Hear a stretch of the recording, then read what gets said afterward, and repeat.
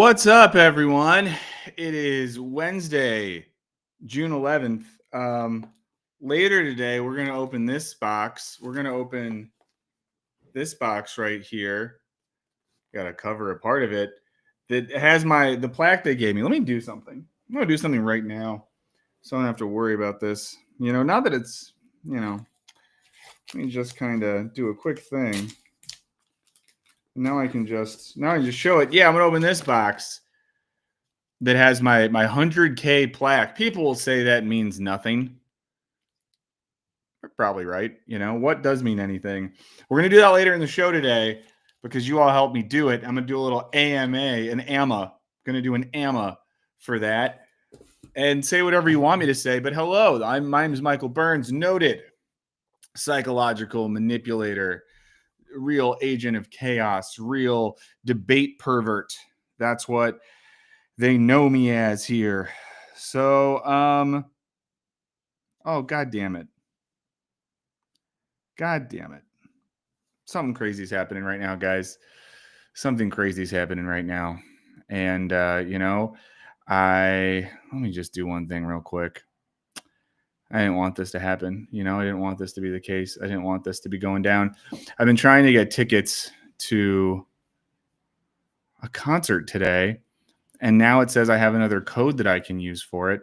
So I'm going to try this again. I shouldn't be doing I should maybe put the thing up on my screen. I've been trying to get tickets to see Faye Webster at the LA Philharmonic Concert Hall. And I couldn't get them earlier. And I just got sent another code. You could say that I got Lightspeed for the 100K. You could also say I cheated. You could say that I got a little post-wisecrack bump. But let me tell you about what's going on in today's shows, besides just me maybe trying to get Faye Webster tickets in the background for a second. Big one today. Matt McManus, a political philosopher, professor, writer, person also makes great digital content, one of the most generous intellectual figures on the social medias. There's a lot of bullshit. Here's the thing. There's a lot of people on Twitter and Blue Sky and all the things that act like they know stuff about stuff. They don't know anything about anything, and they're kind of dumb. And Matt McManus is kind of the opposite. He's a very nice, generous guy. He's active on social media, but he's actually smart. And that's really important. And I don't want to be intellectually classist or something by saying that, but he's actually smart. Other things going on today's show. Jackson from Skip Intro is going to be coming on at the 2 p.m. hour. End of the show, we're going to open up the plaque and do that. Reminder, the boys are back in town. We officially have our friends Yes Please back as the official coffee sponsor of this show, this stream, this channel. You can use the code Burns Beans. We'll talk more about it later. Yeah, I'm drinking the Friends Everywhere today in this cup, which makes sense because I look in the chat and God damn it, I see Friends everywhere. That's what I see. That's what I see everywhere. So we'll bring Matt on in just a second.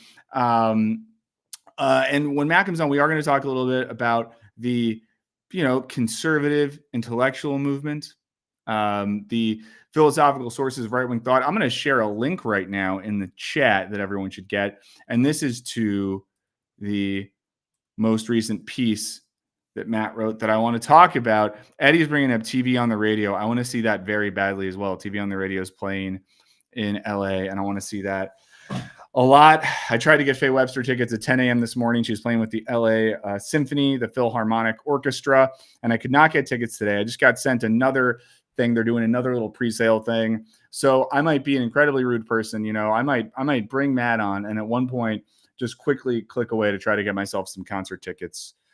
We shall see. We'll see if I can make it work. Just a reminder, a few other things.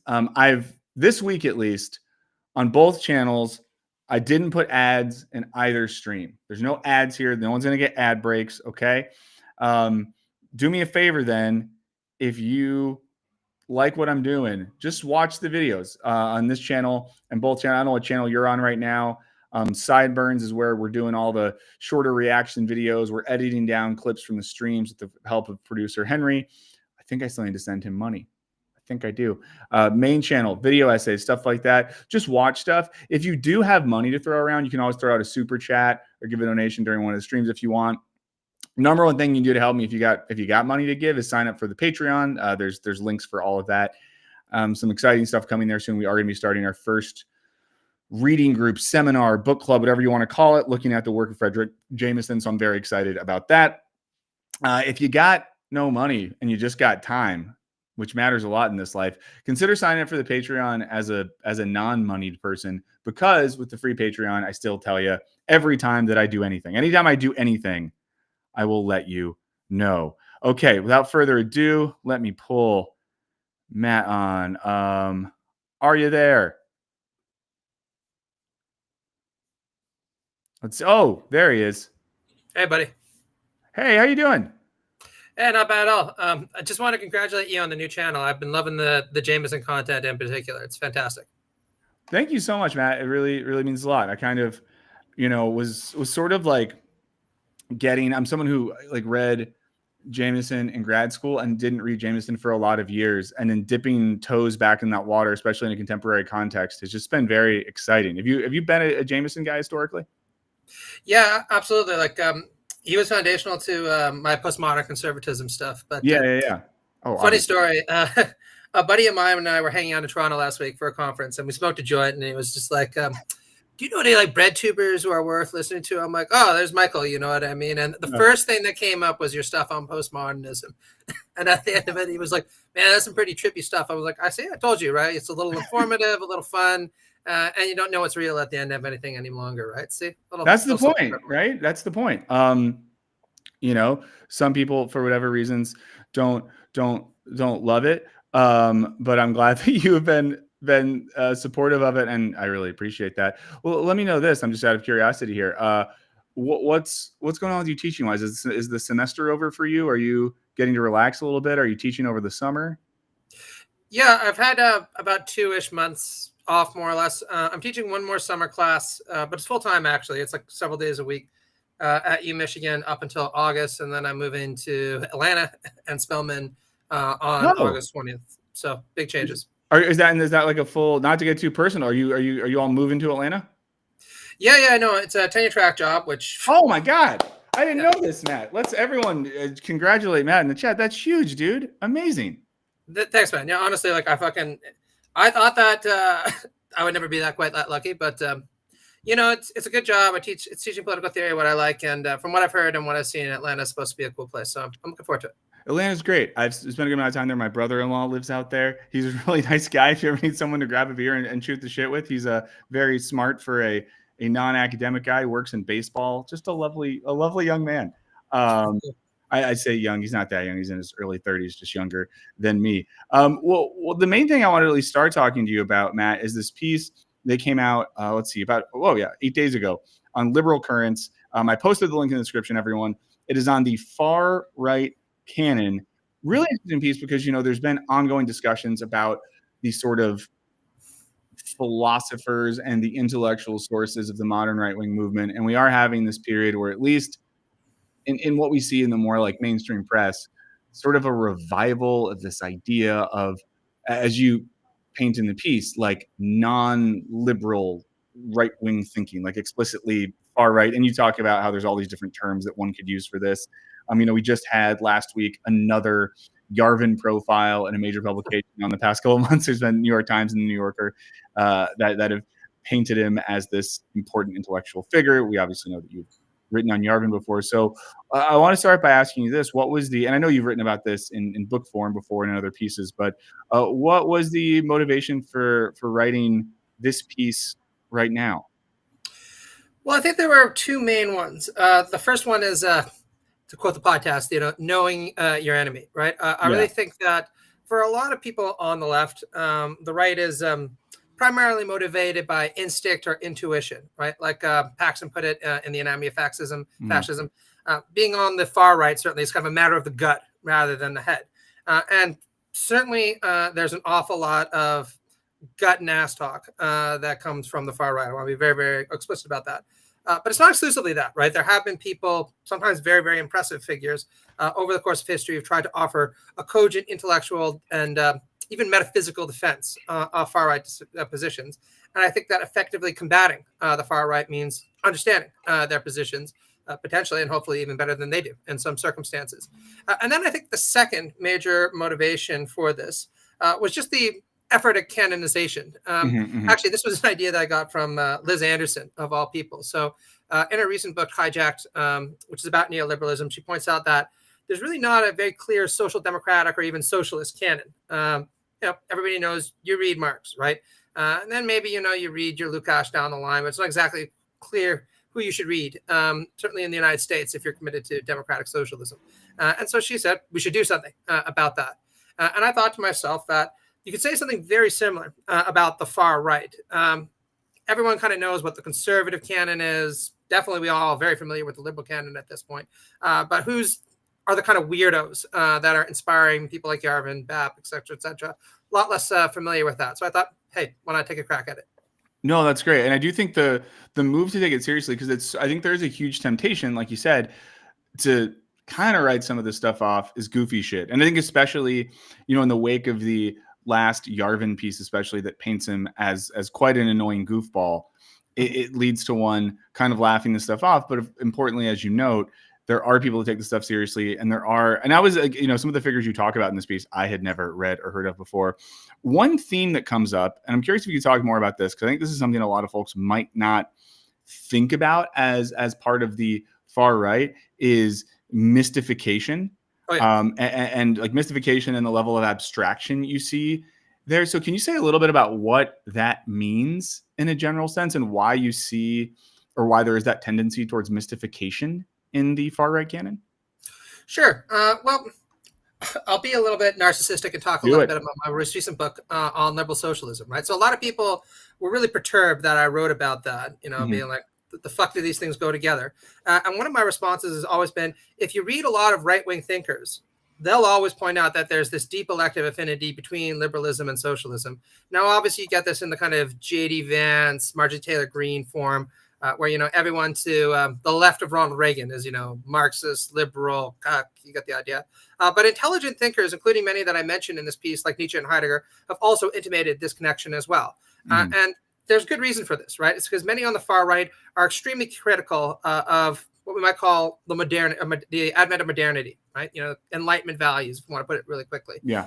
Basically this idea that we should be committed to building societies, committed to liberty for all, equality for all, solidarity for all. And aligned with that is, certainly the deepest thinkers have intuited this, a broader metaphysical commitment to scientific rationalism of one sort or another, right? And this comes in a bajillion different flavors, as you know, right? Socialists and liberals, not to mention scientists, do not speak in one voice. But they're all, broadly speaking, certainly from the far right's perspective, committed to this outlook. And there's this real sense on the far right that what this has led to is the disenchantment of the world, the collapse of all meaningful values, and associated with the collapse of all meaningful values, the collapse of the kind of order, stability that comes from the right people being atop, right? The correct hierarchies being in place, which this kind of leveling materialist impulse invariably destroys.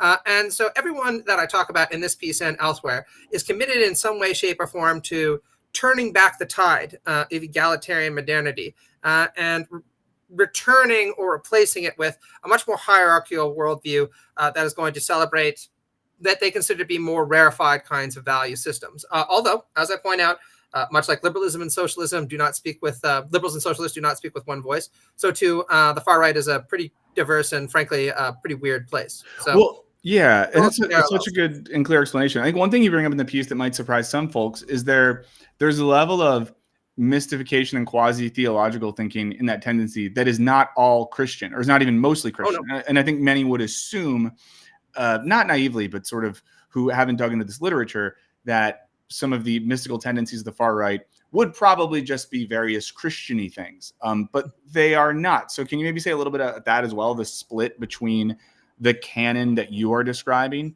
and maybe a more Christian-influenced conservative Enlightenment thought? Sure. Why don't I talk about two thinkers as examples of this? We'll go with de Maistre and Nietzsche, since I'm guessing that people are watching the channel. They probably know who Nietzsche is, so there's a bit of familiarity there, right? Yeah. De Maistre adopted this very right-wing understanding of Christianity. And and I know that there are left-wing versions of Christianity that one can also stress, right? So I don't want to be totalizing in that respect. But from his perspective, what Christianity, certainly in a kind of right Catholic sense, offered was a hierarchical view of the world and indeed of nature. There was a great chain of being with God up at the top, the king, at least in the profane world, also up at the top. And then much like archangels and man and then beasts all serve God, so too in the social world do peasants and lords and knights serve the king. And ideally, the king would also serve the Pope, right? God's representative on earth. And de Maistre is extremely critical of Enlightenment philosophy, which calls a fundamentally destructive force for undermining what he calls these dogmas and these prejudices. Now, very interestingly, he quite rarely will try to offer an explicit philosophical defense of the values that he himself takes to be, or really insists to be, true, right? You get a bit of that in St. Petersburg dialogues, but actually very often he's quite skeptical that you can even establish something to be objectively true, morally, or even for that matter, epistemically and metaphysically. But what this means is not that we should embrace skepticism. It's rather precisely that we need to embrace dogmas and prejudices.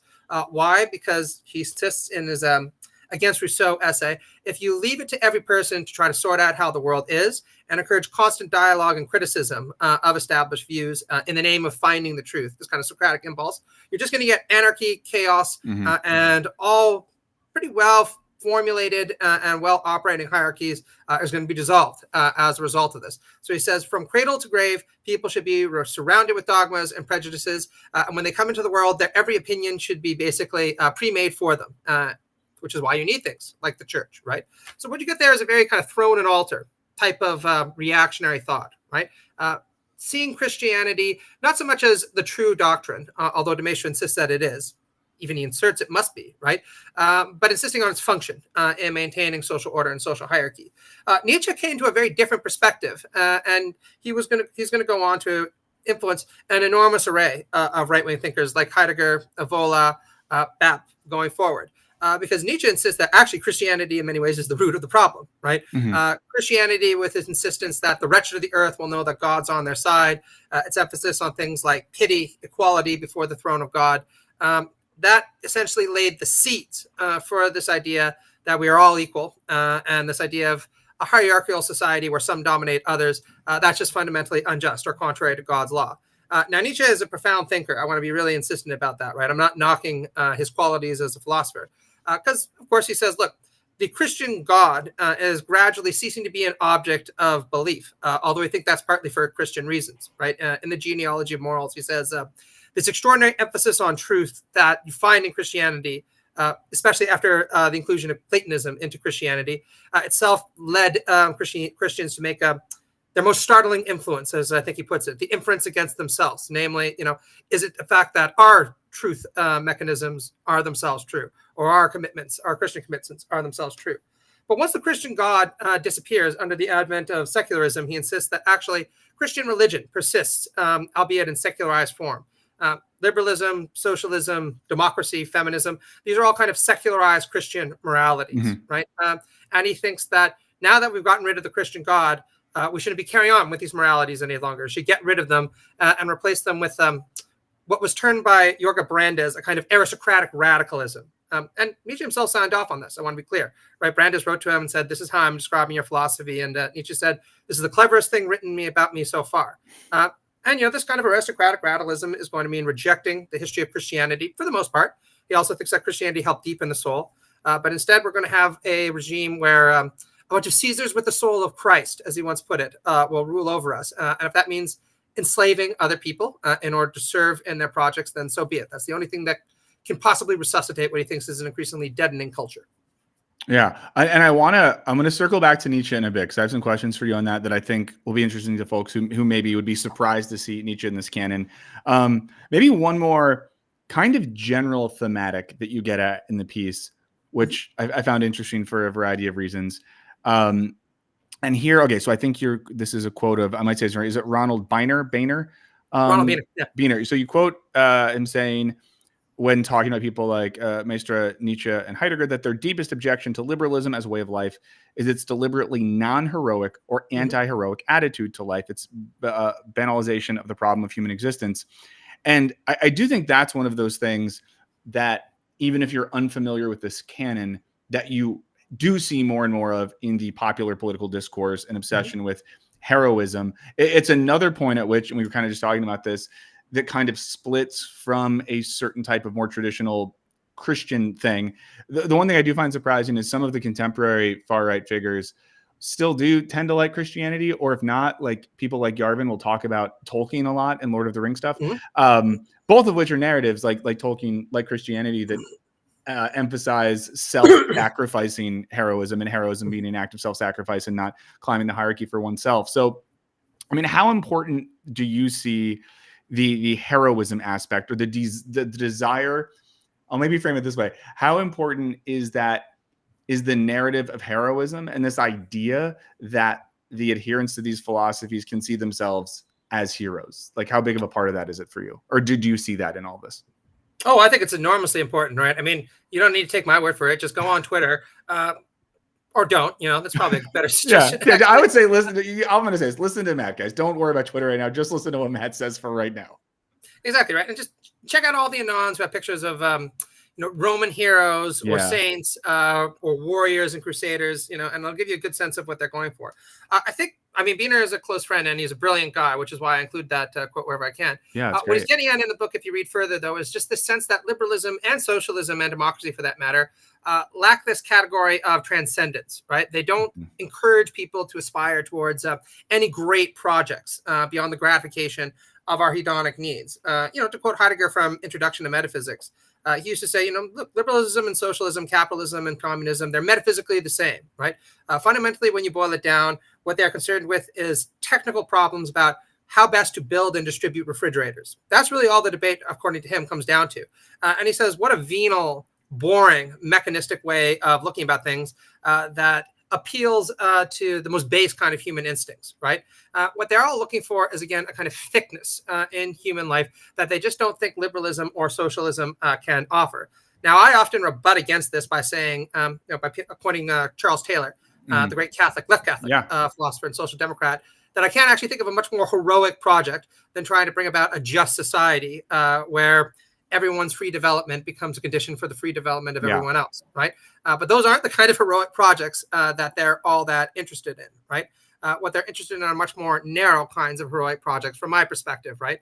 That center around personal aggrandizement, right? Think about somebody like Bronze Age Pervert, right? With this idea of almost being a pirate, sailing the world, domineering over the bugmen, or, something like what you see with Yarvin, this idea that these ingenious tech bros should be given enormous amounts of agency in order to make the world a better place and to build the future that most of us aren't capable of even envisioning.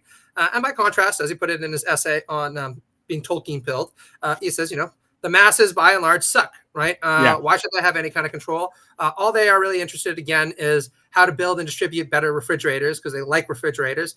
So put the guy in charge, give them refrigerators, and then he can go do something that's far more impressive. But as long as we have democracy, that's going to be impossible. So you see intimations of this yearning for transcendence, greatness, hierarchy, right? Because again, this idea of heroism invariably distinguishes between people, pervasive throughout the entire tradition.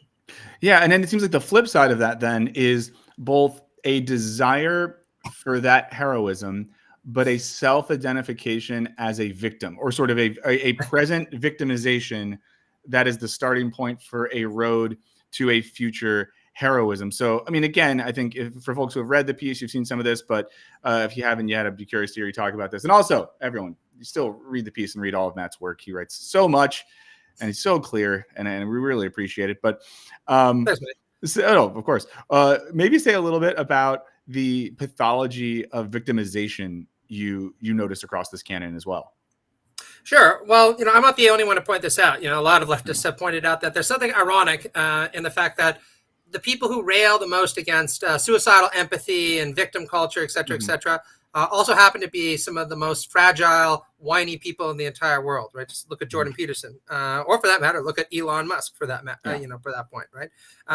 And this can seem paradoxical, and in some ways it is, and boy, oh boy, is it annoying, right?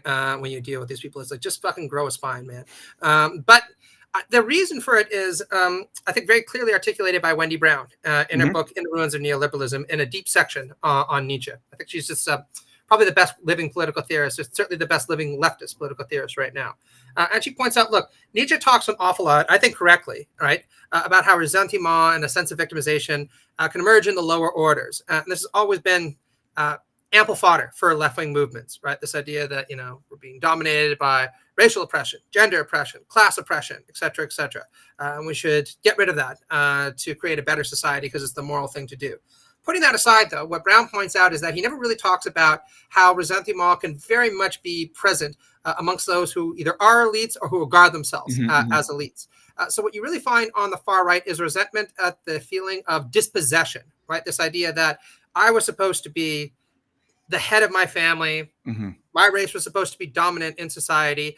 My country was supposed to rule over all. My religion is the clearly true one, and everyone should accept it as true. And there, but for the presence of these nasty leftist elites who constantly undermine culture, and of course their allies in the liberal orders, my elite status would be recognized and affirmed. So the thing to do is to get rid of them, and then I will come into repossession of what I'm so vigorously entitled to. And I think that people have always underestimated the power of this fusion, right? The sense of being an elite and a victim at the same time, because it really allows people to think that they are victims and that they have been wronged in some way. And consequently, it is moral for them to undo this wrong. But it also gives them the satisfaction of thinking, to put it bluntly, that I am better than you, right? Yeah. And it seems like there's this kind of a tension then, or just a shift between thinking collectively about humanity and society and thinking individually, because I kind of don't want to name names, but I might in a second. But there's a few folks I know from the academic world who, back in the day when I was still a student, were kind of left-wing Marxist figures whose work was largely defined by thinking of subjectivity as a collective endeavor, of thinking of politics as something that affects all of us, and thinking about political subjectivity as this group thing, who then, when they have their right-wing turn, there's often this hard shift towards individuality, in particular their individuality, and even more in particular how their individuality has somehow been victimized or not taken seriously enough by some form of collective. So there is that like path of psychologization I've seen in people. I mean, one person I kind of think of here when I say that, I'll just be honest, is like, do you know Nina Power? Oh yeah. Someone who, I will say, in our former in-person interactions was only incredibly nice and supportive to me, was helpful to my work as a grad student, but who went from this sort of, French theory laden materialist, pseudo Marxist communist to something of a right-leaning individualist in their work. And it seems to follow that sort of path. Call it the Nick Land trajectory. Yes, very much the Nick Land trajectory right there.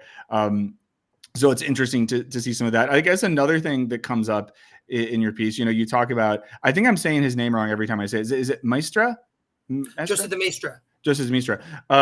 You refer to him as pioneering a pseudo punk attitude, which I think is another, I mean, we've heard this be discussed on the internet and the news media for a while now, this idea that it used to be cool and punk rock to be left-wing, and now like Charlie Kirk and his friends are the real punk rock folks. So it's interesting to see this reflected in some of these intellectual sources as well. So what makes de Maistre and folks of that ilk, worthy of being referred to as being a little bit pseudo punk in their attitudes? Oh, I'll just pull this up right here, actually. Yeah. Here we go. I mean, I'll tell you everything you need to know, right? Right-wing revolution, right? Oh, trying to hide, sorry, guys. We didn't ask for consent to look at Charlie Kirk's face. He's not smiling, so don't worry too much about that. And just real quick for folks who are just tuning in, just so you're up to date, I'm talking to Matt McManus, writer and professor of political theory. We're focusing in particular on his recent piece in Liberal Currents, the Far Right Canon, but we're talking about some stuff more generally. I've thrown a link to that in the chat. I'll throw a link in the description as well. But just to get you up to speed, if you're jumping in right now, and I just asked Matt about the punk rock spirit in some of these figures. So I guess like, well, sorry, I feel like I asked a question, I backed away from it. But yeah, so with de Maistre and Carlyle and folks like that, what makes it that we can understand what they're doing as a little bit punkish or a little bit rebellious? Why does this appeal to folks' desire to be little anti-authoritarian rebels? Well, this is a very generative tension within far-right thought, right? Because I mentioned it's inherent in elitism and hierarchical mindset, right? And people are perennially forced to ask themselves, if the masses do suck and I'm so much better, or people like me are so much better, why are we not in charge, right? Why is it that the world has been profaned in this kind of fashion. And sometimes, like any other kind of generative tension, this can produce quite interesting results, right?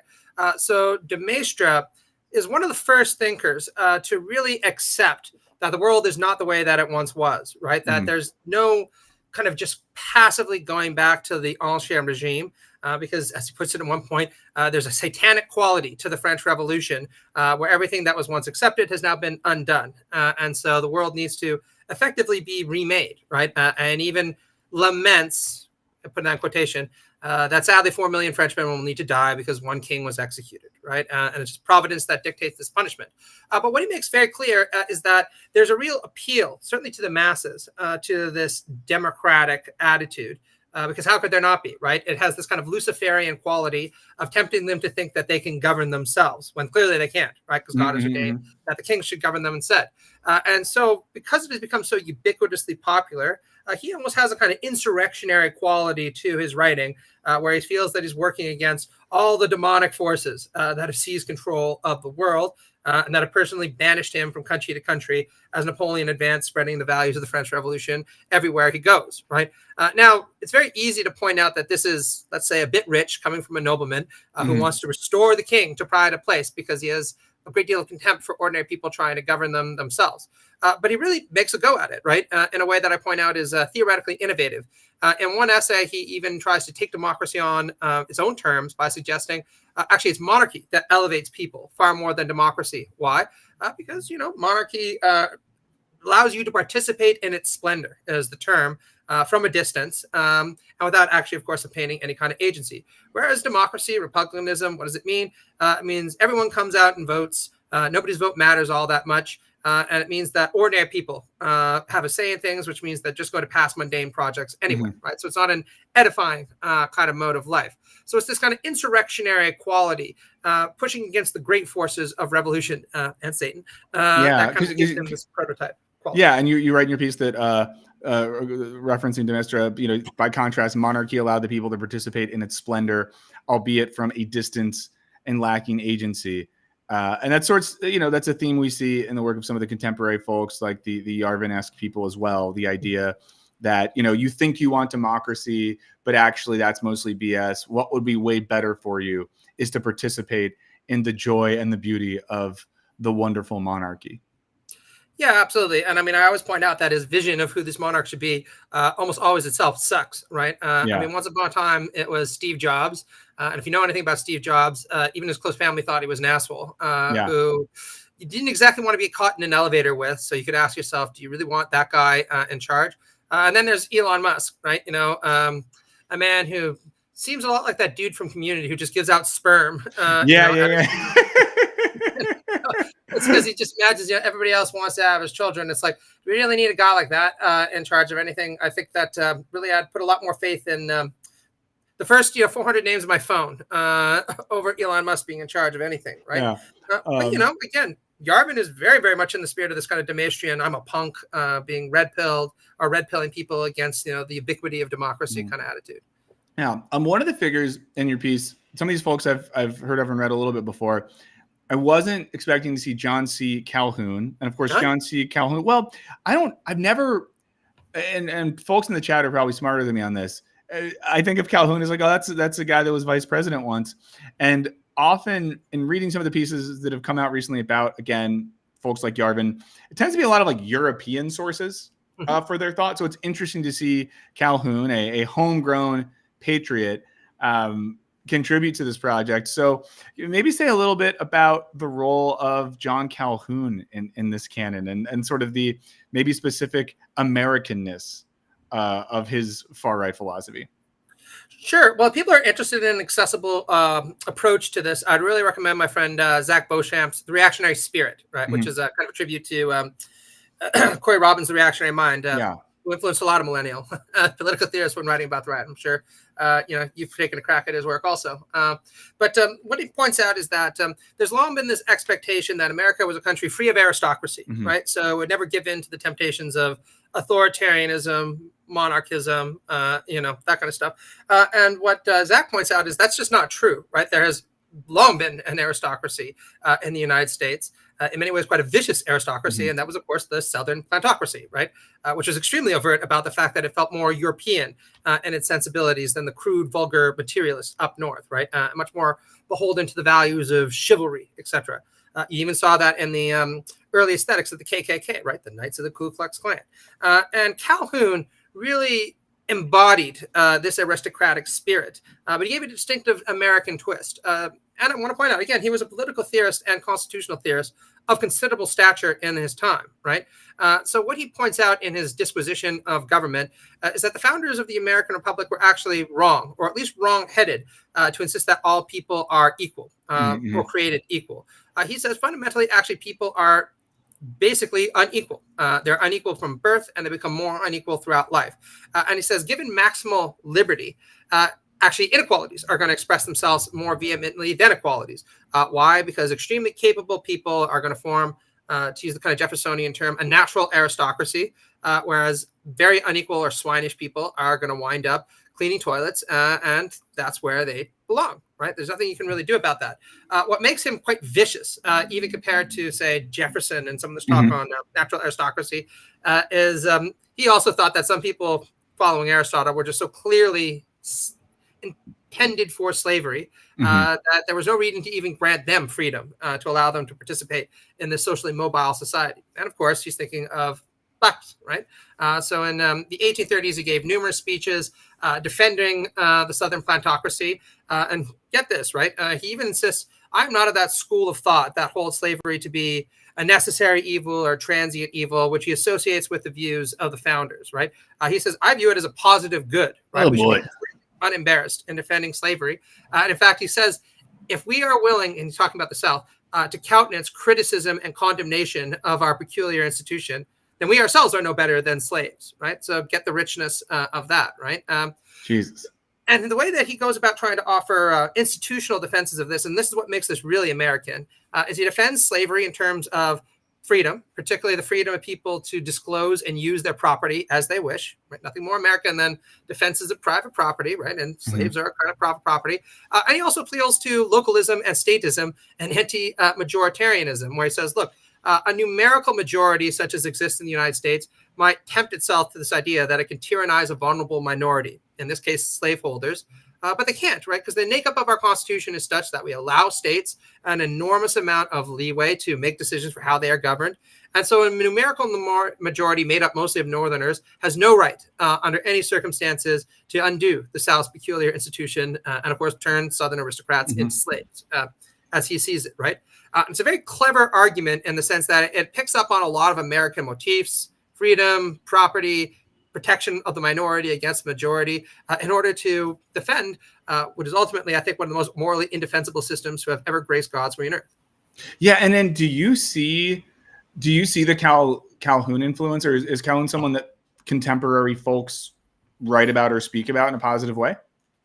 Oh, absolutely, right. Like neo-Calhounianism, as it's sometimes called, has its stamp all over the right today, particularly this insistence that freedom means a kind of domination, right? Because freedom for the wolf should not mean freedom for the sheep, right? And also this insistence that localism should be respected, at least when it abets conservative causes, right? Think about Ron DeSantis and the Don't Say Gay bills, right? Don't Say Gay essentially amounts to, or is justified by appealing to very Calhounian sounding reasoning. Basically, if the people of Florida want to discriminate against gays, that freedom is more important than the right of gays not to be discriminated against. And that's pretty much what Calhoun would always insist upon, right? The right of Southerners to practice their peculiar culture and protect their private property is more important than freeing those who don't want to be freed or shouldn't be freed, at the very least. And my response to that is almost always very articulated to say, fuck you, right? That's what you think, right? Why don't we actually go ask the slaves or the LGBTQ people what they think about that? But it's a very self-serving but very tempting argument for those who have such a disposition. Thank you for that. Let's talk about Nietzsche just for a second. I'm pulling up a part of your article on screen right now that has a long Nietzsche quote.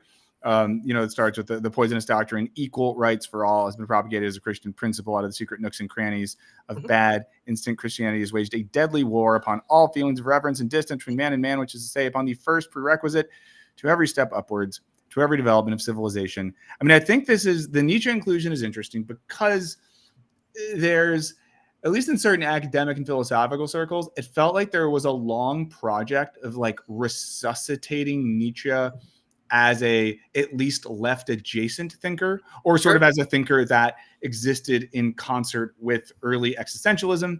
And, whether it's people like, Gilles Deleuze writing about Nietzsche and stuff like that, I think a lot of folks who think of themselves as more leftist or progressive, even in particular ways, maybe have thought about Nietzsche as one of their guys. And, you talk about both Nietzsche and Heidegger. Heidegger, everyone knows, Nazi adjacent. No one's surprised to see that. But I think some folks reading this article might be slightly surprised to hear about how Nietzsche is a part of this. And Nietzsche is not just a part of this in people's interpretation of Nietzsche, but that Nietzsche himself gives some pretty solid fuel to read him this way. And in particular, the back half of the quote that I currently have up on screen. He says, nowadays, no one has courage for special rights, for the right of dominion, for feelings of honorable pride in himself and his equals, for the pathos of distance. Our politics is sick with this lack of courage. I think a lot of people could read Nietzsche in a way that is, critiquing a herd mentality that's more about the lack of individuality or sort of individual will. But here it seems pretty clear that he's saying some stuff that plays right into the project that you're describing. So maybe say a little bit about Nietzsche as, far-right philosophical figure and what some of us might be missing when we have skimmed past some of this in Nietzsche or read around it. Sure. And I want to point out, this is just in his published work, right? This is what he felt inspired to put out there in the world, right? This idea that equal rights is a poison and the aristocratic attitude must again prevail. If you go into the Will to Power, which is a controversial work, but he did write everything that's in there, right? He'll sometimes say, look, I do not grant the unfit the right to life. There are unfit peoples. And he'll also sit there and say, it's a profound misunderstanding of my work to interpret it as calling for a kind of individualism, right? He actually explicitly rejects this kind of bohemian interpretation of Nietzscheanism, right? He says, my philosophy is about rank ordering, right? This idea that some are superior to others. So the topic of how Nietzsche's, the reception of Nietzsche has evolved is very, very complicated, right? And I want to be very clear, since I'll always get at least like one or two people who write to me being like, you hate Nietzsche, you're bastardizing Nietzsche, how can you not like him? I lost my Catholic faith when I was 18 years old. The first book I picked up was Beyond Good and Evil. And then I immediately went to Twilight of the Idols and the Antichrist, and I absorbed like pretty much the whole canon in a couple months, right? I love Nietzsche, right? I think he is just an enormously important thinker. I would put him right at the summit of right-wing thought along with Dostoevsky and Burke. And I think that there's almost a kind of reflexive desire not to have him included, precisely because a lot of people on the left have this somewhat vain belief that almost all the intellectual stars must be on our side. Yes. We're right? And that's not true, right? I mean, one of the reasons I also wrote this part is to point out, look, there can be very smart people that hold very bad and I think even wicked viewpoints, right? Nietzsche is just a spectacular example of this. So Nietzsche actually, from early on, was actually widely accepted to be a hard right thinker, right? This is Jorge Brandes' interpretation of him. And Brandes was the first person to take his work seriously and give it a kind of philosophical reception, in this case in Denmark, where he said, clearly Nietzsche is calling for, to use again that terminology, aristocratic radicalism and a rejection of democracy, feminism, and egalitarianism. And there was a big debate about that. Of course, during the First and the Second World War, he was widely perceived to be a kind of prop for German conservatism and nationalism and Nazism, right? That's the way certainly his sister tried to spin him. Now, I want to be clear. That viewpoint is entirely wrong, right? Nietzsche is certainly not a nationalist, and he definitely wouldn't be a German nationalist, right? Yeah. But his work was widely received to be right-wing at that point, and he went on to influence any number of important fascist thinkers, like Heidegger, and for that matter, Evola, both of whom I also mentioned in the piece.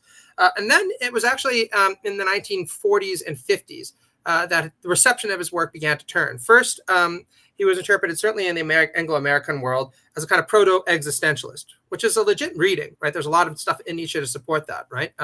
Walter Kaufmann was probably the most foundational figure in English to kind of push that reading in his book on Nietzsche, reading him essentially as a psychologist, existentialist, and the Antichrist, as the title went. And, on this reading, Nietzsche doesn't even really have a politics, right? He's a deep existential psychologist and philosopher who can teach you a little bit about how to relate to the biggest problems of existence. But Kaufmann just basically downplays all the political stuff in Nietzsche. And then, as you mentioned, things underwent a further turn in the 60s and the 70s when new translations of Nietzsche reached places like France, and Foucault, Deleuze, and many others kind of picked up his work and kind of read him as a proto-Bohemian critic of liberalism. And I want to point out, this is the kind of tradition of reading Nietzsche that I was brought up in when I was in undergrad back forever, right? It was like, basically it goes from Nietzsche to Foucault, right? And that's how you read him. And it's only been recently when people have become attentive to the fact that a lot of people on the far and hard right really like him, that we've gone back and kind of reevaluated this. Now, most of the current readings emphasize that Nietzsche is not a Nazi, and I want to emphasize that he's not, right? He would have had nothing but contempt for the NSDAP as a kind of plebeian vulgarization of certain strands of his thinking. But just because he's not a Nazi does not mean he is not a far-right thinker. And a lot of work has been done on this by people like Lacerdo, Tutz, Bull, Biener, right, who I mentioned before. I think it's probably the correct interpretation, right? Nietzsche is calling for an aristocratic kind of society. And if you don't believe me, by all means, go read Twilight of the Idols or go read The Gay Science, where he's actually critical of German conservatives, like Otto von Bismarck. Not because they're conservatives, but because he says you're giving too much power to the socialists and to the workers. You should be educating them to be slaves rather than being even mildly active citizens in this new German empire. And you really have to ask yourself how right-wing someone is when they look at Otto von fucking Bismarck, the German empire, and say, whoa, this is basically like some woke shit here, right? We really need to be a lot firmer on making sure that the ordinary swinish multitude don't have a say in what's going on. Yeah. Well, thanks for that. And yeah, I just knew people would be reading that, and some might think like, whoa, Nietzsche, a part of that. God, I'm not gonna. There's a few other things that I highlighted from the article that I really liked, but maybe something that we could talk about a little bit here then, I guess, is how you see this project convincing or encroaching or competing with, liberalism in its most broad sense. Because I think a lot of folks who we see leaning that way politically now are folks that we maybe would have thought as subjects of the neoliberal or neoconservative project, more broadly construed, who, while they might have differing views on certain issues, still had a foot in the world of liberalism or a toe in the world of the Enlightenment project. And I guess we've kind of gotten at some of this, but how do you see that shift happening? Like, where are those points at which this project and intellectual tendency is pulling folks away from liberalism? Sure. Well, this is a really complicated question, right? I pointed out a really good book that people can check out if they're interested. One of the few that does try to canalize the far right, by Cedric, right? Key Thinkers of the Radical Right for Oxford University Press. And he just gives up on defining the radical right by saying they're too weird. Everyone has different views on things. Some are hyper-Christian, even radically Christian or radically Islamic. And others just completely have nothing but contempt for religion, right? But he says, what unites them is this commitment to hierarchical impulses and the belief that society has become too egalitarian and too prone to allowing the vulgar or the herd to have a say, which has led to the decline or the decay of these transcendent value systems. And the reason I emphasize this is it's not easy to cordon off ideologies when they get out there in the wild and say that these kinds of ideological instincts are immune to being pushed in a far right direction. Just to give one example, I read a piece 2 weeks ago on Sam Francis, right? Some of you might know Samuel Francis is the author of Leviathan and Its Enemies, one of the most important works of white nationalist thought in the United States. And he was very influenced by Gramsci and Marx, right? Basically said this idea of racial equality is a kind of hegemony that has been operative in our society for a long time. It plays into all these liberal impulses that liberals can't resist.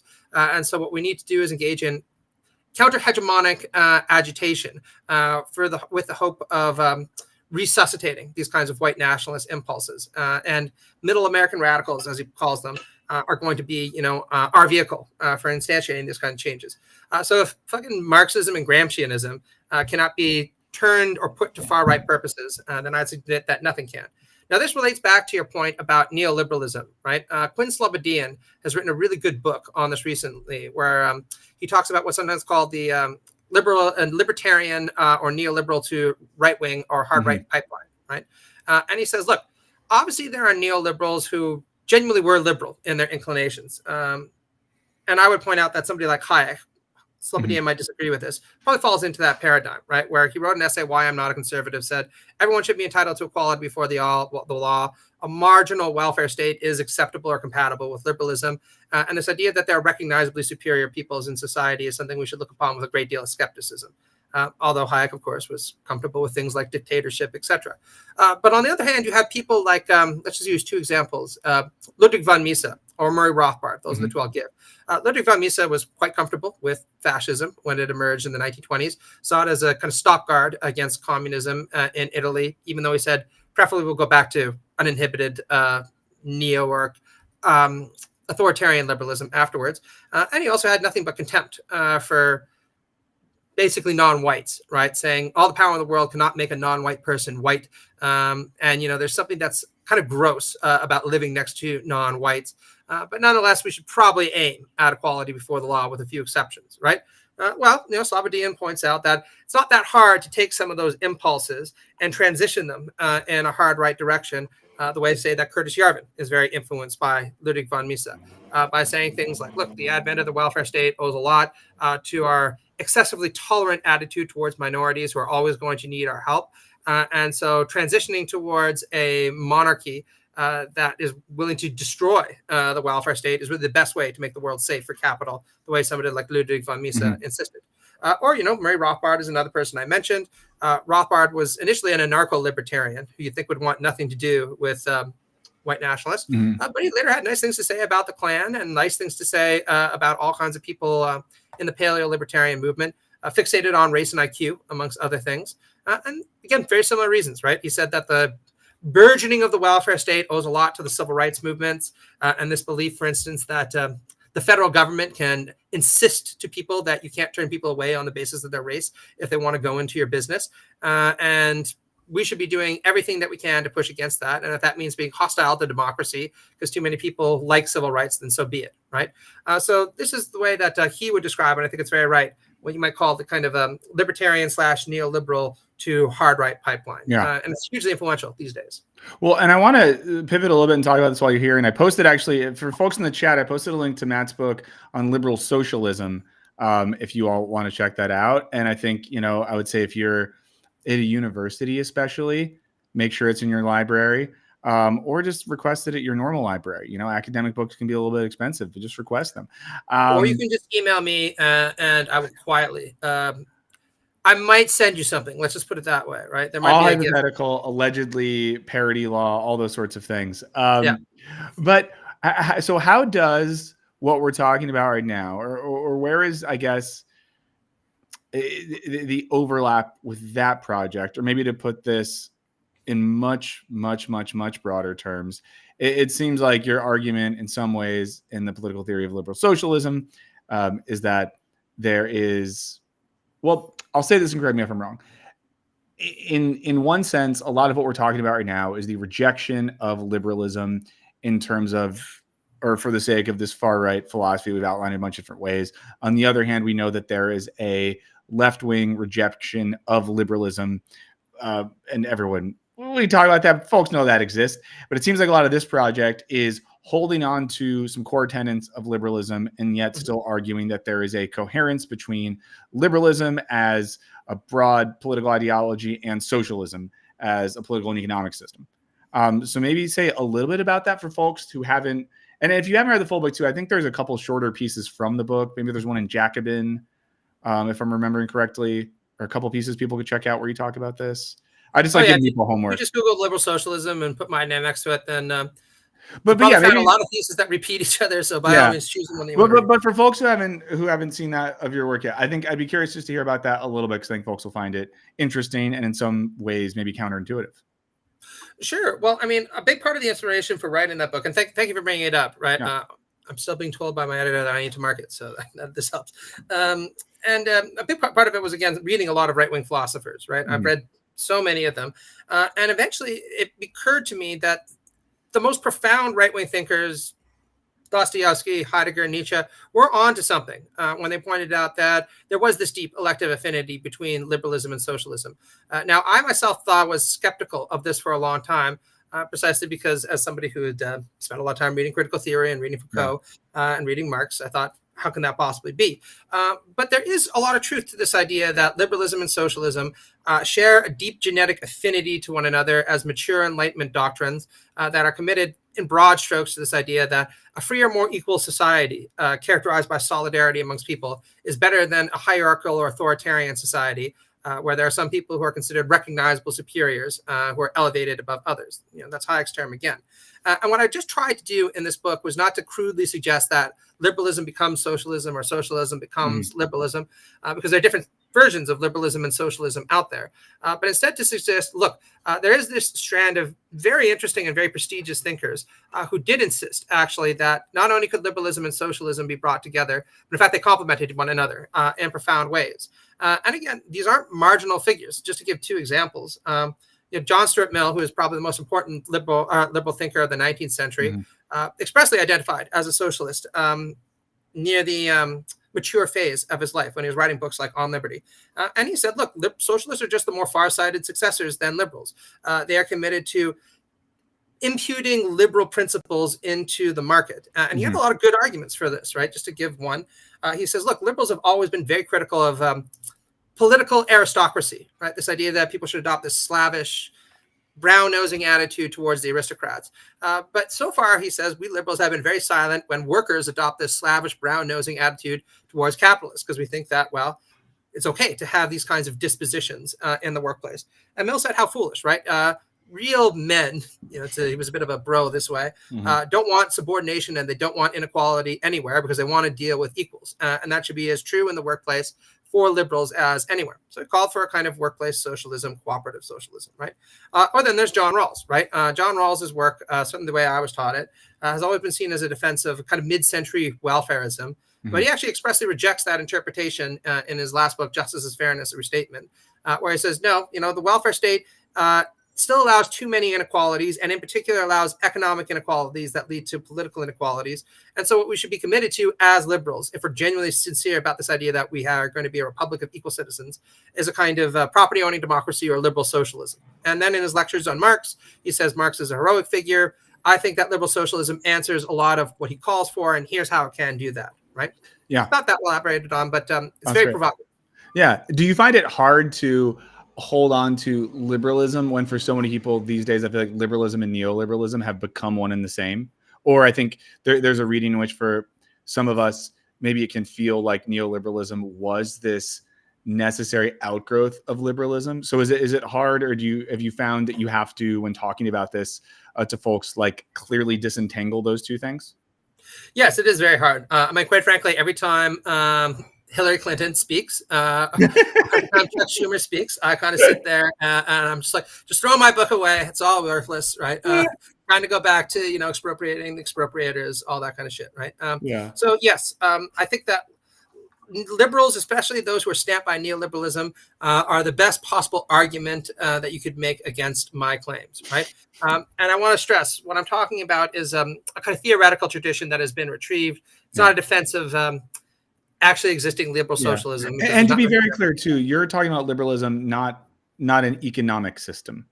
That's right. Liberalism as is it fair to say, like, broadly construed an Enlightenment set of principles about human equality, existence, and reason?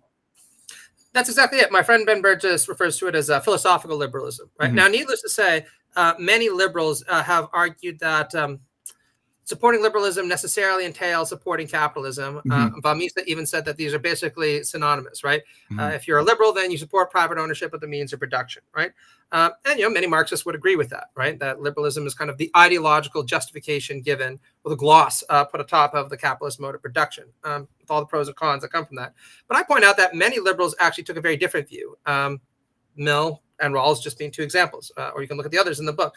Some of them actually said, no, in fact, socialism is the only way that we can possibly truly instantiate liberal principles.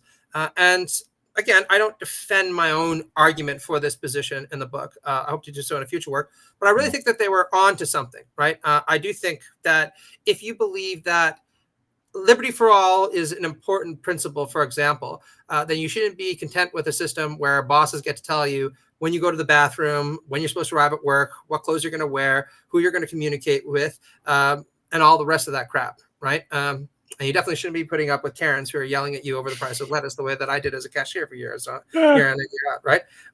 So I think that there's a natural extension of liberalism that can be made into the workplace and into the economy. And my hope would be to just inspire people to think more carefully about how that could be done using the theoretical resources available. That's great. And I think that's something I've, in reading your work on that subject, I found really challenging in a good way, because I think that it is kind of easily, like we talked about before, to associate liberalism with neoliberalism, with capitalism, and sort of create this big bucket where all the stuff in the bucket is bad and all of our intellectual resources have to like follow the genetic lineage, directly back to Marx or something like that. So I think the work you're doing there is important. I would say for folks who maybe are like me and have somehow had that sort of everything is in the one big bad bucket view, it's really worth considering, because sometimes we can, to use cliche, throw the baby out with the bathwater in these discussions. Yeah, absolutely. Right. I mean, look, very simply, the way that I talk to my fellow leftists about this is I'll ask them, look, I understand that you hate liberalism and, I've had my knocks with it also. Let's put it this way. But do you really think that freedom of speech isn't really important? Do you think that that the vote is not important? Do you think that freedom of assembly and freedom of religion is not important?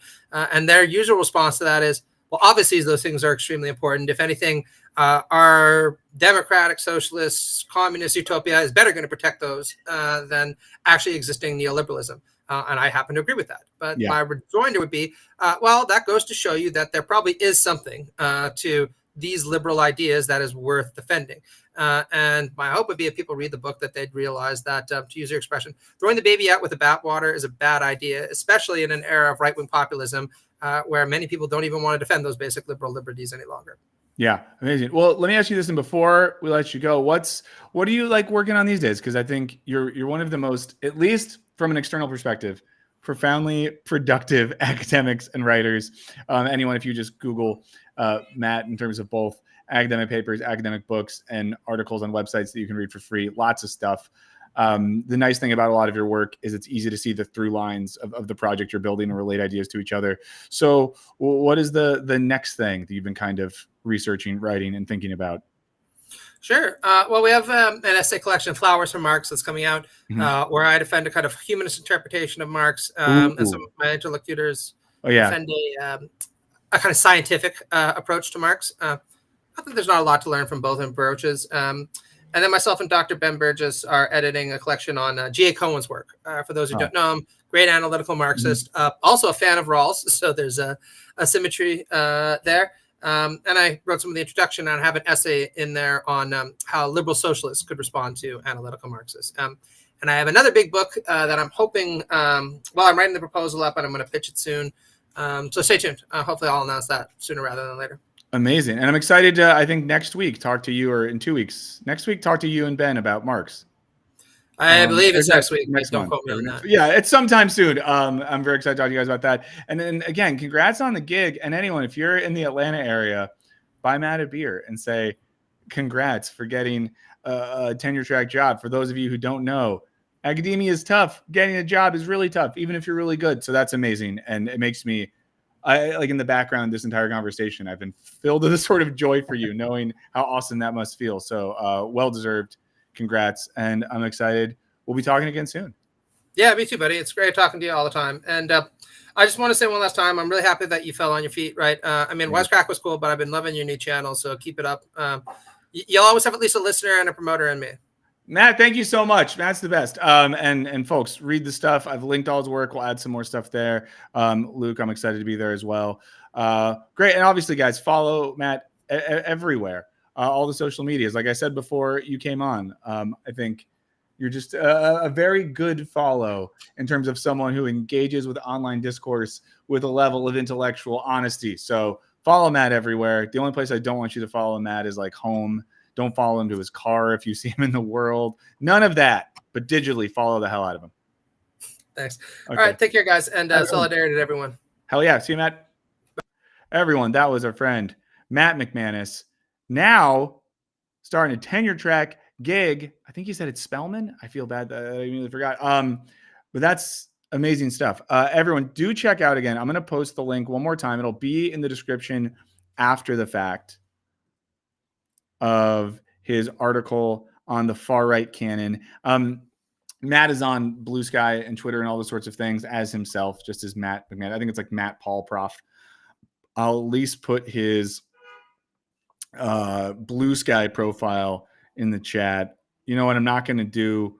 We're not going to do. How did I not follow Matt on Blue Sky? That's weird. That's not true. That's not true that I didn't follow Matt. Blue Sky fucked me. Blue Sky fucked me. But nice to see everyone here. Extraneous came in at 69 minutes. That's where you want to come in.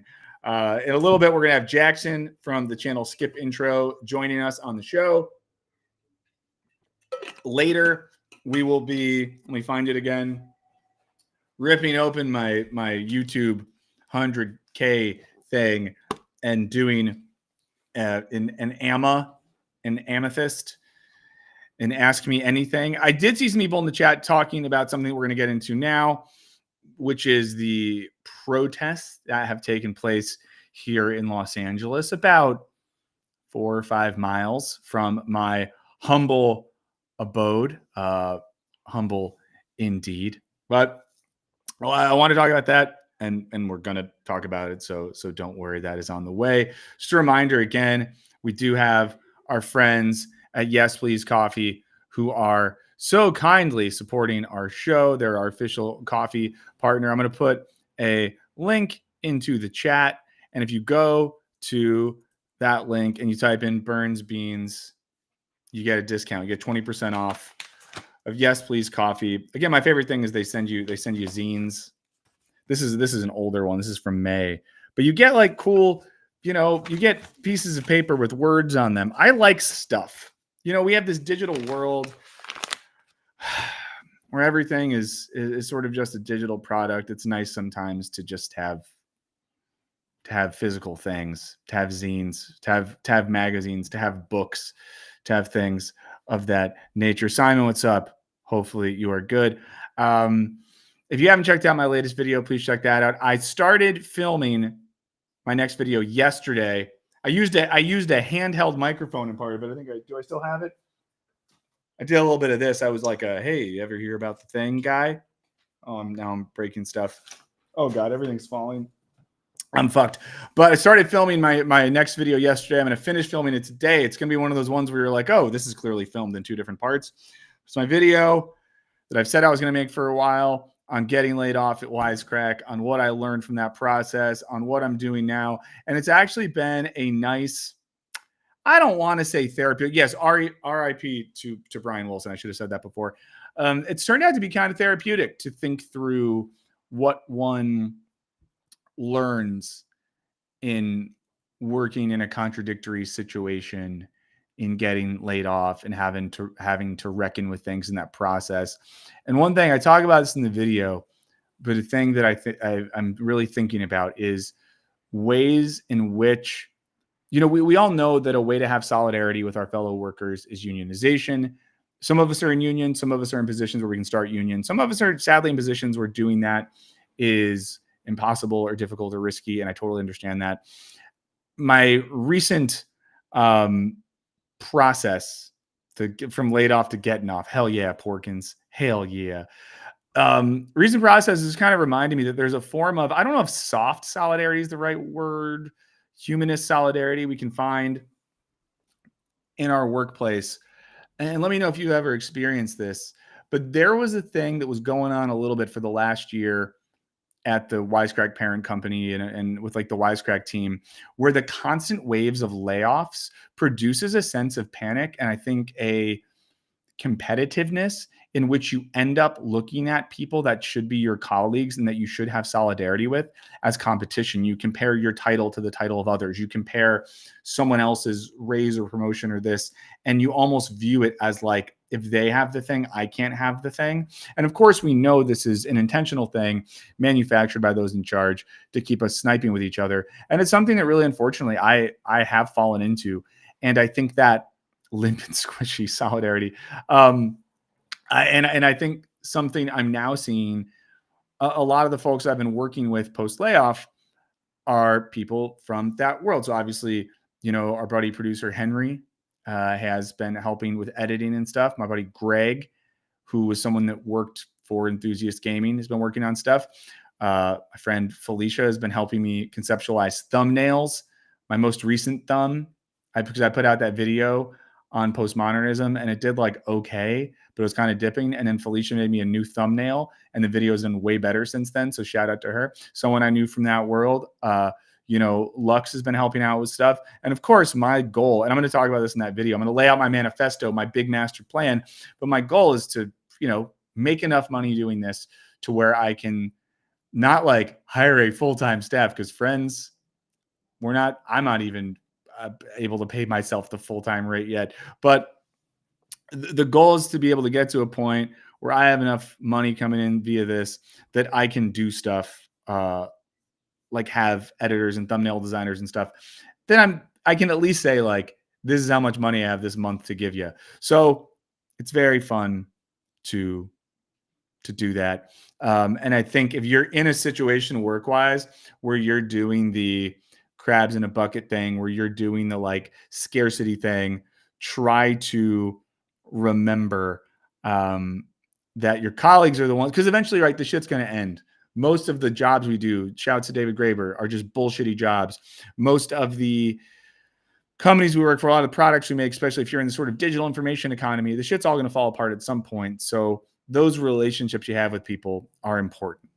I said that kind of sloppily, but you get what I'm saying. Let's talk about what's been going on in Los Angeles. I'll do some personal thoughts. We'll look at some articles and talk about this a little bit more. Here's the long and short of it. There have not been riots in Los Angeles in any sort of way that the national media would have you think. There's been some protesting. It's been confined to a very specific area of the city. Los Angeles is a very large city. I've had the thing that I'm sure is well-intentioned, where family and friends from across the country are like, are you okay? I hope you're doing good, all sort of stuff.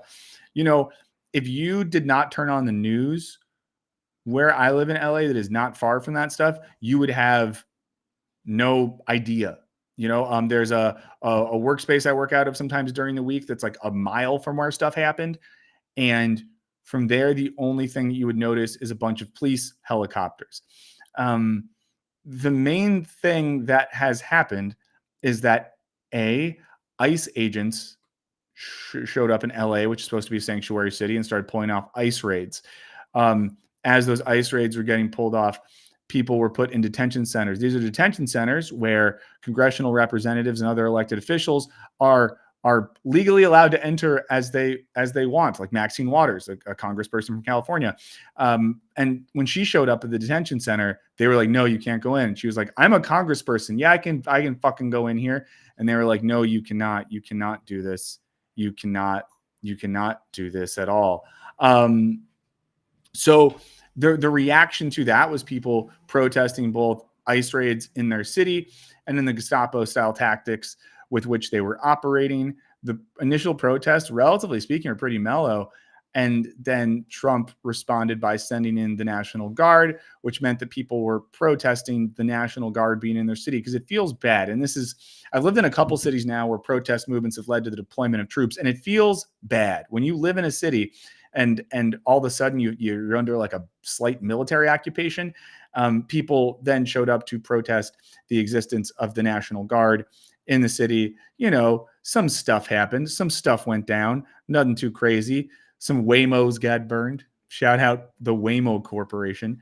And then that was used as an excuse to bring in the Marines and all this sort of shit.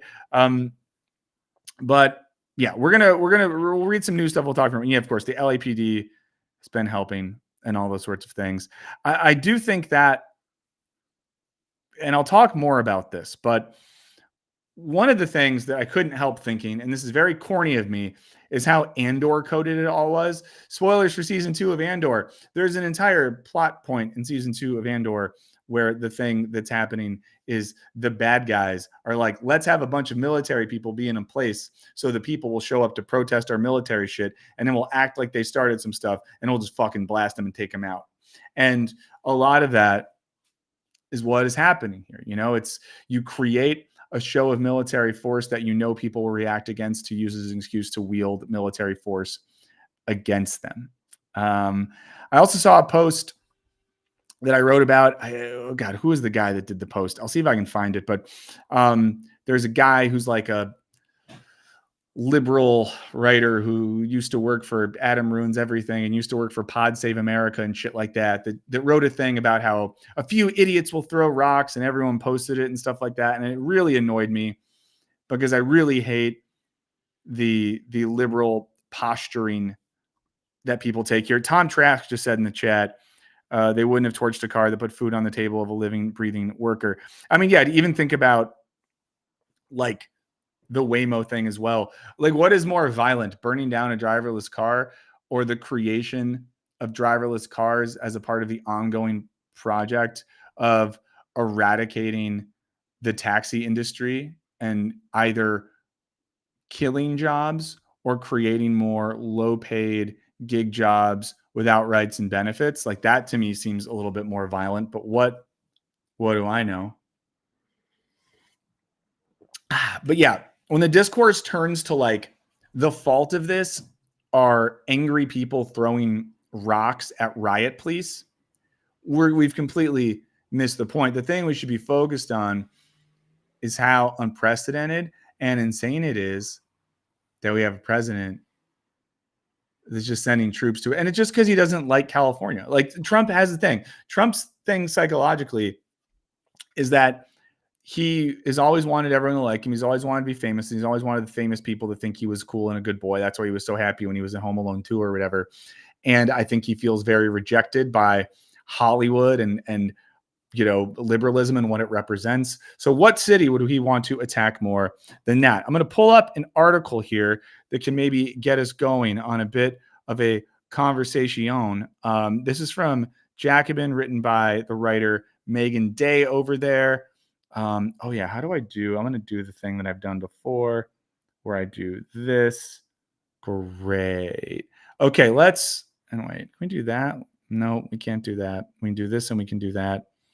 But I guess that'll be it. Let me annoyingly do a bit of classic me moving stuff around to make sure that I can see things. Okay. Is that all going to be on screen? Great. Okay, so this is from Megan Day. It's in Jacobin. It says, "You don't think it's going to happen to you, quite frankly, until it does," said Luisa, whose father was detained in a raid at the Ambiance Apparel Factory in Los Angeles Garment District. Immigration officers arrived in force on Friday morning and invaded the warehouse, initiating what Luisa called a manhunt for each and every one of the workers on their list. I mean, it's not a great vibe, guys. It's not a great vibe when we live in a country where workers are kind of just rounded up. And, think about all of the issues facing the United States of America right now. Do you think undocumented or even documented and just, they looked brown garment workers in a factory in Los Angeles are the problem? Is that where the issue lies? Luisa, 24, had been unable to talk to her father, 51, since he was taken from the factory floor. A crowd immediately gathered outside. Some protesters blocked vans in an attempt to physically prevent them from leaving the scene with detainees. Observing the action was David Huerta, president of Service Employees International Union, United Service Workers West, SEIU USSW, who was tackled to the ground. So this is the union rep in this situation. Was tackled to the ground, injuring his head. Huerta was treated at a hospital, remained in federal custody throughout the weekend. He was released early Monday afternoon on bond, but now faces federal felony charges. So, the basic gist there is the union representative of the workers who were being harassed and attacked by ICE showed up to try to represent the workers that he is paid to represent and was tackled and beaten in the head and thrown into custody by ICE. And of course, felony charges abound. Luisa's family has been increasingly worried about separation since Donald Trump's election last November. My father made it a big deal to ensure us that if it did happen, he always said, if it does happen, but it won't, we're going to be fine. Now that the moment has arrived, the family's optimism has given way to quiet dread. We don't know how to address with each other even. We want to remain strong for him and for ourselves so that we can find ways to help him. She described the family's interactions with officials so far as suspicious and difficult to navigate. I mean, and here's the thing too. All of the reports coming in on this indicate, like we said before, congressional representatives are unable to go to the ICE detention facilities. They're not letting legal representatives in as well. It sounds like a bad situation. It's like a bad situation, guys. On Saturday morning, Luisa caught a glimpse of her father outside the federal building. He was being loaded into a van for transport to a separate facility. Officials had promised her visitation, but canceled at the last minute, citing the protest rolling outside. And here's the thing too, like they canceled visitations and access to these facilities because of like riots. And again, there weren't riots. There was protests. There's people outside. But I think we're supposed to live in some sort of democracy. It's supposed to be some sort of democracy that we live in here. So the notion that, oh no, there's people outside protesting a little bit, so we can't, it's not safe to let you in. It's a bunch of bullshit. It's a whole big pile of fat bullshit.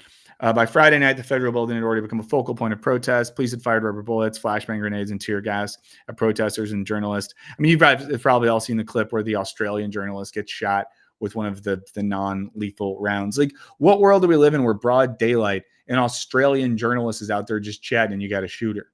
I get it. Sometimes Australians, sometimes you see an Australian and you just think, I'd shoot an Australian. You think that, but then you don't do it. You don't do it. Shout out to the Australians who will see this later because they're not awake yet. California legislators not asked for the federal government's assistance. And this is an important thing as well. The extra forces that were sent to Los Angeles.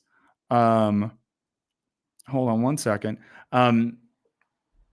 The forces that were sent to Los Angeles were not at the request of the state. Like, not even the local authorities or the local cops want to back up. If anything, I feel like the LAPD was like, we got this. We're good at shooting protesters. We got this. Instead, evidently eager to create a national spectacle, Trump went over their heads, putting the protest in the national spotlight. And again, if you or people in your life are thinking or saying anything other than this, let's just get it together here. Let's just all get our heads out of our collective asses. All of this is an excuse to create a spectacle, to enforce violence and hostility on brown people, on protesters, on all of the groups that Trump and those around him have decided are bad and not worthy of humanity or human rights. This is all a big setup to create an opportunity for the show of force, the same way that the stupid birthday parade thing is on Sunday. If you're not in America, and you're not aware of this, by the way, for Trump's birthday, they're doing a military parade in Washington, D.C. with a bunch of tanks and shit. This is just Mussolini stuff, guys. This is just Mussolini stuff, right? This is authoritarian dictator stuff, that it's your birthday, so you get to have a military parade. I know that one year for Obama's birthday, and again, I'm not an Obama guy. I'm not saying Obama is good, but one year for his birthday, he had a pickup basketball game with some NBA players. And we all know this. When it's your birthday, you get a birthday card and you get to do something with that card. I don't mean a literal birthday card from family or friends, but you can be like, I want to go to this restaurant because it's my birthday. Honey, will you go see this movie that you wouldn't normally like because it's my birthday? Some people are like, oh, let's do a sex thing because it's my birthday. People often will be like, oh, we did it in the butt because it was his birthday. I don't know. People say stuff like this. I've heard these conversations happen before. But when it was Obama's birthday, he was like, I want to play basketball with some NBA guys. Fair. When it's Trump's birthday, he's like, I want a fascistic military show of force in Washington, D.C., and I want to promise to crush any protesters who show up to interfere in any way, shape, or form. Okay, big dog. Yeah, Trump went over their heads, putting the protests in the national spotlight. His border czar, Tom Homan, threatened to arrest the mayor of Los Angeles, Karen Bass, and the governor of California, Gavin Newsom, if they resisted Trump's federal troop takeover. Capitalizing on that attention, Trump issued sensational statements. He said the illegals will be expelled. Los Angeles would be set free. And the thing is, he's painting a picture at the national level that some people are falling into, that Los Angeles isn't free or something, that we're under siege by migrants. And it's just not true, guys. It's just not true. Trump said a once great American city, Los Angeles, has been invaded and occupied by illegal aliens and criminals. He called the protest violent insurrectionist mobs. He pledged to liberate Los Angeles from the migrant invasion and put an end to these migrant riots. And again, there are no migrant riots. I know that you all know this, but what is happening and what has been happening is that people are reacting against their communities being terrorized by ICE agents. That's what they're doing. And then the mayor and governor of the state, two people I don't like very much, to be clear, are like, hey, stop it. We don't want you to do this. And rather than stopping it, they're like, Trump, the mayor and the governor said, stop it. And he's like, fuck that shit. We're going to send in a bunch of military people. There's no need to militarize the situation or create that set of circumstances. And then they're doing it. Rob is skipping my next show because of danger. Shout out to Rob, by the way. Rob and his lovely wife came to my band show on Friday. It was very nice of them. It was very good to see them. And it made me happy that they had a good time. That's all I'll say. We're not here to talk about Rob. Okay. It's not all about Rob. It's not all about Rob. I don't know if it'll go like Andor, friends. I hope that it does not go exactly like Andor. Luisa, who is the person this article is talking about, expressed concern about how swiftly Trump shifted the narrative from the detentions to the police clashes and his demonization of protesters. The reason why we do these protests is beyond just wanting to make noise and cause chaos. It's meaningful and it has purpose. Again, it's meaningful and has purpose. They want to steer away from that. They want to change that story and say it's because we're violent. A lot of the same people who are now demonizing protest or saying that protest are too violent. A lot of these are people that want to suck the dicks of everyone that did January 6th and think that they are good and patriotic and cool. There are also people that fetishize the American Revolution, a time where a bunch of hillbillies were like hanging English kids up by their feet and stabbing them to death while masturbating.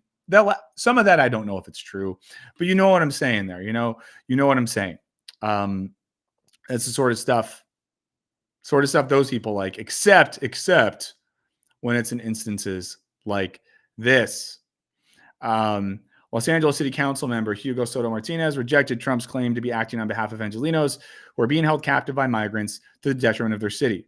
It's not the way the people of Los Angeles view immigrants. People in Los Angeles understand that immigrants are part of the very fabric of the city. So for Trump to say that is completely deranged. I mean, and listen, you all might know this. I live in LA. It's not my favorite place. But the great thing about LA is that's an incredibly diverse city where most of the best neighborhoods and places to hang out and get food and all types of things are immigrant communities. It's a part of the city. And also the city, it used to be indigenous land, and then it was Spain, and then it was Mexico. Like, this land has been a lot of places, home to lots of different people. So to now impose some weird white nationalist ideal onto Southern California is insane. I've seen some right-wing people post pictures of like blondes surfing next to dudes on motorbikes with Mexican flags and being like, see what we did to it? And it's like, I think the one picture you took on the beach in Malibu, which is outside city limits in the 1960s, is not indicative of what this town is. Soto Martinez, a former union organizer and the son of undocumented immigrants himself, used the Trump administration's provocations as opportunistic and cynical. Yes. Yeah. And it says that, I think this is really important. It says the public is responding to what they're doing, not the other way around.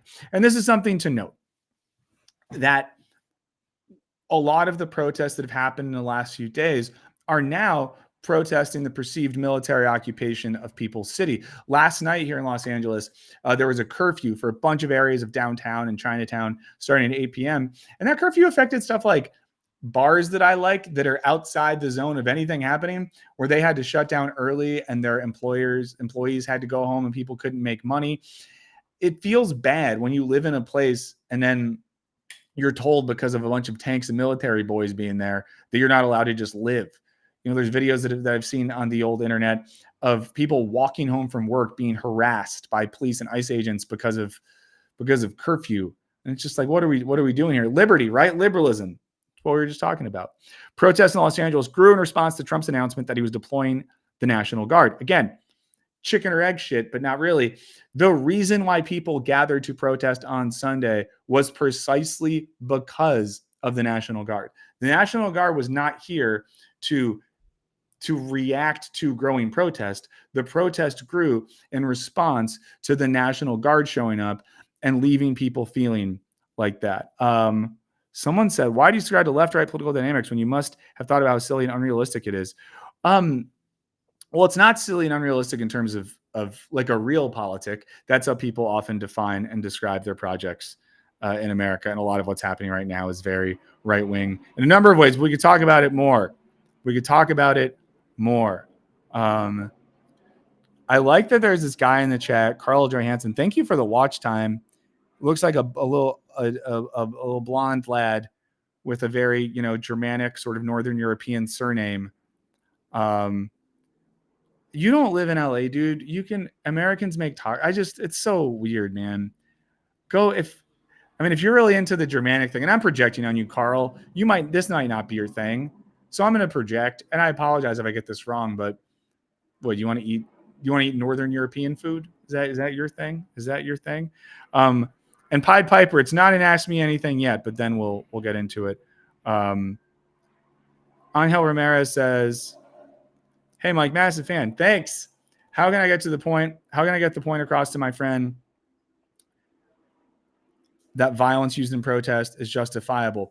I think the point here, right, is like, what is violence in a more general sense, right? How does violence operate?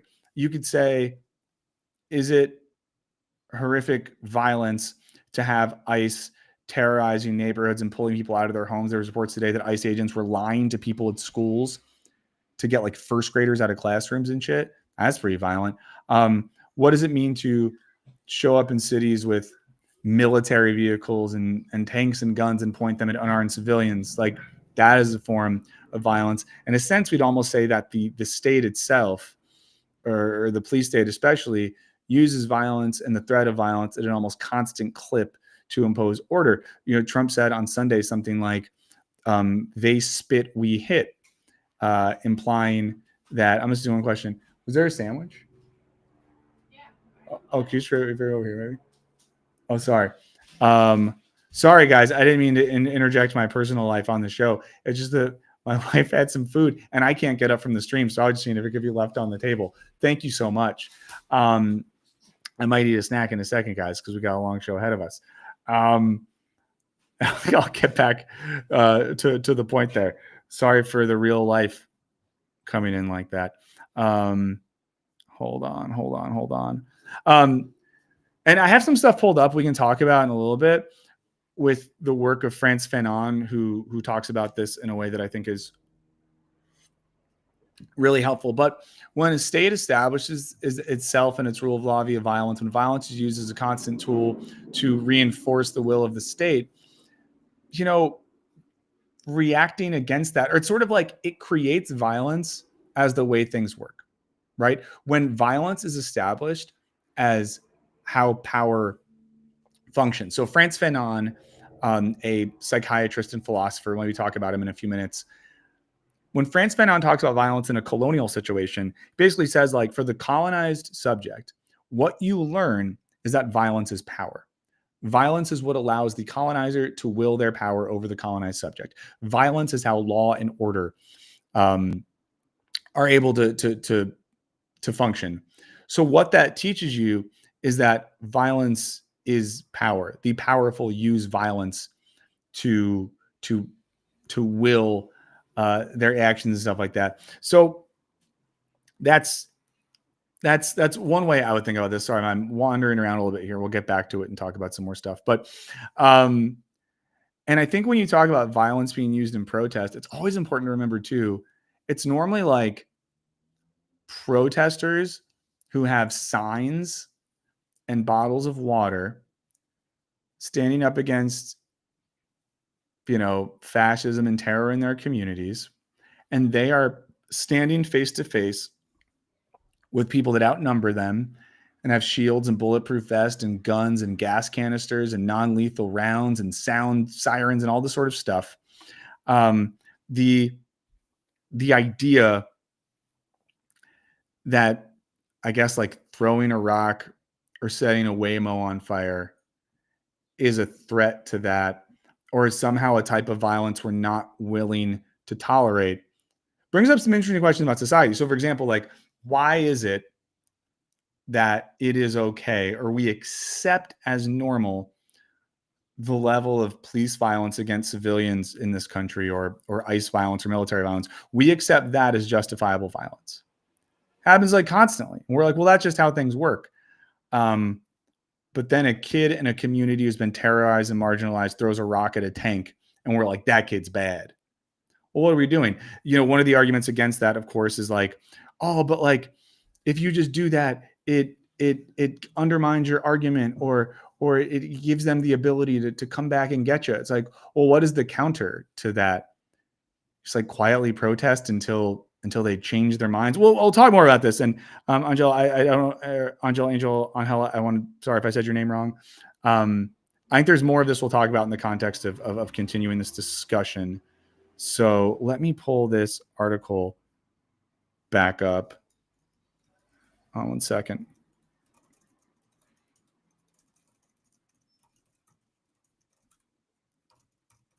Okay.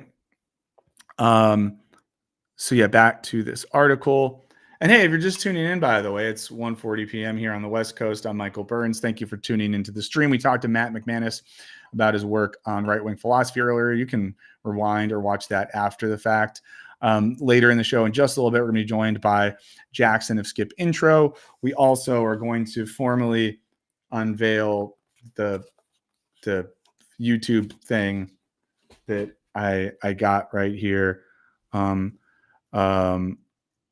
second.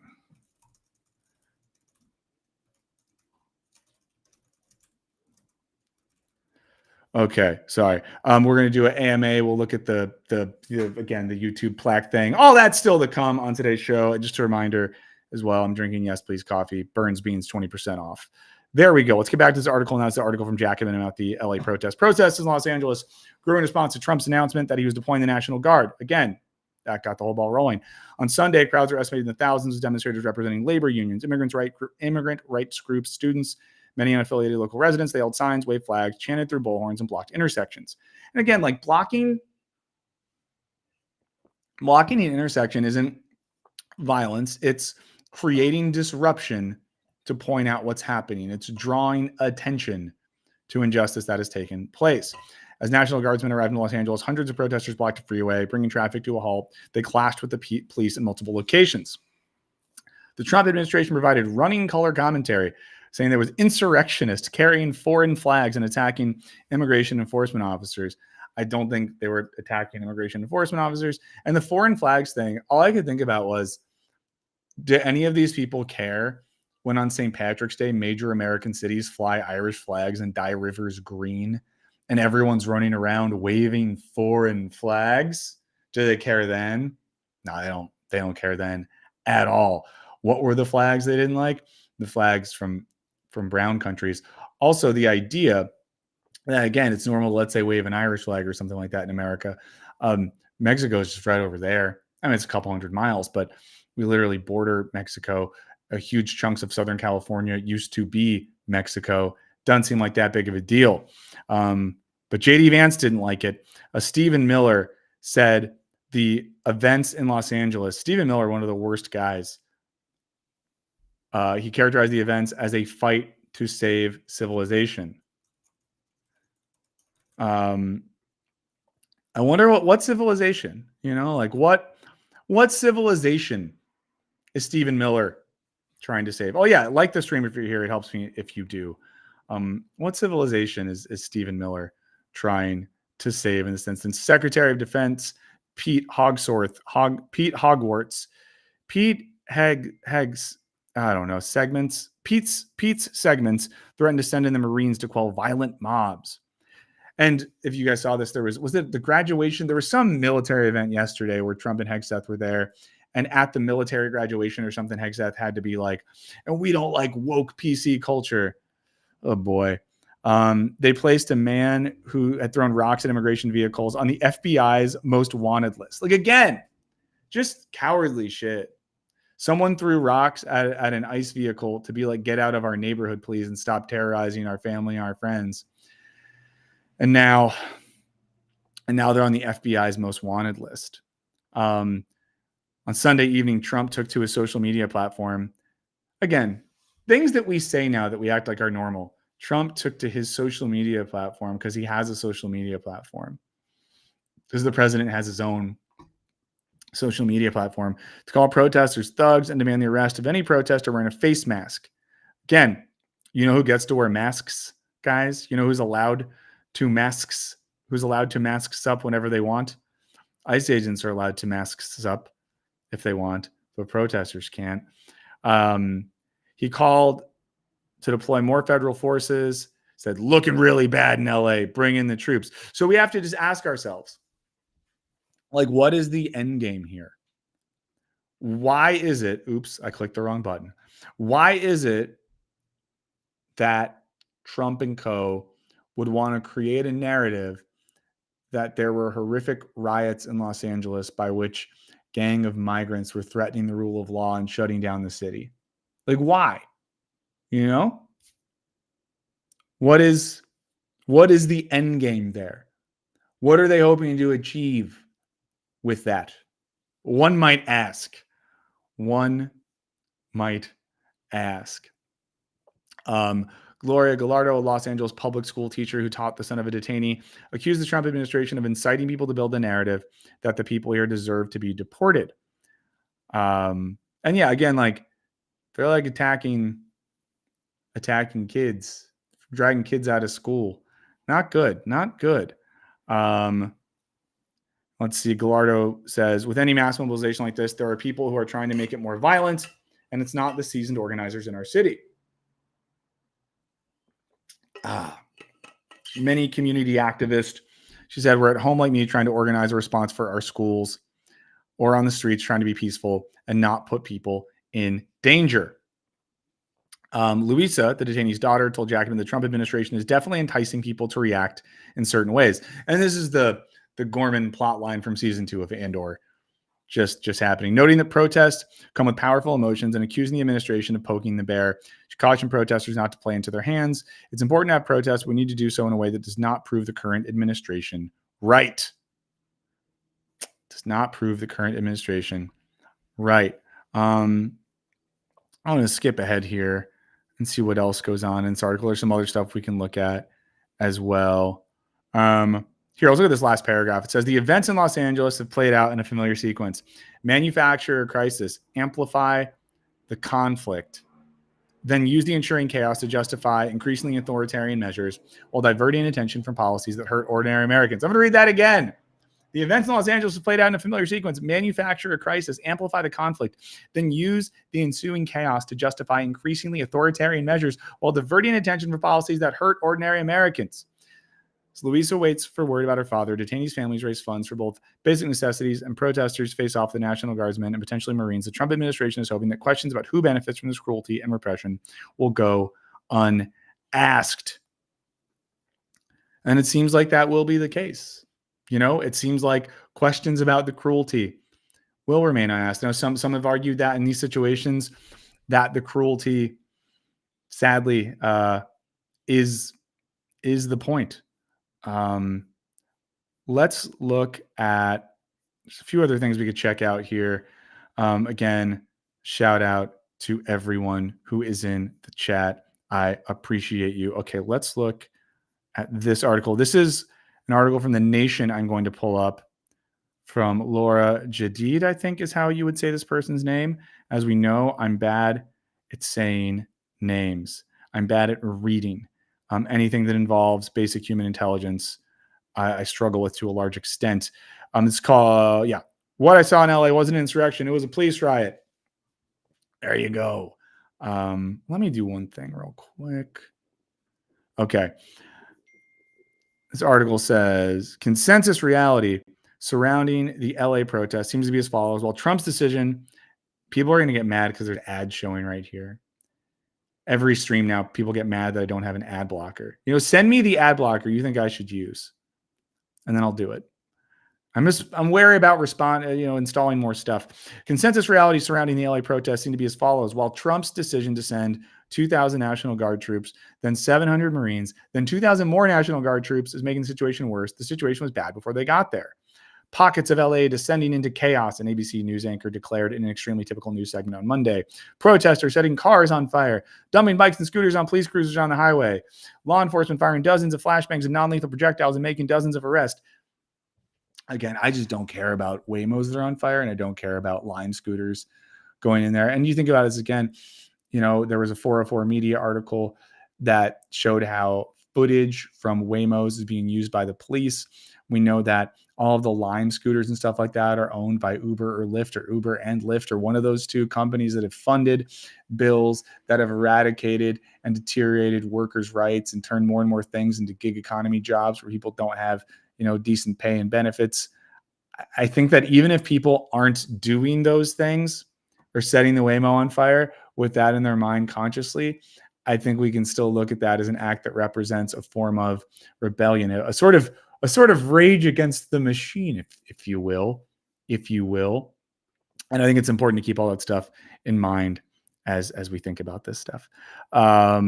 In the background, footage of these atrocities: cops beating protesters with truncheons, tear gas, a car on fire, shirtless masked man waving a Mexican flag atop the wreck Waymo, cops firing into a crowd at close range. The only act of violence in these clips comes from the cops. But no matter. The fire is what you should be worried about. The fire and nothing else. Let's run that one back. The only act of violence in these clips comes from the cops. But no matter. The fire is what you should be worried about. The fire and nothing else. Now, some organizations reported from inside the protest itself. Most did not. They set up camp behind the police line. Yeah, of course. Yeah, NBC Los Angeles wrote about this in an article based exclusively on LAPD sources. I hate to keep bringing up Andor, but it's really something that happened in that show where when the bad guys were doing bad stuff, they showed news representatives who were basically serving the interest of the empire against people. So there you go. Lauren Tomasi, a reporter for the Australian Channel 9 news service, got caught in the crossfire and struck with a rubber bullet while reporting. By which I mean an LA police officer aimed directly at the reporter from close range and shot her. If you've seen the clip, you can look it up. It's not like there was a crowd of people and the Australian reporter was shot by accident. Not that that would make it okay, but the Australian reporter was kind of not around a lot of other people. So one of these cops was just like, there's a press person being filmed by the press, an Australian journalist. I'm just going to shoot her. Maybe it's someone who just hated Australians and found that as a reason to act out their racist violence. She reports being sore, but okay. Photographer Nick Stern said the day before a less lethal round punctured his leg and required emergency surgery. Important to remember, too, the less lethal things. I mean, note the language here, guys. Less lethal. What if you came over for dinner and I was like, oh, I have this special food. And you were like, is it poisonous? And I said, it's less poisonous. Would you want to eat that? If I told you the food was just less poisonous? What does less poisonous mean? It means it's still poisonous. It's less lethal. It's still lethal to an extent. And that's as if they're just shooting at protesters. It's just incredibly cowardly. This reporter writing this article spent Sunday from 4 p.m. until late inside the LA protest. This is what I saw. Yes, cars were set on fire in one part of the sprawling multi-block protest. Yes, fireworks were launched at cops, a handful sporadically. All I'm going to say about that is if you grew up a teen boy in America, you probably shot fireworks at your friends before or had people shoot fireworks at you. That is probably a thing that happened to you at one point. I'm not saying it's cool. Like I had once at a sleepover, people set off fireworks in a room to try to wake me up. They did. It wasn't cool to have that happen to me, but also my reaction wasn't to then shoot them with less lethal rounds or punch them with less lethal fist. It should be noticed these were launched long after these police officers began unloading flashbang after flashbang, rubber bullet after rubber bullet to a largely peaceful crowd. The idea that cops were just reacting to protester provocation is absurd. Cops occupied intersections in an attempt to split the protest and occasionally charged the protest lines that surrounded them to force the crowds to temporarily retreat. Even if you just turned on the news in LA the other night, you could just see like a very small amount of protesters surrounded by so many more cops in tactical gear. It's crazy to me that folks don't just look at that and see the optics of people in t-shirts with flags being surrounded by an incredibly militarized police force, and in some cases, not even like militarized, like literally military forces, that somehow the protesters would be the bad guys in that situation. Oh boy. If anyone in the chat's from LA too, let us know if you were around, you experienced this, what your thoughts are. It says at one point while the cops were unloading round after round of blue tip rubber bullets into the crowd, a different group of protesters approached from the side and threw a firework in the center of the police line. The cops turned their fire against the group. 30 seconds later, the cops were back to shooting at the barricade. Like, why though? Like, for real, like, why? You know, were these cops legitimately threatened for their lives? Now, that's what you got to ask yourself too. Like, what are the cops doing other than maybe protecting property? You know, maybe protecting just the property of rich people that are not their own, maybe serving the ideological interests of the president. I don't know. Just a reminder, in a little bit, we're going to be joined by Jackson from Skip Intro. It says, we've heard a lot about the assault of police officers. Why haven't we seen it? I mean, also too, if you're like in a militarized police force and you're getting taken out by some protesters with flags, I don't know. Where's the body cam footage showing protesters injuring cops, striking them, putting them out of commission? It's a good point. I saw a police officer struck by a water bottle thrown by protesters around 7:30 after those protesters spent hours absorbing less lethal rounds and being deafened by flashbangs, but that's about it. And often this stuff happens. Like, people talk about violence from protesters. I don't even have to say that it's like cool or morally good, let's say, to throw a water bottle at a cop. But is the proper response to throwing a water bottle at the cop them shooting less lethal rounds indiscriminately into a crowd? You know, that's why, again, Trump said the they spit, we hit thing. Like, is that a good principle, that if a protester spits on a police officer and the spit gets on their bulletproof vest, that should be a justifiable reason for the police officer or their friends to inflict physical violence on people? You know? Also, I mean, again, shouts to Carl Johansson for just the incredible view time. Where were you for the quote unquote quote George Floyd riots? I was living in Los Angeles, California. A lot was going on, and I don't think the town was going to burn if the streets were cleared. But let me know. Do you live in Minnesota? That would make sense with your last name. I'm getting way too into Carl's backstory here, but Minnesota has a large Scandinavian population, so maybe Carl is a Minnesotan. You might have already said that in the chat, and I'm sorry if I missed that. I would say if anyone's being annoying in the chat, I'm not talking about Carl now. If people seem to be annoyed at someone else, just like ignore it. And if someone's really annoying, I can silence them if you want.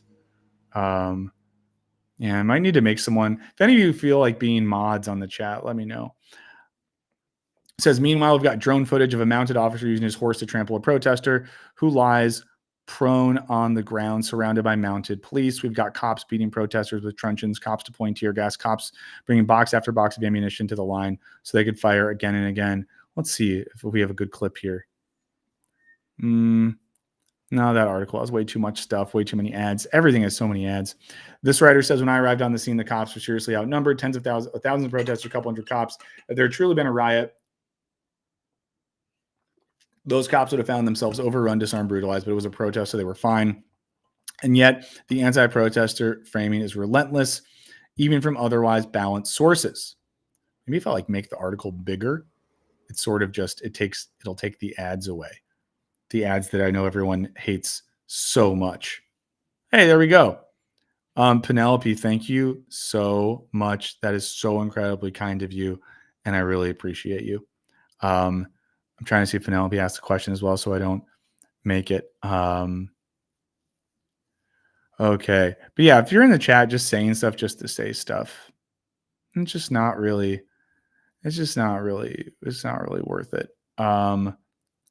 Let's see. I'm just catching up with the chat and making sure it's not getting too crazy. Oh, Penelope, you did ask a question. Do you think theories of personality in the field of psychology will shift or change with AI? Ooh, I don't know. I could say stuff here, but I'm not a psychologist, so I'm worried that what I would say would just end up being dumb. So, so Pied Piper's mad because I'm a philosopher open to new ideas.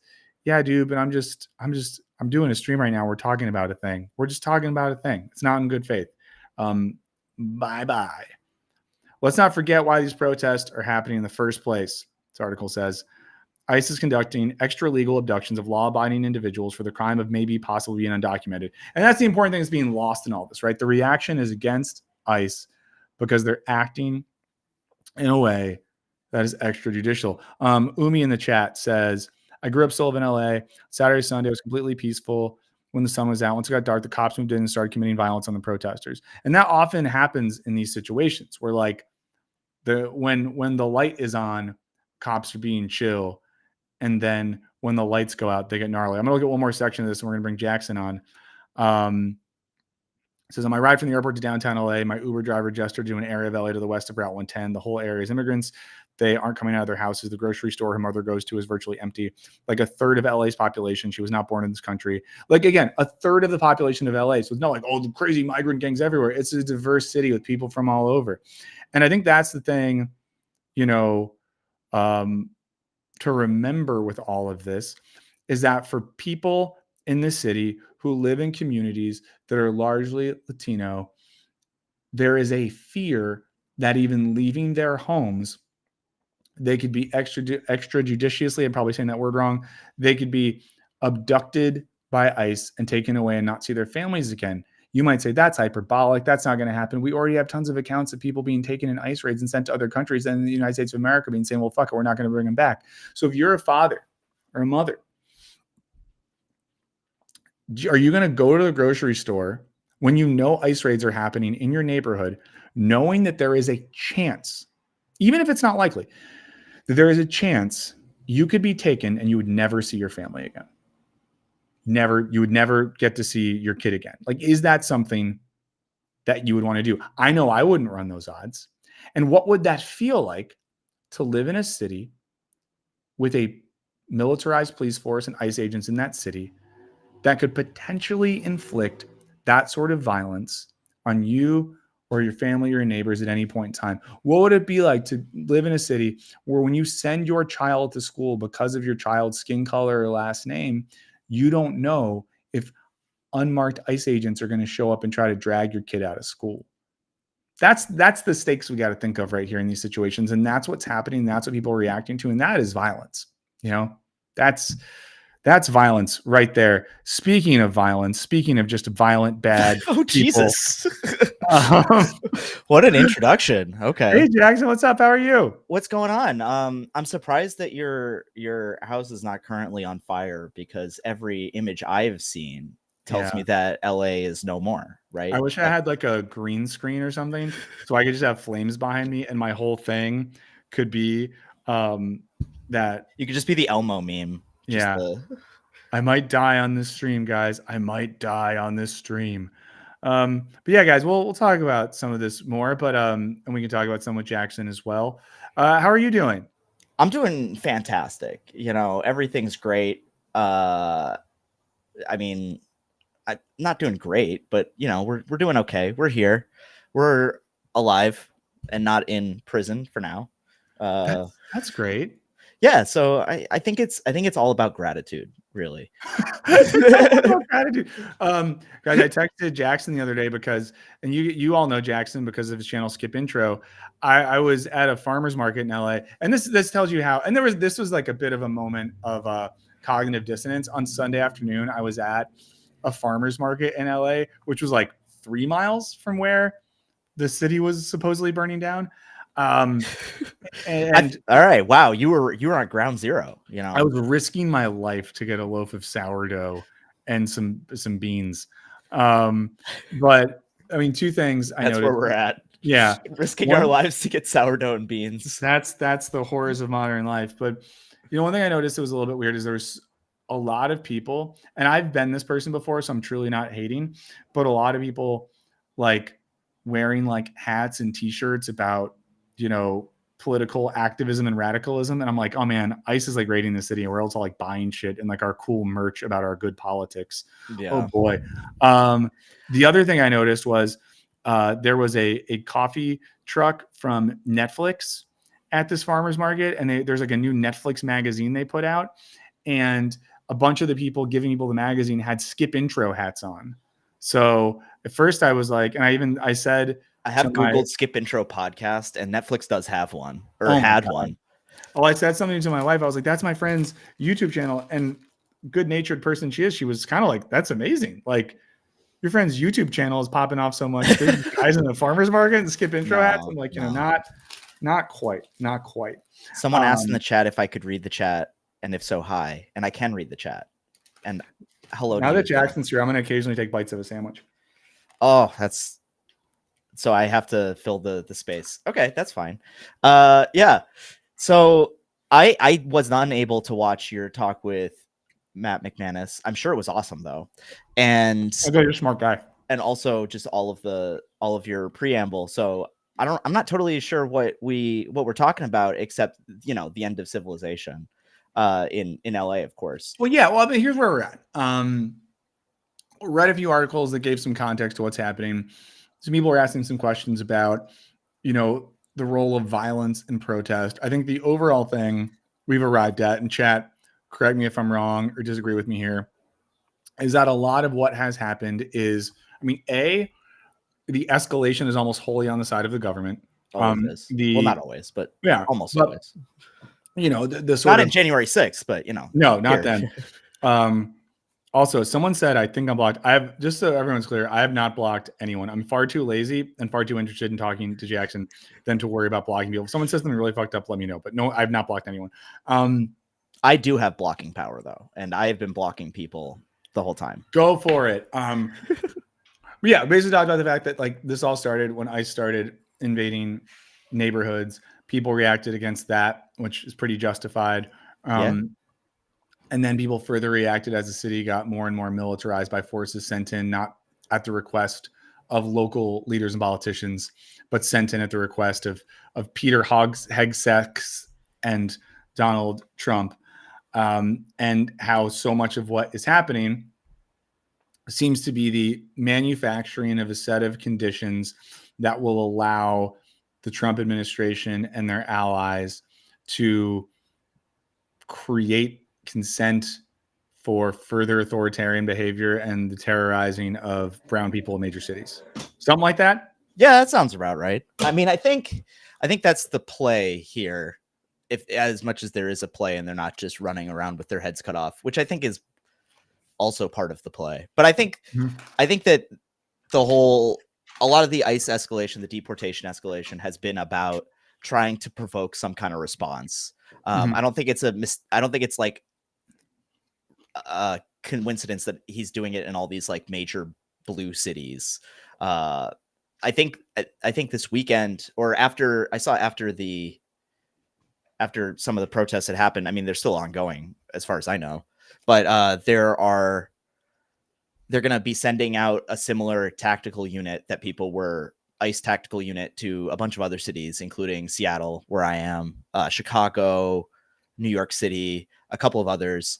And it's just, I don't know. It's really silly, it's really silly even to accomplish the goals that they claim that they have.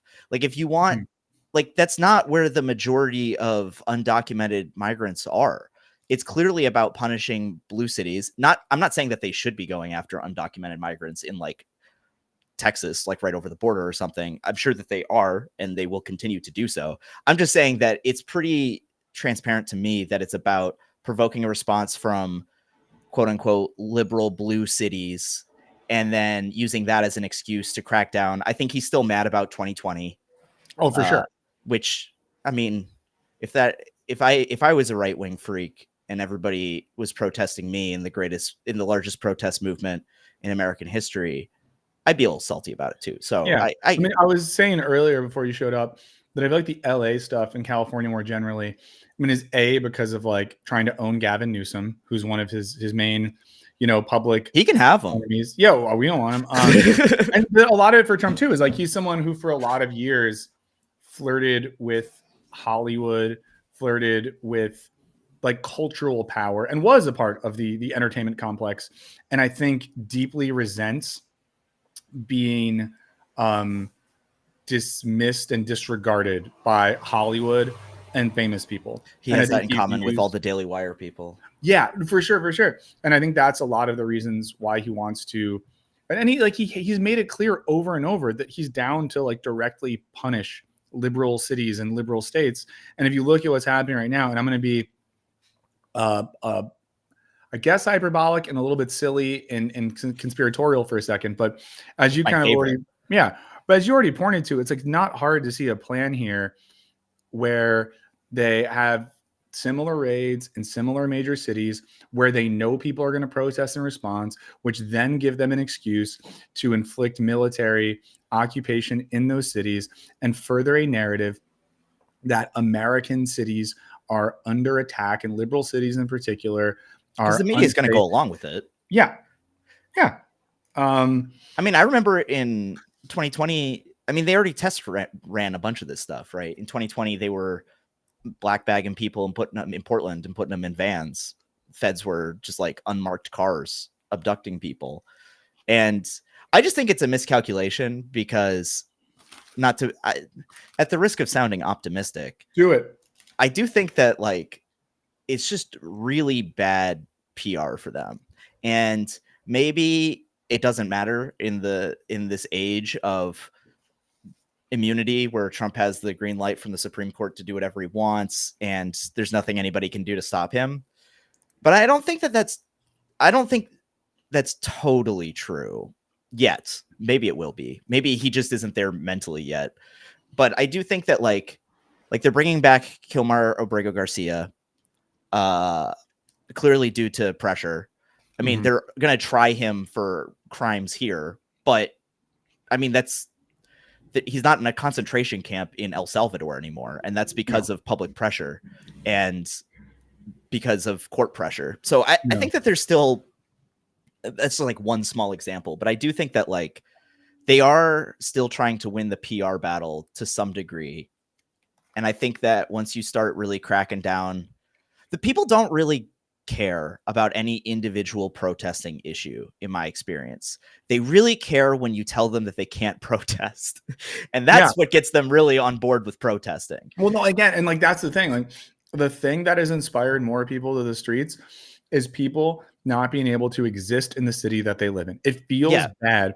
I've probably referenced this on a stream before, but we were living in Baltimore when protests broke out there after the police killed Freddie Gray. And there was like a week where there was like a city curfew of like 7 or 8 p.m. or whatever. And it was like the whole I've seen We Own the City. I know. Yeah. Yeah, exactly. I was sort of a Bernthal type, but it feels, even if, and I lived in like a mostly white, neighborhood. Yeah. It feels really bad and it pisses you off to feel like you live under military occupation. Yeah, nobody likes that. Yeah, and you're just like, no, like I live in America. I should be able to go get a goddamn sandwich if I want to go get a goddamn sandwich. And last night I had to see, a bunch of like breweries and hipster bars in LA post like, we have to close the night and send our staff home because I guess the city's under curfew. That's absurd. People hate that. People hate the feeling of like, there's again, like some videos I saw that seemed to be real from last night where some women were like walking home from work and the cops were like 100 cops blocking the road from one woman who's trying to get home from doing her job, being told that it's curfew. Like people, they're really brave, aren't they? And isn't the whole American thing like freedom? All of this just, I don't know. I think that a lot of people have a lower tolerance for this than we might think. One annoying thing about the way in which the internet plays into all of this. Wait, can I say one thing about my experience living under military law for like a week? Well, please do it so I can take another big bite. Yeah, sure. So when I was in college, the Boston Marathon bombing happened, and I was in school in Boston, and they definitely did like military law. There was like they like shut down the entire city for like a week, and people were pretty on board with it, although it was really weird and unnerving, because it was like a very specific singular goal, right? I feel like people were okay with it for that reason. Like we're trying to get these people who we've identified who literally just attacked us, and there's video footage of them doing it. Like it's not really in dispute that they like were involved, and we're okay with shutting it down because as David Ortiz said, this is our fucking city, and people were very upset about that. But I think that if it's, I'm seeing someone saying that it was a total false flag. I don't think the Boston Marathon bombing was a false flag, but maybe it was. I don't know. I wasn't actually there. I was in Florida at a Quidditch tournament. Hell and flying back was, let me tell you, not fun that day. But yeah, that was the only time I can remember military occupation, and it was short and it was like very pointed, and that was the only reason I think people were really on board with it. If it feels like they're coming after you or telling you what to do, I don't know. I mean, people don't. I know people are not going to like that. No. So what I was going to say, and I agree with all that, is that it's been another interesting instance about the internet plays into all of this, because almost all of the right-wing fear-mongering stuff is just total misinformation. Like the amount of videos being posted that are either AI or that are modified or that are just like from other moments in like 2020 to give examples of violence happening are immense. It truly feels like every time an event like this happens, more and more the internet is now like just misinformation or primarily misinformation. So you have both in one level major media organizations, and in one of the articles we were looking at before, I think the one from The Nation, there was a report from an NBC station in LA, and all of their sources were just the police. So you have it always is. Yeah. So in one sense, you have mainstream media whose sources on what have happened in these instances are the police or the military themselves. And then in the democratic wonderland that is the internet, you have people that just post fake shit. And of course, people post fake shit for two overlapping reasons. One is to push forward an ideological narrative. The other one is to get clicks and make a little bit of money. And often those two overlap in ways. And also, they're directly. A lot of them are bots. So many bots. Like a lot of them aren't real people. Like seeing stuff. Also, what do we call it on Blue Sky? Do we call it skeeting? Is that what? When people say skeeting, are they saying that with an awareness about? Oh, I think they're saying it with full awareness. Okay, because I don't know. Okay, I have a question. If you are a younger person in the chat right now, what do you think of when you hear the word skeet? Is there a song that comes to mind? That's what I'm saying. I just don't. Yeah, but I wonder, like, does a 20-year-old think about that? Probably not. I don't know. I can't. I don't know if I can put myself in their shoes. I think we're just too different at this point. No, I don't know. I think. But yeah, get back to skeeting. Yeah, I was at this. I saw this Washington Post. For some reason, I'm still like, they still send me email updates, even though I unsubscribed. I think they're just like, we can win him back. But they sent me a thing about LA, and the first image is like a bunch of people, like 3 people behind a dumpster. It's on fire. There's like one of them has like a spray can in his back pocket. One of them is clearly like unhoused person. And I was like, this is like the weirdest picture to pick. This is just like, you're just trying to make it like Mad Max. So I like searched the, because it was a Getty image and they had the photo credit there. And I was like, what did this guy also take pictures of? And like all of the other pictures are like the police looking like stormtroopers and just beating the crap out of people and them in front of, and they didn't use any of those. They used the one photo that was like, maybe one of these guys is a protester because he has a spray can in his back pocket. He could also be a skateboarder. I don't know. Who knows? I know that the people in tactical gear are cops. That's pretty clear. Here's something I want to ask you about. Your most recent video. Yes. It's called, how do I want to do it? How do I want to show your thumbnail on the screen? It's called How the West Wing Paved the Way for Trump Xenophobia. You're currently I did change the title like yesterday. Because it was not popping off as much as I wanted it to. But what was your initial title? I've had so many titles. I've tried How the West Wing Sold the War on Terror. I think that's the one that I saw. Yeah, I mean, it's not like the video changed. It's the same video. I know. Just the branding. I also tried, well, one of my in my notes, like one of the drafts I had it, How the West Wing Destroyed Civilization. And then in parentheses, an S. But I thought I was worried people would think it was the same one as the first one. I guess that is the issue with doing like a series of videos. People then see your name, they're like, oh, I saw that one.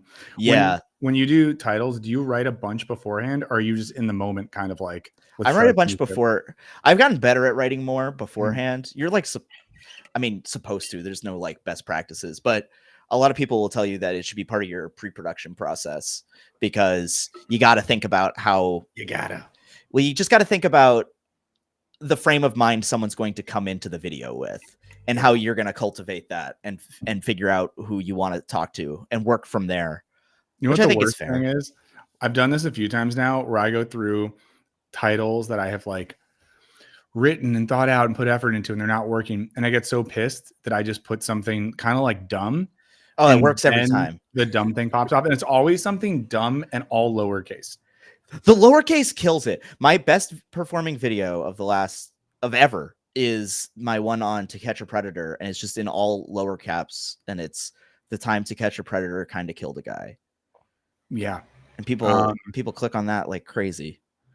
It's what a wild game. But so let's talk about this video in relation to what's happening now. Thread the needle for us. Okay. Between the television show The West Wing. All right. And what's happening right now in Los Angeles and other places. Well, as you can see, that picture is from Los Angeles. That was actually from the future 12 days ago. I got that. That's live footage of. No, I'm just kidding.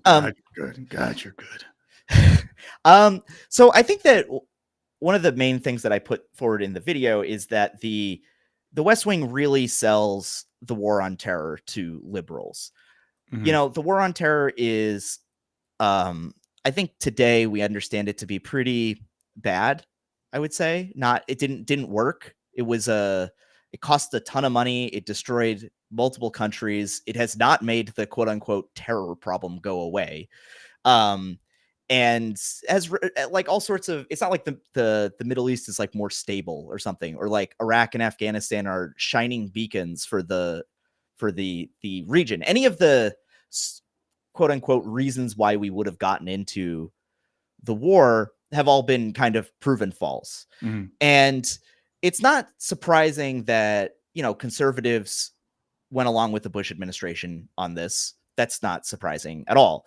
What is a little bit surprising in retrospect is how vehemently liberals supported it, and often for totally different reasons than were promoted by. So like the first, I kind of go through 4 different reasons why that the West Wing uses and that was sold for the war. The first one is national security. We all know this one. I think that there are weapons of mass destruction, and the West Wing certainly does some of that. And I swear I'm getting to LA. Don't worry, there's no rush. Yeah. Thread the needle, dog. Okay, cool. The next reason was like thinly veiled racism. I think I called it, so I have like 4 reasons, and they kind of all read together, and it's like, we have to protect our nation. Part 2, from scary brown people. Part 3, so we have to save them. And then 4 is because we're the good guys. And I think that the West Wing really sells a lot of this. And the thing that happens throughout all of this is not just a war on terror in faraway places, but an erosion of civil liberties, an amp up of the surveillance state, and a number of anti-constitutional, anti-civil liberties, anti-freedom things going on here. ICE is created in the fallout of the war on is part of the war on terror. Department of Homeland Security created during the war on terror.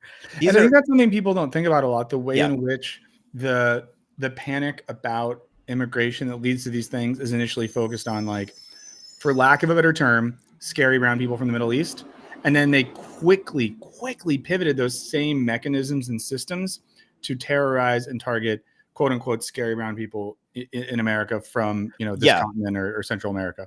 I mean, there's a ton of evidence of and stuff that's come out about how both Bush and then Obama, and I have no reason to believe that it has stopped under Trump or Biden, were using actually, I know that they were using a lot of this to just monitor brown people, Palestinians, or not Palestinians. Sorry, that's where I'm going with this. Spoiler. Spoiler. There you go. But they were targeting Muslims. They were doing tons of like warrantless surveillance, constant monitoring. I think I remember reading about like some New York state police people, or not even, no, they were NYPD, and they followed a group of students to a different state, like to Pennsylvania, to monitor them because they thought that they were like Al Qaeda or something. And the reason that they thought they were Al Qaeda was because they talked about praying multiple times a day. Which, well, in that case, I don't know if you know, this is kind of a thing that is part of Islam. But I think, and nowadays they're using the same kind of surveillance network to monitor pro-Gaza speech, which is not exactly what's going on with the ICE ICE protests in LA and across the country. But I do think they're related, and you're seeing a lot of the same kind of crackdown on I mean, they're certainly deporting people for pro-Palestine speech. They are, yes. I do remember that show 24, and someday I'll get to it. I don't know if I can watch the whole series without losing my mind, but I'll watch this. I'll watch the season. I must say that series season. Red Green references maybe my favorite sketch ever, the Key and Peele Terry sketch. Oh my God, these Terry's about to get real froggy up in here. I'll post a link to it later. It's one of the funniest things I've seen in my life. But no, and I think what you're saying in general too does make me think, and this connects with the West Wing thing, because I know a lot of your recent project on the West Wing. Yes, I only have one left. Thank God. I need the funny thing now, like everything I know at the West Wing is via you, because I still have not watched the show. That's good. I kind of do want to know, but yes, okay. I just yes. Well, if you watch it with like a hateful eye, I think that's okay. Yes, Drax them's clowns. But one of the cultural byproducts of the West Wing, of course, is that a lot of the ideas you're talking about infect the liberal and even the liberal progressive mind in a way where people who think that they are the good guys fall for this stuff. Yes. And I think a thing that I've been annoyed by, well, I don't think I know a thing that I've been annoyed by, and a thing that I've seen in the past few days is a similar thing where self-presenting liberal progressives, I like to go to protest, I do the right thing type people are still so quick to condemn any act of minor violence, disruption, or property damage from a protester in a way that seems to play right into, for lack of a better term, police logic. Yeah. And to me, that's the thing that seems more insidious and more dangerously effective, because we know that right-wing nationalist chuds are going to root for guys with bulletproof vests and guns because they think those guys rule. Right. It's scary. They don't want to be tread on except by them. Yeah. So it's so wild to me that folks who, again, self-identify as part of the quote unquote resistance are so quick to moralize the acts of individual protesters, or to, turn this into a thing where the fault for police violence and aggression is like a teen setting off a firework. Yeah. I'll talk more in the finale of the West Wing about their opinion on the police, which is bad. It's not, I don't think that's going to be a hot take. They'll bring up like these like critiques of the police, like nominally, only to defeat them. Like they're basically like, I don't want to say they're straw men, because I think they accurately present some of these things, but then they kind of just wave them away. So like one example is, I watched it on a live stream watch along for my patrons, but it's an episode. God, I can't remember what it's called. Oh, it's called Someone's Going to the Emergency, Someone's Going to Jail. It is the worst title for any episode of all time. It is a reference to a song that they play twice that has nothing to do with what they're watching. I don't know. It was weird. I got a lot of questions on that, and I couldn't answer them because it is perplexing.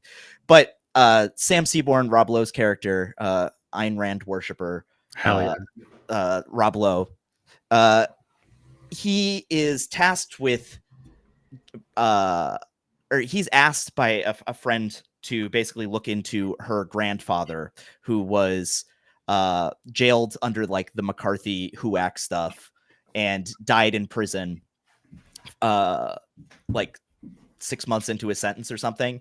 And she just like wants it like posthumously done before her dad dies, because it's her grandfather. And he's like, hell yeah. I already wrote a dissertation about this in law school. I'm all about this. This was so unfair. McCarthy was messed up. FBI overstepped, blah, blah, blah, blah, blah. And he like confronts the FBI guy about it. And he's like, yeah, you guys got so many things wrong and all this other stuff. And he's like, look, we made a lot more than we missed and all this other stuff. And he's Oh like, my God. and he's like, bullshit. And he's going forward with it for the pardon. And then the NSA gives him like the classified file. And yeah, it turns out that he was a spy the whole time. And actually, the national security state they do know more than we do. And we never hear about their victories. We only hear about their failures. And it's just fucking bullshit. And then he like goes on this whole sanctimonious speech about how this man wasn't just a traitor to America, but to the idea of freedom itself and democracy and all this other stuff because he was a Soviet spy or something. It's wild. That's a classic Sorkin. I think that's like a good example of how they kind of like, I mean, the show loves the police state. They love the military. They see that as like non-partisan, apolitical, I would say. Do you think that one of the issues for obviously that show, but with, I guess, the liberal imagination more broadly, is that many of us have normalized the existence and operations of the police state in a way that's akin to like water and mountain and trees, such that we struggle to imagine what any of this looks like without policing. And thus, I know I see someone in the chat already using your favorite term, propaganda. But does this, I mean, yeah, is this a matter of like not being consciously aware of our own deeply unconscious bias towards the normalization of American policing? Yeah, I would. Yeah, absolutely. I would say that in my research, every time there is an issue with the police, I was just talking about this with my friend who's a public defender in New York, and every time he was talking about how there was some internal affairs investigation that he had access to, and they were basically like talking about how the police should have been like the internal affairs report was basically concluding that the police should have been quicker to fire their weapons. And that they actually hadn't acted like recklessly enough. And I think that this is like evidence of the fact that there's only like one way the knob goes for policing in the US, which is more policing. If there's too much crime or there's a problem or whatever, well, we need more police. That's how we're going to solve it. If there's no problem, if everything's fine, everything's hunky-dory, well, that just proves that the police work and we need more of them and we need to give them even more fancy weapons and whatever the hell else. Yeah. I need to give a shout out to our Australian correspondent, Aoife Hilton, in the chat. And I apologize in advance. Aoife, if you go back, I did make a joke about shooting Australians earlier because an Australian reporter was shot by a less lethal thing in the LA protests. Can we stop saying less lethal? It's so ridiculous. Like, we need a different word. A thing I did a whole bit before you got here about like if I invited you over for dinner and I told you I was going to make you some food and it was like less poisonous, would you want to eat that thing? Then what? Less poisonous than what? Yeah, it's just still like less lethal implies that it is still a level of lethal. And well, that's because they used to be non-lethal. That was what they used to call them. Now they're calling them less lethal because obviously it was false. Like they were still killing people with tasers and stuff. Yeah, but I would say to put a bow on it. Yeah, I think that it is about our just the normalization of policing. I think that, pre-civil rights movement, the police were pretty mask off about what their mission was. It was very much like in the South, they were there to maintain social hierarchy. They were there to maintain like the Jim Crow stuff. And, going back to like the pre-New Deal, they were very clearly there to like bust unions in the North. Yeah. Oh, sorry. Go ahead. I'm just noting that we have a report from Australia that the way they reported that there was calling it a lethal round, not a less lethal round. So shout out to yeah. Keep going. And then Nixon basically wins. The civil rights movement happens. There's a lot of white backlash, and Nixon specifically tries to reorient the police and like the police state and authority around this idea of law and order. Mhm. That's what he runs his campaign on in 68. He takes power illegally, some may argue, by doing all sorts of shady stuff, especially with negotiating with the Vietnamese behind like the whatever. That's not important. Anyways, and ever since then, it's been just a steady ramp up, and this whole idea that the police exist for public safety, whatever that means. It's pretty clear if you study the literature on it that the police don't have much of an impact on crime. That crime is more, especially violent crime. Violent crime is much more predicated off of like personal relationships and material conditions for those people. Lots of things play into that, including like lead in the water. I think that's the strongest indicator of why violent crime has fallen in the United States. Personally, that's my opinion, but that's the strongest evidence I've ever seen for why it's on the downswing, despite the fact that we have more guns than ever. But yeah, no, they've rebranded it so that it's about the police. The police keep us safe or whatever. The police are there for public safety, even though that's like objectively not even what the courts say that the police are there for. The police have no duty to intervene ever. You saw it in Uvalde. You see it. There was a serial stabber on the New York City subway, and back in like 2010s somewhere, his name was Maxim something or other. He'd been on a stabbing spree for a couple days, or like 48 hours or something.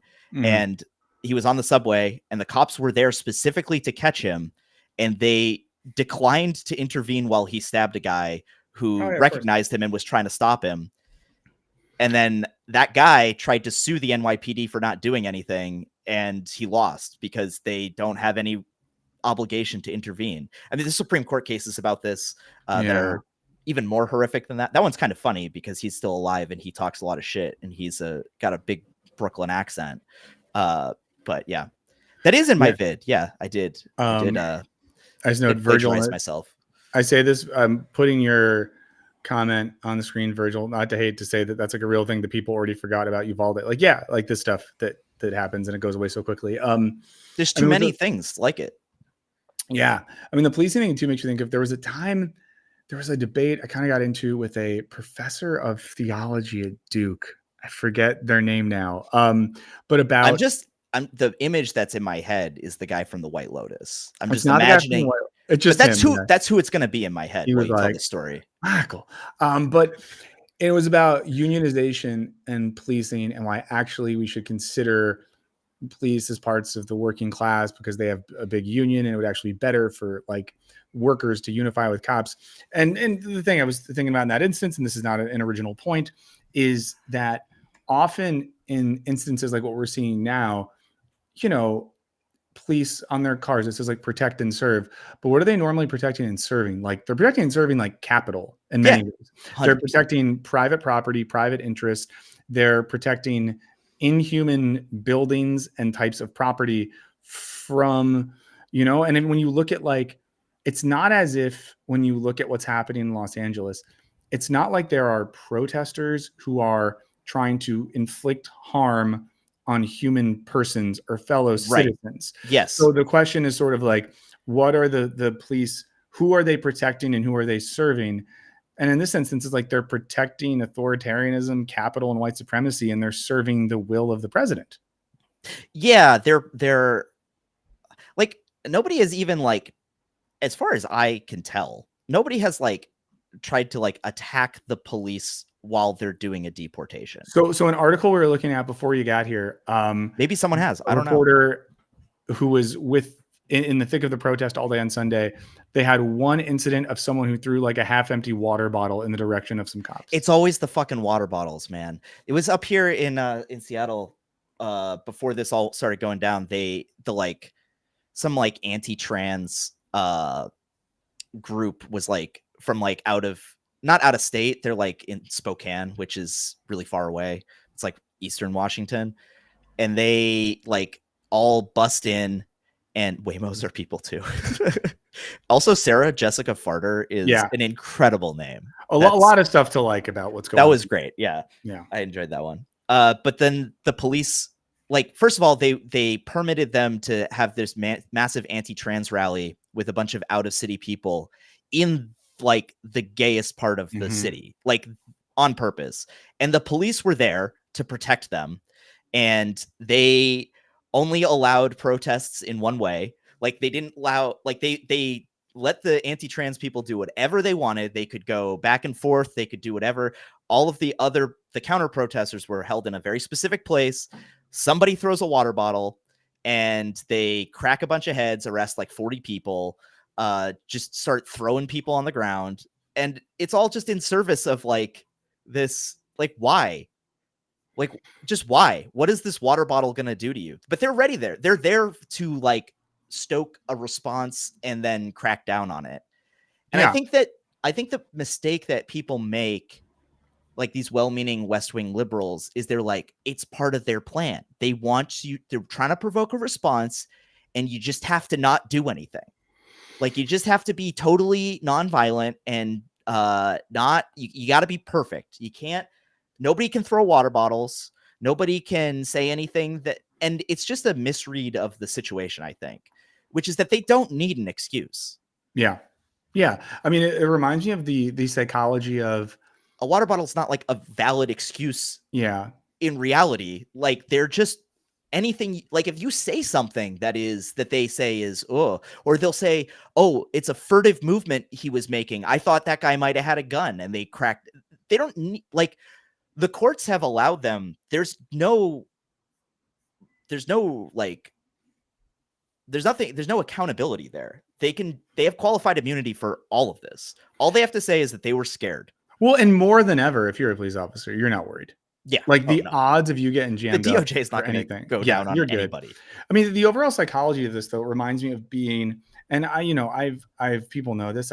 I'm a recovering toxic masculine old millennial, but I remember I had like a stage. Are you? At one point, yeah, where I used to like hang with a lot more like bros when I was much younger, where I'd like go to like a bar in my early 20s, and there's this certain bro-y attitude of like the guys who like hope you bump into them, who are like leaning out, hoping that you bump into them so they can be like, what are you doing, bro? What are you doing? There's like a type of guy. I'm not saying I was that type of guy, but like I was in spaces where those I can't imagine you being that type of guy.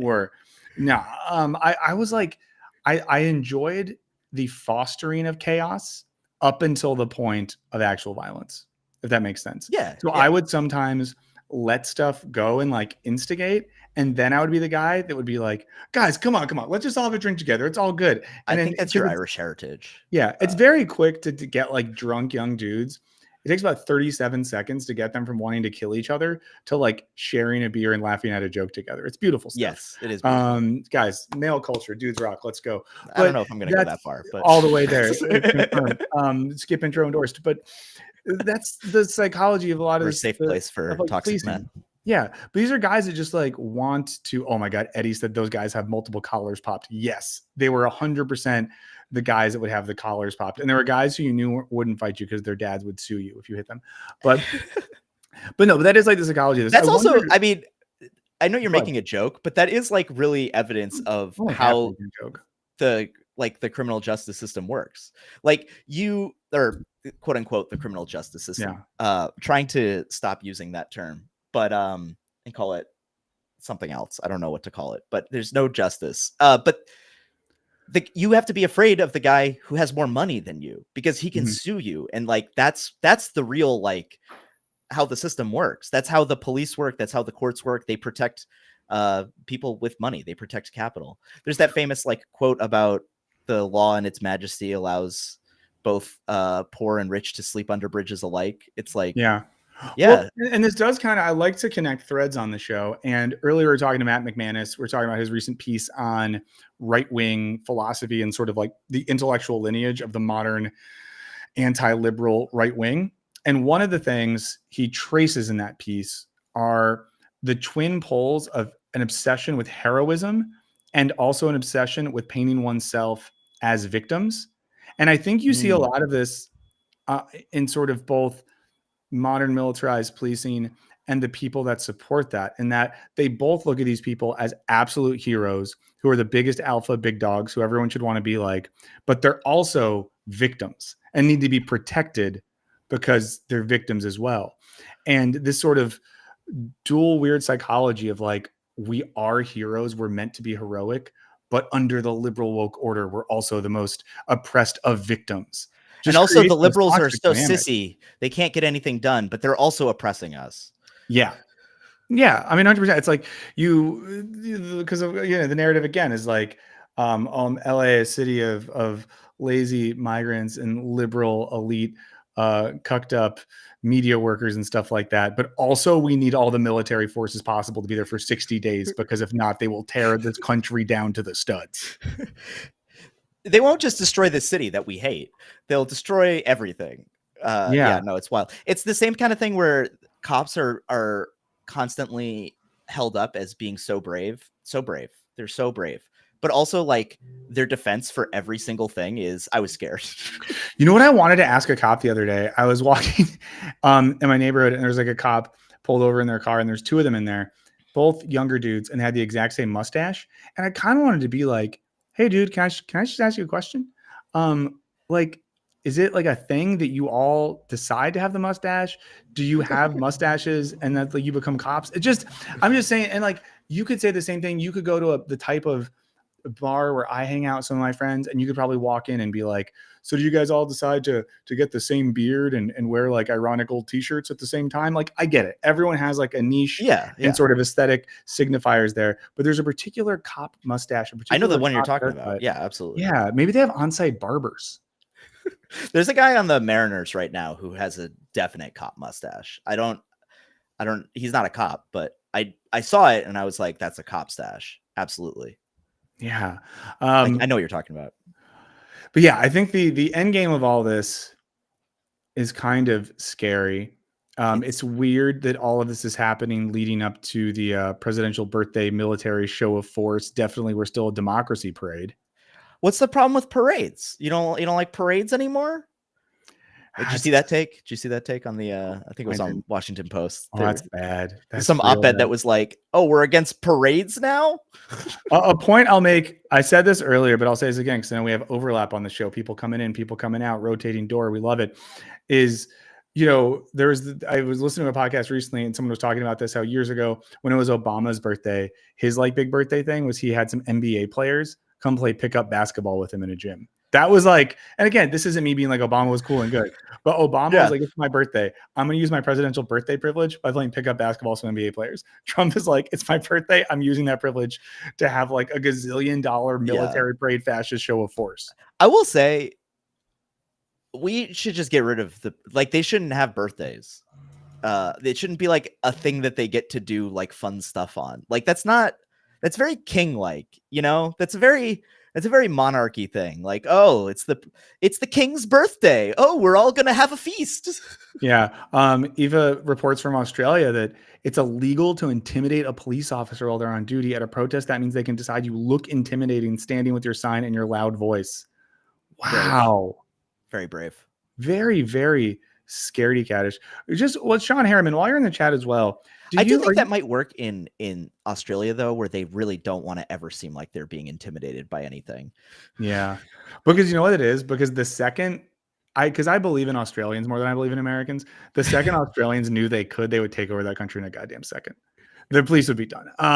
Anyways, you were talking about. I was going to ask Sean Harriman Sean, when you post and comment on other channels, do you have a username that's like Deadhead something? Because I think you left a comment I really thought was funny on a video that was about how I was dumb, and I responded to it, but maybe I'm wrong. Is anyone are you getting hate videos back now? I'm getting a little bit of hate now. Does anyone make videos about how you're dumb and bad?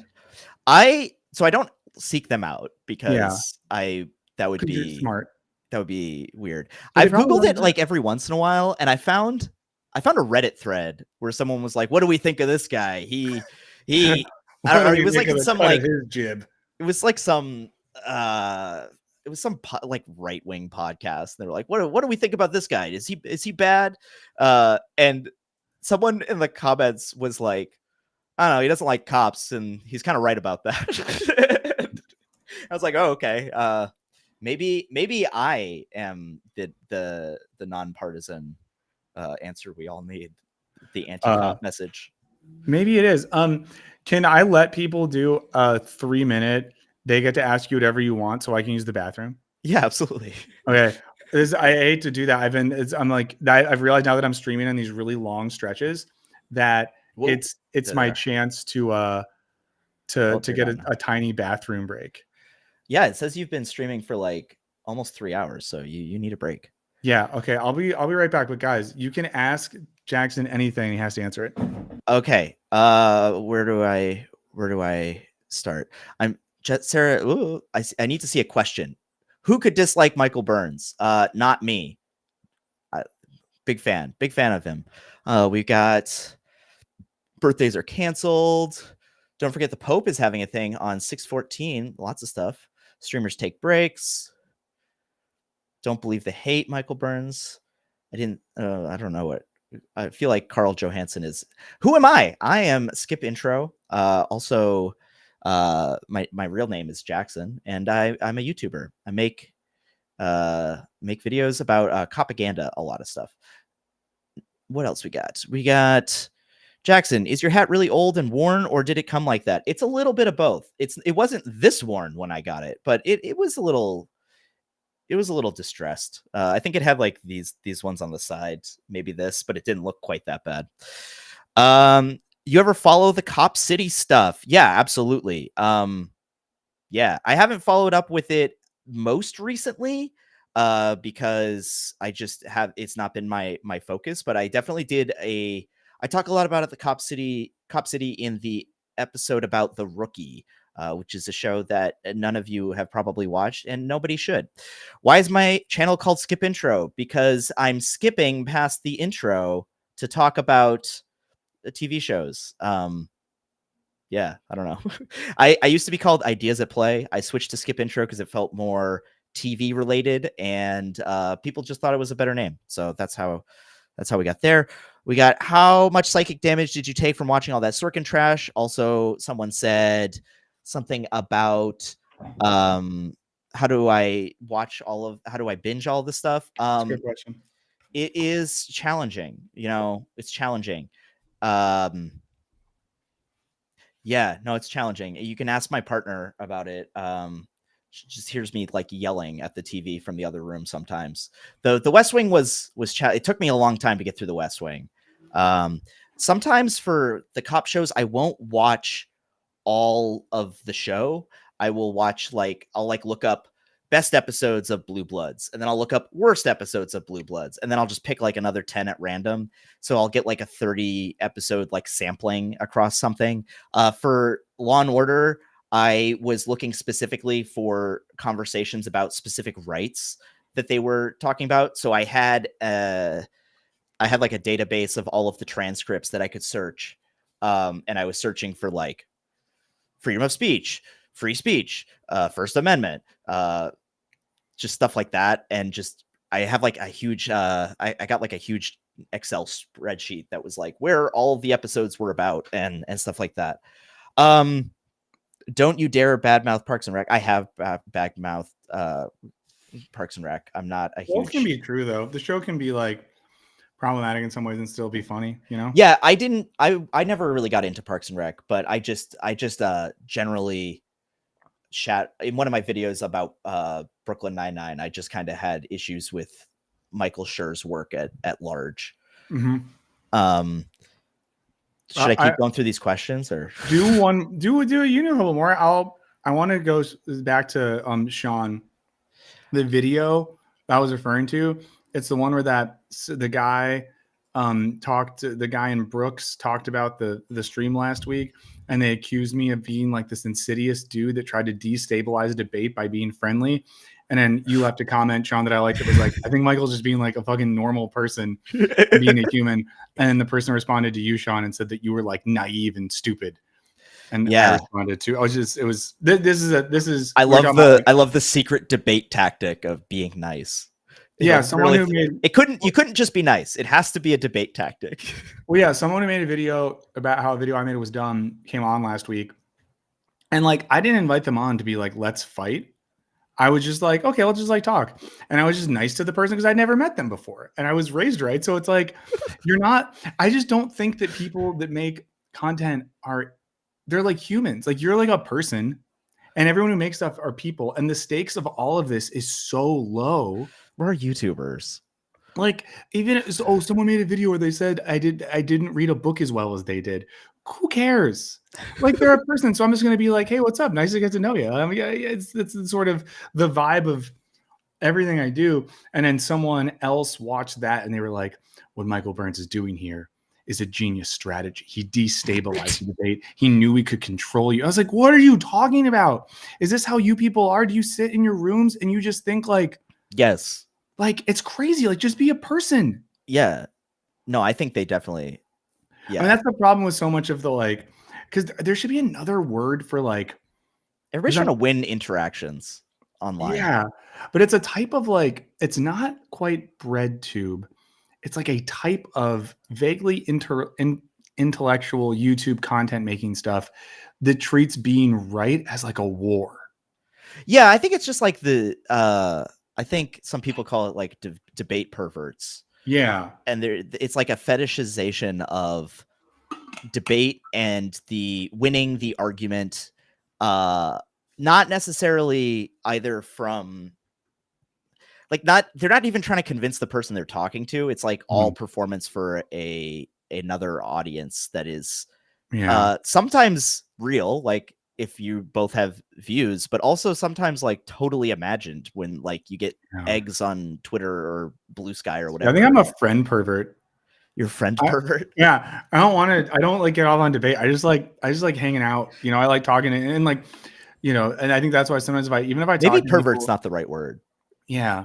I don't know. I guess my thing too is if I have someone on who disagrees with me on something, for people who are regular members of this audience, you like know what I think about stuff and I'm going to keep talking about it. You don't need to hear more of me. Let's hear this other person who this might be the only time they're on the show talk for a little bit. And then you all are smart, so you can do what you want with that. But I don't invite people on because they're like some of the streamers do the thing where they invite someone on to participate in a weird type of like humiliation porn. Yes. And then when their audience is like the YouTube stream guy, whoever it is, that's my guy because he makes other guys look bad and I get off on it. I'm like, no way. I don't want those people. Yeah, no, I'm not a fan of those. I mean, I definitely let's talk about systems, you know, let's talk about how cops are bad. Who cares about like, oh, some other depressed millennial man if you ever try to like explain like the most recent big one of these that I remember was like the Hassan Ethan Klein thing. And if you try to like explain that to somebody normal who isn't like just I don't know, who isn't just terminally online, they're like you have to explain so much to even get to a point where they're like, oh, that's all it is. That's stupid. Yeah. And that's always a test if something is like cool or something you should be embarrassed of. How deep do you have to go to explain it to someone else? This is a question because you're a big TV person. Have you seen the show Adults? I turned it on. I watched the first scene and I was like, I don't know, not tonight. So maybe I'll come back to it, but it just was not the vibe I was feeling that day. It was just like, I can't remember. Oh, what the opening joke is like someone's looking at them on the subway and masturbating towards them. And then they like decide to masturbate back at them as like a form of protest. And I was like, okay, I don't know about this. This is not where I'm feeling right now. So I'm sure it has other jokes and I'm sure it's got moments that are really good. Yeah, I got something crazy for you. Look at this. Oh, I see that name at the top. This is getting excited. Can I make it? Maybe I can make it look a little better. Okay. Have you seen this yet, Luigi? No, I haven't seen. I know that some stuff has come out recently, but I actually it's funny. I read a Daily Wire summary of his like most because it's just what came up first, and I was like, oh, I gotta see what they think. Yeah, they were just highlighting all the most bloodthirsty things he said, and I was like, I don't know, I'm on his side. Yeah, I'm gonna see if I can. I'm gonna try to size this up, guys, so that it is. Oh man, how can I do this? Let's see. I think if I go like this. Let's see. He Okay, seems like he was kind of a weird guy. I mean, yeah, he probably still is, but here, I'll send this to there's a chat in here I can use because I know it's hard to see here, okay. friends. Yeah, I'll pull it up on mine. Let's read some of these because they're kind of funny and insane. This is from your Luigi Nicholas Pangioni. 27 things I'm grateful for that he wrote for to celebrate his 27th birthday. So let's see. Did he like release this somewhere? Someone got it. Some news source, TMZ got it. But I'm looking I'm looking ahead to point number 2 here, where he's like, "This is redacted."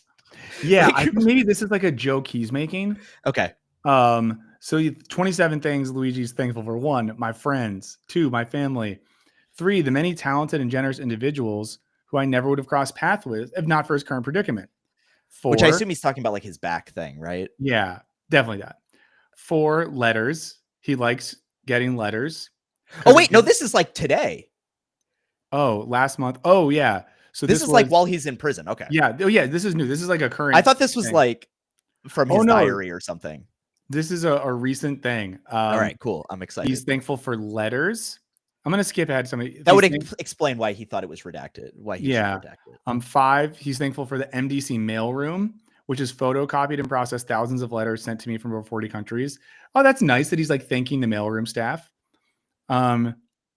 6 is memes. As one of my wisest correspondents put it, laughter is louder than logic and makes a lot more sense. Laughter is louder than logic and makes a lot more sense. Sure. Okay, number 7 is crazy. Number 7 is crazy. Yes. Some of this, especially, yes. The countless books I've been sent. Well, I've never read the vast majority of them. I've loved facilitating this collective practice in Sudoku, and you have distributed. Is that supposed to be Sudoku or is that something else? I don't know. And I've distributed these books to many grateful inmates. My favorite include Ayn Rand's Anthem. This is the point where everyone who's decided that Luigi is like their leftist hero is like, no, Luigi, what are you doing? How can you read Ayn Rand? I'll say this. I think Ayn Rand would have hated him. Yeah. And then Patrick Bet David, your next side. Do you know Patrick Bet David? Oh, yes. PBD. I never have anyone to talk about him with because it's another one of those situations where I'm like, it would take too long to explain how insane RM Brown. That's all that guy does is watch PBD. Who? Do you not know the YouTube channel RM Brown? No. I'm trying not to talk about it a lot because there was a period where I was mentioning the channel a lot. And then some people on I feel like some of the RM Brown Reddit people were like, I think Michael's trying to murder him and have sex with him or something. It's like he's one of my top favorite people on YouTube. Right, there's no universe you wouldn't love the channel. Okay, yeah. You know what I think of him as? This is going to sound really corny. You know when people will talk sometimes about like let's say like a musician or a songwriter that's a little less mainstream. They're like, oh, that's your favorite songwriter's favorite songwriter. Yeah, I feel like RM Brown is like your favorite YouTuber's favorite YouTuber. I can't remember who I watched. Was it? Oh, it was a Jose video about Patrick Bet David, the YouTuber. Yeah, Jose. That was, and it was very funny. So he's okay. Anyways, go on. Number 8 is independent media creators, publications like the American Prospect. What? They're not. I don't know if I would consider them independent. Who's Jumi Kim? Do you know that? Yeah, I'm looking it up right now. Okay. 9 is my cellmate Jay, who despite spending half of every day inside a shared birdcage, sentenced to a decade away from his 6 kids who he loves, tolerates the clutter of all my papers, shares his unique wisdom, and doesn't hesitate to humble me when I need it. I found Jumi Kim, who's a doctor, not a journalist. Oh, that's fun. But no, not a good doctor. A doctor who was on the Brett Weinstein podcast. Oh boy, talking about widespread problems in biology. Wow. Let's see the MDC staff and COs. He's thanking the correction. What is MDC? Officers. This is is that the something detention? Is it Maryland Detention Center? Oh yeah, something like that. 11. Yeah. Oh, probably that. Yeah. Oh, 11. This is on Chicken Thursdays and Sweet Baby Ray's barbecue sauce. Sorry, vegans. It's the realest food there, and I need my strength. Wow. I like how he took time to apologize to vegans. Yeah. While talking about how much he likes Ayn Rand and Patrick. He is one of a kind. Yeah. One of a kind. 12. Keyboard shortcuts. There is no print multiple option. What? Okay. There are some 30,000 individuals around the globe who have come together to donate over 1 million to my legal fund enabling me to retain a world-class defense team across 3 concurrent prosecutions. I'll say it's 14 crazy that he waited until 13 to say that. Yeah. Do you know who Karen Friedman Angifilio is? Is that his lawyer? Right now. Oh, that's his main lawyer. 16. He's thankful for Latinas for Mangione. How can you not? How can you not be thankful for that? I mean, at this point, he's starting to run out of gas, I feel like. Yeah. 17. Everyone's donated to my commissary account. His contribution funded a tablet, songs, stamps, hygiene items, barbecue sauce, Goya Saison, beans, peanut butter, and lots of tuna packets. 18. The BOP music catalog. Luigi is currently listening to Television, the Drug of the Nation by the Disposable Heroes of. Why did he speak in third person there? Yeah. 19. The Trials That I Have Endured. 20, My Lucky Long Sleeve. 21, Hearts. 22, The Hearts? Creatives. Like the game Hearts? I guess. Okay. The artist's task is to save the soul of mankind, and anything less is a dithering while Rome burns, from Terence McKenna. No idea who that is. 23, hell yes. The Conservatives, who fiercely conserve the aspects of our society that make us great. Shout out Iran. Shout out PBD. Shout out the Conservatives. 24, the Liberals, who liberate us from the outdated aspects of our society that prevent us from being greater. Guys, this is enlightened centrism at its best. I bet he liked the West Wing. I bet he was in on the West Wing. Oh, this one's really good, guys. 25, being born in America. She is haunted by her past. She is sick. She is plagued by inner turmoil. Such is her nature as a nation of individuals. She is young, in the midst of an adolescent identity crisis. But despite all her flaws, her frame is robust and her potential unmatched. I don't see any American girls for Mangione that he's citing. He's citing Latinas. Yeah. Non-Americans. I'm just saying. Yeah, no, I see Joe's brain here. No, Terence McKenna rules. Again, he'll give you anything you want. You'll find. I feel like he's a Rorschach test. You see whatever you want to see when you look at him, because he has the most incoherent, like, set of views. Like, he's like, America's great. I mean, the health insurance industry is destroying it from the foundation, and these parasites need to be killed, but otherwise, I love it. I do have to note that scholar and Hollywood professional Justin Boyd has pointed out that he means the shape when he talks about hearts. And I trust Justin Boyd, because if Justin Boyd, I could see Justin Boyd getting close to being a Luigi one day. I mean that with, another Justin Boyd comment, America, hot but doesn't know it. Yeah, he's like, America, if she just took her glasses off and shook her hair around a little bit, everyone would see that she was beautiful all along. 26, free speech, the basis of our way of life.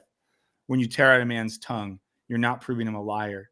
You're only telling the world that you fear what he might say. George. What George is that?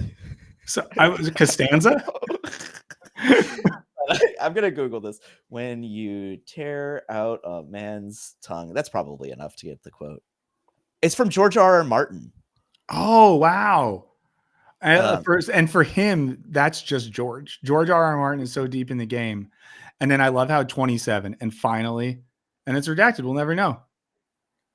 What do you think he said? I don't know. Do you think he elaborated on Latinas for Trump? For Mangione? Oh, I keep saying someone else found this and unredacted it. And finally, 27, light. Makes you think. Really, really, really opened you up to a world of wonder there. George. Friggin' George, man. I think that's my favorite part. He just attributed it to George. I mean, I love that he loves Latinas that love him. Who among us, his sort of is rhapsodization of America, if I'm using that word right. Eva says when he says he's thankful for Sundoku, he means he hasn't read the books. They're just sitting. I did look it up, and that is what that means. It means the Japanese art of letting books pile up that you won't read. That's so amazing. Like, I just call it making impulse purchases, and I call it shame that I'm someone that I'm not, and then having to confront the person that I'm not. Yeah, Kira, I was thinking, when I saw Light, I was immediately thinking of Death Note also. I don't know why. Oh, that did come to my mind. I like that he named did you need to name Ray Bradbury, Fahrenheit 451? No, everybody knows who that is. But George from nothing, I don't even know. Is that from one of his books?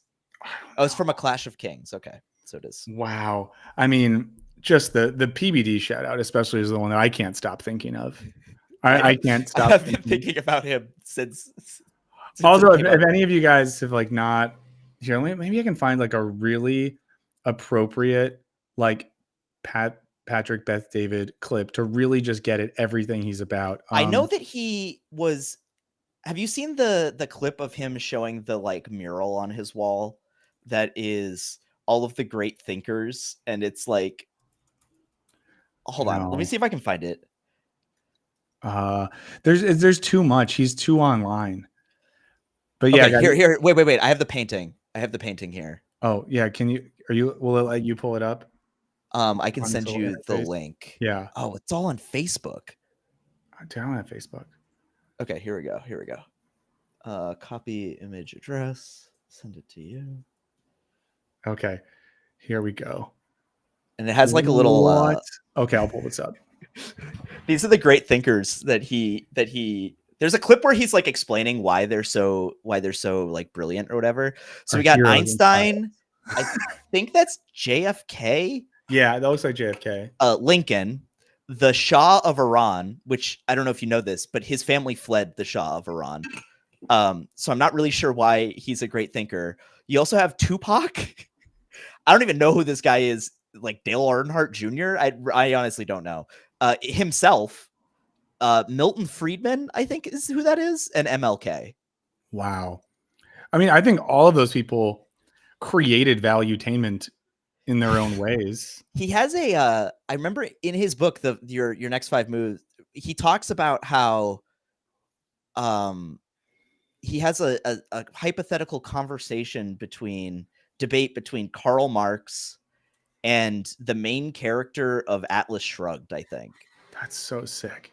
Which is, I mean, I will say this. One is fictional. The thing I love about the Luigi letter, there's a few things that I love about the Luigi or his birthday thing. One is that it definitely, and Socrates. No, of course. Isn't there? Thanks, Justin. But the thing I love is that it like complicates the. Sorry, I read Dave L said, I haven't had sex in so long, I might be able to read Infinite Jest. And that got try it. It's really funny because I said that in a video and like 99% of people got that I was, if anything, like self-deprecating. And one person got like really mad and left a long comment about how problematic I was being. And I was like, I'm the one that made a video that's talking about David Foster Wallace, Big Chief. Clearly, I'm not out here asking like I'm like a world historical alpha pipe slayer who's too cool to read books. But with the Luigi thing, speaking of alpha pipe slayers, it's fun that it forces some of the folks who I think have over fetishized him as a leftist hero have to be like, oh, he's just kind of like a weird guy. But also it shows there's like a type of guy who I think we don't sometimes want to recognize exists. Someone earlier in the chat of this show accused me of reducing everything to a right and left bifurcation as the only way in which I can understand political reality. But I think that Luigi shows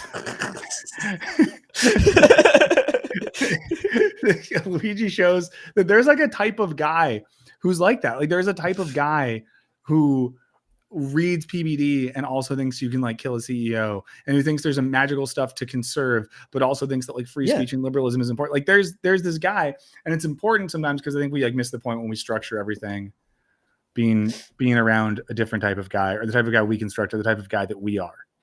I think you have to remember that people are messy. Yeah. I think, yeah. I mean, not us. We're not messy, but there are other people who are messy. Everyone I would just say like, yeah, people have complicated. I don't know. I don't think that for me, this doesn't change anything about how I think about him. No. And I think that at times in my personal life, at least, my friends may have said that I got close to a fetishization of Luigi. Yeah. I mean, have you seen those eyebrows? I'm jealous. That's he's what it is. Yeah. I don't have them anymore, and he's got great ones. Although, they kind of bit him in the ass. But I think that like nothing he writes here undoes the point that he made by doing what he allegedly did. Yeah. You know, and again, when the trial starts, you know, Jackson and I are being paid by the Soros Foundation to be there live. We'll be live streaming. Yeah, George Soros, the whole notably behind the assassination of billionaires. Yeah. Oh yeah. Also, that's another part that I didn't get into. We talked about the protests is that they're also funded by billionaires and millionaires and stuff like that. How do I get paid to do that? If that was a real thing, everyone would do it. You know how many protests if you paid me $1,000, I would go protest anything. If you paid me enough, $20, I would go to some protest that was calling for like the enslavement and death of Irish American men in a heartbeat. In a heartbeat. I kid. Someone that just sounds like a defund the police rally. You know? Yeah. So okay, Kurt Kennedy says something that's important.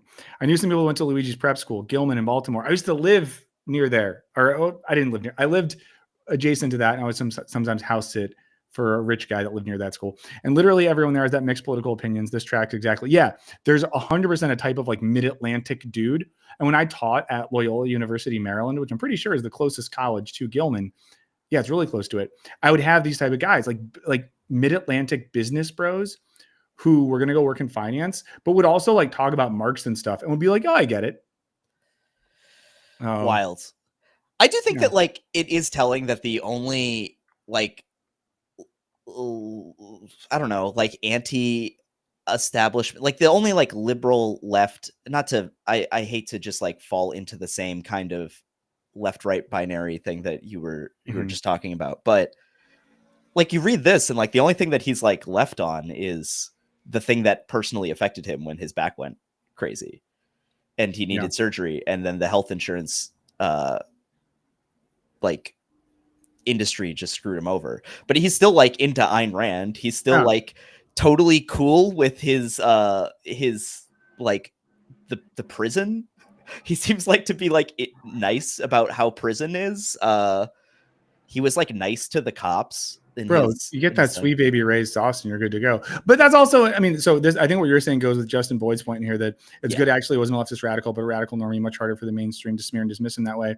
And it also shows how like you can be radicalized just by the everyday brutality of the state, or the I guess in that case, like the brutality of the free market or the brutality of healthcare under neoliberalism or whatever it is. And I think like that is also sheds a light on recent protests and stuff like that going down in terms of how it doesn't like take a lot for people to quickly be absolved of their like West Wingification in terms of, you know, fetishizing the glories of the liberal state and the goodness of the police and stuff. Yes. I'll say speak for Jackson. There's a great video on the show Cops over on the channel. You reposted it there, or someone reposted it the other day and you reposted it and I reposted your repost. Yes. Yeah. It is limited. I think it's age restricted because there was a single shot of a prescription bottle that I then blurred, but YouTube was like, too late, baby. You're age restricted forever. Too late. Well, I promised them I'm gonna do, for the last bit of the show, Jackson, I won't make you stick around for this. I'm gonna finally open. I got my 100k plaque this week. Oh, hell no! Wait, I want to watch this. Okay, I was gonna open that, and then I'm gonna do an AMA. You can hang out if you want. Yeah, but can I hang out? I'm gonna A the A's. I'm gonna AM the A's. Okay, friends. I bet Jackson got his when they were still nice. These are the new cheaper ones. Are they cheaper now? Supposedly. I have mine right here. Do you wanna compare? Is that what we're doing? Okay, so congrats on your subscriber. It took you way less time, I will milestone. say. It took mine. Well, as I'll say this resentfully, as FD said, I cheated. There's no cheating. This is from Rick. You get a little card from Rick. Who the hell's Rick? I don't know, man. Just some guy. YouTube says, do you remember your first subscriber? This is the letter here. Yeah, I got them. Yes, I remember you. Your 1,000th? Chances are you do. And we know that you'll definitely remember your 100,000th. Your fans have found you while searching YouTube, learned about you through a friend, or maybe you showed up as a recommended video. No matter how they came to your channel, your audience stayed and their numbers increased because of you and the community you've built. We're proud to honor blah, blah, blah, blah, blah. Here's a drop of blood from Neil Mohan, our CEO. Drink of this blood and you too can participate in the holy bot. Wow. This is crazy. Real Bohemian then- Grove energy. And then here's the hardware itself. Yeah, I'll take it out same of to the me. thing. Okay, so we got them in the same era then. There's the thing. Oh, did it spell my name wrong? Oh, I thought it did. For a second, I thought it spelled my name wrong. It does look weird. Oh, look, I'm going to show you my camera in it. I'm going to create a weird little infinite feedback thing. I do really like how it's mirrored. That's nice. I do kind of like that. That's nice. And Makes then it feel real shiny. Oh, and you can purchase them for your team, I guess. Yeah, that's a weird thing to do. Don't have one and not going to happen. Okay, so I'll put that back there for now. Can I ask the first question at the AMA? Okay, hold on. Let me put this away. I don't want to hijack it. It should be one of the people here. Okay, now I'll answer any questions. Watch out. He's going to ask me the anythings. You guys are blah, blah, blah, blah, blah. I'm just going back and seeing if I got, okay. So they haven't started yet. Hey, congratulations. Not a question, but thank you very much, Mickey. If I unsub and resub, will you get another one for free? No. Can you resist becoming a vampire? Yes. How do you resist it? I mean, like, I guess I was real hard. Yeah, I was thinking of it in terms of like the temptation to become one. Oh, okay.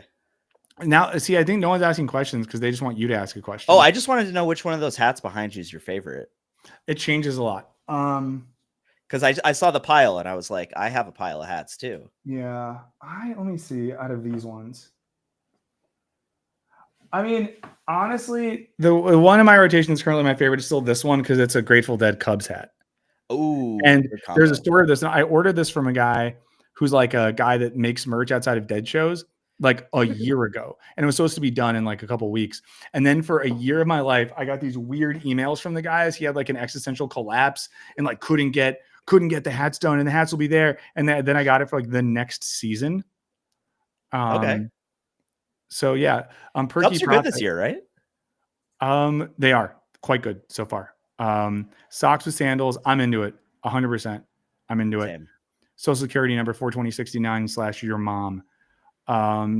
Pets. Nice. No, but I wish. What pet would you have? Dog. Okay. Evan said, how do you get so cool and handsome? I'm neither of those things, but I appreciate you. And thank you for being so nice. Virgil Denedrick. Do you have a favorite philosophical game and movie? Game? No. I'm like so casual with gaming. It would be dumb for me to say. I think gun in my head, my favorite philosophical movie is A Serious Man, Coen Brothers film. I knew it was going to be a Coen Brothers. I was gonna think that it was The Big Lebowski though. That was my guess. Yeah. What is hip hop? Macklemore. Seattle Macklemore's native. like cool. Macklemore's He's cool. Like cool politically. It's all like right. the ultimate. Yeah, his music's like fine. I mean, he's trying to be the best ally he can, I think. Oh no, he's great in that way. What is hip hop is a weird question though. I'm thinking if I have like an earnest answer to that. Other than like I think of hip hop in the way that like jazz isn't just a thing, but it's a way of approaching music or like a philosophical lens by which you think about making music. I do think hip hop is like a philosophy of how you make a thing, I guess. And it's one of those weird things where like it's tempting to gatekeep and say certain things are or are not hip hop, but it's like, when you know. Red Green said, how was the Sammy? It was good. It was a vegetarian sandwich from a place called Proof. Will the Bears win the offense yet again this year? I think the Bears we'll have a winning season. Is that a football team? Yeah, it's a football team. What is the best of Marx's writing to get into Marxism? To get into I still think so. Some people would disagree with me on this. I think Marx's Paris manuscripts or his like 1848 writings are really good. The people that disagree with me would say that I'm wrong because that's not his mature system. And it's like his humanist phase. And eventually he changes some of what he says. To me, it's important because it shows you a bit of like a very humanized version of a young Marx taking seriously the conditions of the working class in England, and that inspiring like the start of his thought. And then later it gets more economic. And I think if you just read the economic stuff, it can seem a little bit cold and technical. But for me, as someone who really likes existentialism and philosophy that's very human and artsy and shit, that's the thing that I connected with more. I saw, can I jump in real quick? Do it. Sean Harriman was talking about John Mayer playing with Dead & Co. And Mhm. I've never seen him play with Dead & Co., but I did go to a random John Mayer show once, and he had like a whole jam session. He's incredible with that. I think he had the Dead & Co. people with him. He's good at playing music. He's good. He's a weirdo. He's a Luigi type, and that like he contains multitudes. He does. Actually, John Mayer in many ways is very Luigi coded. I think that's fair. Yeah, I bet politically, John Mayer would also be like America. He would, if you like said to John Mayer, like, "What's America?" Next video, like, America. John Mayer is the Luigi Mangione of music. Yeah, I stand by that. But that's not my problematic take. I want to give like a truly problematic take, so that I can get canceled. We get canceled for non-problematic takes. Like, yeah, that's a good point. What is a real problematic take that I have? With everything I've said, and Aoife's referring to my once Instagram habit of once a week doing problematic take Thursdays. The goal of problematic take Thursdays was to share a take that you believe is true, even if you know it probably is wrong. And it can't be like problematic in terms of like homophobic or racist or whatever like that. But one of those things, we all live in this certain bubble where we don't want to express opinions that we're not supposed to have as like good progressive people. I'll give two. One is that at a coffee shop or a cafe, you shouldn't sit down before you order, and that you shouldn't like save as least, let's say if two friends go to a coffee shop together and the line is 8 people deep, I don't think your friend should go sit at a table while you order. I think you both order, and once you have become customers, you then go get your seating. Okay. Now you might say to me like, but what if there's not a seat? If everyone did that, it would work out. It gets thrown out of order and out of balance by seat saving. I'm just anti all forms. I thought you were pro chaos. And this is an instance. This is why I'm a man of contradictions. In some areas, I'm very rigorous. Like, for example, I also think it's unethical in almost every situation to put your seat back on a flight. I don't think they should. Someone, recently someone was like, I mean, they only go back like an inch, so I don't know. Yeah, but no, it's just a thing. No one should do that. A more serious problematic take is that I think a lot of the protest movement in American politics that is being carried out by people who I think are braver than me, are cooler than me, people I admire very much, I think is ultimately fruitless because there's not enough of a unified organizational structure or ideologically oriented structure that'll make something happen. And I say that's a problematic take because I don't like saying that, but it's a thing I feel. I feel like a kind of, not even a full doomerism. It's just like, we need something more. There needs to be something a little bit more, because what happens is like cool shit happens every now and then, but then it always fades and we go back to the other thing. Until we don't. Yeah. Carl, I'm going to let Carl do one, because you know what? Carl's been disagreeing with me a lot of stuff, but he's been here the whole time. So Carl's maybe my favorite person. Those of you who, hi Carl, we like each other and you're here, I'm not impressed by that because we like hanging out. Carl should probably hate me. This is another one, Carl, that plays into like a problematic-y thing, because I think political identification is a bit cosplayish, because like ideologically, I guess I'm a sort of communist, but what does that mean practically? It means nothing practically, So in terms of existing political systems, I could say I'm a socialist because at least in the American system, there's been times where I've been able to vote for or support a socialist candidate with a loosely socialist program. Ideologically, I am more of a communist, but I'm recognizing the difference between ideal politics and practical politics. I always think of it as something, I don't know, just, striving toward. I think. Yeah. That's not to hijack it, but yeah. No, you put that more clearly to me. What do you think about George Soros being an important influence on syndicalism as well as fascism? I don't know what that means. I know what those words mean, but George Soros. I read George Soros. But also I've never read Sorrell. I'm like aware of Sorrell. I just haven't read him, so it would be dumb of me to say. That's been a thing that I've had to learn in life. It's very recently in life I've learned to be okay with saying things like, I've not read that person, so I don't know.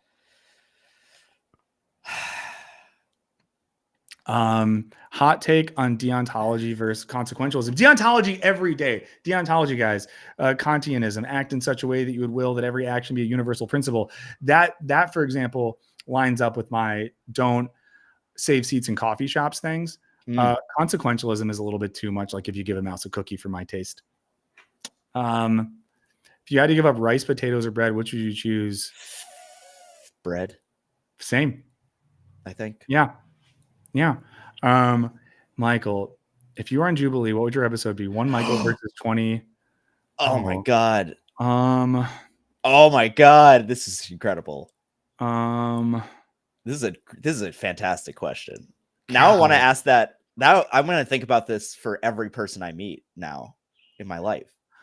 Part of me would want it. It'd be fun if it was like right-wing Christians. I think it should be something about postmodernism. Yeah. I feel like you've been talking a lot about how they don't get postmodernism. I know, but then people are getting mad at me for that now. So I get exhausted. When people get mad at me for something, I don't want to stop talking about it because I'm like, oh, they're right and I'm wrong. It's like, no, I'm right, but it's just so exhausting. What if it was Michael versus 20 Jordan Petersons? That would be fun. 20 bees. Yeah. 20 friendly ladies. 20 attentive moms. How many members of the Grateful Dead have there ever been? Not that many. No. 20 racist uncles. I'm good at talking to uncles. I feel like I could radicalize some racist uncles. 20 Brazilian postmodernists. Wow. Sean, I'm not going to Dead & Co. Golden Gate. I'm going to watch it on the TV, on a stream. Sujit Das, you asked me a question that you answered, so I'm not going to answer it. Because you told me what it was. But why? But for me, it'd be early 70s, actually. And it'd be early 70s because there was more of like a raw rock and roll feel. And I feel like the more with the Dead, the more you can tell that there's like lots of cocaine and some heroin in the scene, I think it affects the music negatively. The more there's still like psychedelics in play, I like that's your problematic take. Yeah. Any reflections or discussion with Quarantine Collective? My reflection on that is that I think that Brooks from Quarantine Collective is a really smart and enthusiastic and earnest person. I think that he was hoping for something from the conversation that I did not offer him. It wasn't an unintentional thing or whatever, but I don't know. I found that conversation interesting from a perspective of like getting to know a person who I'd only seen as a human talking on YouTube. And for me, that's valuable. But he later, I guess right after we talked, went on another guy's show. And while he was like relatively nice about me as a person, expressed intellectual disappointment with our conversation. So is what it is. Henry, top 5 Dead songs. I was going to say some songs off the top of my head. I'm going to say Eyes of the World. I'm going to say They Love Each Other. I'm going to say Estimated Profit. I'm going to say Althea. I'm going to say Row Jimmy. Cowboy, Samurai, or a Pirate Every Day. Pirate. Yeah. This is a good point. The Queen of Swords. What's up with the total lack of Satanism representation since the Switch? Do you get this question, Jackson? Do I understand it, or am I getting it? Like, do people ask me this as well? No. Do you get what this person's asking? No. Okay. I mean, I assume that it's because you used to talk about 666 all the time. Yeah, that's all it is. Okay. Part of it is that, the viewership has gone down since the quote unquote Switch. So that, and I think I've had like a weird hesitancy towards repeating bits that were owned by a corporation, That was your bit though. It was my bit. So maybe we'll find, and honestly, part of it too is like on the old streams, we'd almost always get to 666. And now it's like hit or miss if I do. Although the numbers I'm using now is because I'm streaming to both channels as I try to transition to streaming from the second channel, but I'm just doing both now. I respond to I get on my end, you don't see this, guys. I get the number of who's watching on both channels. Oh, combined. Yeah. Ooh, exciting. Gudick says, hell yeah. Even though you say it doesn't mean anything, it's awesome. Someone thank you so much. 1 mil. That's crazy. 1 mil's hard. Yeah, that's like intense. I think bears are better than sharks. It depends on where it is. Is it in the deep sea? Then I got the shark. Yeah. I don't even know what an Abraxas is. Shout out to Suja Das really gets me. Prince Nutella, congrats on 100K. Thank you. Proving your personality with Drew Bill. Okay, well, thank you very much. You know, I mean, I do think what happened with Wisecrack is there's a chunk of people that vibed with. There's like what happened with Wisecrack is there was like probably like a third of people who were like, I don't like the new guy. Fuck that. And it's totally fair. It doesn't hurt my feelings at all. Another third of people that were like, I really like the other guy, but I don't mind Michael. And another third of people was like, oh, I kind of fuck with this dude. And then some of you are here hanging out. So that is cool. I will say this as someone who also worked with both Jared and with you. Yeah. I did find once we switched to you that you were much easier to please as an editor. Mm-hmm. I feel like we vibed more. Jared had a lot more notes for things that he wanted to do. It was harder on the editors, I would say. I feel like we used to do a lot more like rounds of edits. Yeah, I think my thing is like not in a good way. With YouTube especially, I do think I have with like the editing side and some other stuff, I think my sense is a bit more like it doesn't have to be perfect. Yeah. And I think it depends. Like I know you do 1.5-hour videos that have more of like a polish. And I know because you put out longer stuff at a less frequent clip, I think there's a level of precision there. I think especially when Wisecrack was doing like 2 videos a week, but even like 1 a week. You just can't do it that fast. Yeah, I agree. Yeah. And that's why now like it's a thing that I found. I mean, because to be blunt, when I started making my own stuff, and especially when I've made some stuff that's done pretty well, I'm just like, we overcomplicated it some at Wisecrack. And I think way too perfectionist. I think before you. Yeah. When it was still Jared and I'm blanking on the other Alex. guys. Yeah, Alec and the other guy who was like the co-founder with Jared. Jacob. Jacob. All great guys. I have like I don't want anything to sound like I'm like criticizing them or anything. I liked working with all of them. But I did feel like I remember one of my first videos was like a John Wick one, and they wanted me to put in a gunshot sound effect for every single gunshot. And I was like, why? This is so much work and it adds nothing. Yeah, that's a little too intense. But yeah. Yeah. So Dr. Clownick says, Michael, do you miss when your channel used to do more pop culture and philosophy and less politics? A little bit. I think that since I've been involved in YouTube stuff now for 8 years, I think. And I would simply say that when I started doing YouTube stuff, there was a lot more pop culture that I thought was good, and it was more monocultural. I think now there's a lot more stuff, a lot less good stuff, and very few things that everyone watches or pays attention to, which makes it harder to talk about. And I think politics, for better and worse, has become more ubiquitous in our lives and something that feels harder to not talk about. I think it's closer to monoculture politics. Yeah. Which sucks. I'd rather it be TV shows. Much rather it be that. Favorite Giz album. Evan, I don't really with King Gizzard, the way I consume them is watching live shows. The album I've listened to most is probably the most recent one, or the one that's like Flight B75461080 or whatever. But I think if you're someone who's like wanting to get into King Gizzard and the Lizard Wizard, they stream all their shows on YouTube and put them up there. Just watch a show. Name. It's amazing. Sark says, how does one get into academia if they are a jit and a noob? You don't. It's hard to get into. You have to jump through so many hoops. So like, don't do it. What is a jit? I don't even know. I hope I didn't just say a slur. Did someone just trick me into saying something bad? Best Dead song to recommend to someone who hasn't heard The Dead, Ripple. Which of the speeches is your favorite Andor speech? The one from the first season where Luthen says a thing about like, he's never going to see the sun that he helps create or something like that.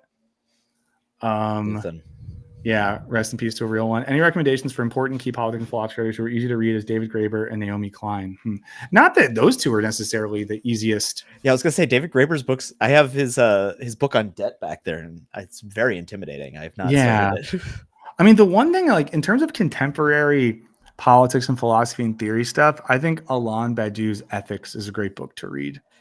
Can I make a recommendation? Yeah, of course. I think Corey Robbins' book, Oh yeah, Reactionary Mind, is an incredible read. It will really resonate with you. I mean, it's dense on like political theory, but I feel like it was really accessible. Sometimes I really struggle with that stuff if it's really dense, and I like read through that whole book in like 2 days. that's a very good call. That's a very, very good call. Gilberto Ortiz. I've never heard any great for love music. What's an album you recommend for the uninitiated? Maybe just listen to like Working Man's Dead. It's their one of their kind of more like folky albums. That's very good. Oh, I fucked up on the chat, so I got to go back to where. Sorry guys, I'm going back now. Where were we? Oh no. Jit Fuck. is slang for idiot. So you Oh, didn't. that makes sense. That makes sense. Shit. Sorry guys. I was caught up to the right spot, and now I'm missing stuff, and I feel bad because I don't want to miss any questions. Hold on. Let's see if I can. Maybe I'll scroll back a little bit more. Just a little. There are so many questions. Oh, I didn't realize. I've been talking. I need to start going a lot quicker. Okay, I'm going as far back as it'll let me go. I'm at 324. Okay. What Bart start with? I don't know. Cubs are the Marxist hip hop of sports. I wish. The Cubs are owned by absolute monsters. Who owns the Cubs? The Ricketts family. Trumpy guys, and one of them's like a senator or congressperson from Iowa. Jazz gives me anxiety. I think I like jazz because I have anxiety and a weird brain, and it helps me. That's why I like horror movies. I haven't bought a set of Mayer's guitar strings. Charlie Hunter, very good. Guys, look up. Charlie Hunter did a YouTube video where he shows how he came up with some of his parts to D'Angelo's Voodoo album, and they are amazing. Okay, so now I'm getting back to seeing some of these. Getting canceled gives me more engagement. There's some Dead & Co stuff, which I appreciate. John. So many Dead & Co questions. John, my dick is a white supremacist mayor. That's a real thing. He said that was tough. That's the toughest thing I've ever heard. Greg points out that I mentioned off camera how much I love Jubilee videos. I said to Greg off camera, they're my favorite things. And every political idea I have was from a middle ground Jubilee video. Did you watch the one with Jordan Peterson on the stream? Greg was in it. Oh yeah. Greg was in that. That's yeah. Well, I started watching on the stream and then I got a copyright strike. Ooh. Yeah. That was wild. Oh, I didn't realize how far back I got. You were deemed by YouTube as an important commentator. Someone said lib shit. I probably said some lib shit. That's probably first. Oh my God. I'm just trying to go back. I was doing such a good job. And then I lost it. Someone says, did you ever miss aspects of living in the UK? I do. The thing I liked about living in the UK was that Charlie probably won't answer this. I'm just going through. I'm going to go to this. UK is nice. You can walk around in cities there. You don't need a car. I liked that very much. There is the vibes of the UK, even though politically some problems. I just liked the vibes of living there. I spent most of my 20s there. So I do think of like, in a weird way, it's probably why I'm like a fucked up person who sometimes feels slightly out of place in certain situations. It's like where I learned how to be an adult. Because I went to college and moved straight to the UK and was there on and off until I was 32 years old. So wow. Yeah, it was like, I'm going to say something really crazy now because I think my wife is gone. And the show remembers this. I mean, I lost my virginity in the UK, guys. I got my first credit card in the UK. So many things that are like adult things I did there. Henry said, do you have thoughts on psychoanalysis? I think psychoanalysis is great. I think the problem is sometimes psychoanalysis is potentially a more interesting intellectual framework than it is a practical framework. I would go on a podcast hosted by Immanuel Kant. It would be pretty boring, though. It would be so boring. Yeah. I don't think he would have a podcast. I don't think he would move as though everyone should have a podcast. Yeah. So I would never smash Soren Kierkegaard. He was probably, I think he had a weird dick. That's a real thing. He probably, everyone from that era probably smelled too. I'm just catching up to like Greg's thing about Michael Jubilee. Greg, Greg's a Jubilee expert. If you're still here, what would be my Jubilee? You know, I did see FD posted a screenshot that he got hit up by Jubilee, clearly for a surrounded. What they probably, let's be honest, they probably said something fucked up like, oh yeah, I'm sure 20 Klansmen or something insane like that. They're really just like Jerry Springer. Remember when Jerry Springer had and Oprah had like clan members debate other people? That was like a real episode of Jerry Springer, I think, when they had the clan on. Yeah, I'm now catching up to all the things people said I could do for Jubilee, and they're very funny, and I like them very much. Let's see, strong but awkward. Do you guys think modern progressive disinterest in almost any kind of message workshopping has impacted the effectiveness of its messaging and positions of those who are trying to influence? But I think all they do is workshopping, isn't it? Or do you mean, I guess, I wonder if you mean Democrats or you mean more like progressives. But I think I'll say two things really quick. I think that the Democrats workshop things to death. I think that sometimes more progressive leftists don't think enough about marketing and simplicity. So ContraPoints, I honestly, this is a thing. I don't think I've ever watched a full ContraPoints video. That's wild. I've watched chunks of a lot of them. You should watch one of them. I don't know which one, but you should watch one of them. Yeah, I've watched a bunch, but parts of, because I honestly like you, for example, Jackson, some of your videos are up there with the longest YouTube videos I've ever watched. Like you and FD are the two channels. They're getting too long. I think I gotta cut back. But yeah, I think for me, like there are times, and ContraPoints is in the zone where I'm just like, I'm never going to finish this, so I'm not going to start it. Yeah. They're really intimidating. I know the long runtime is not great always. Yeah. It's great in other ways though. Okay.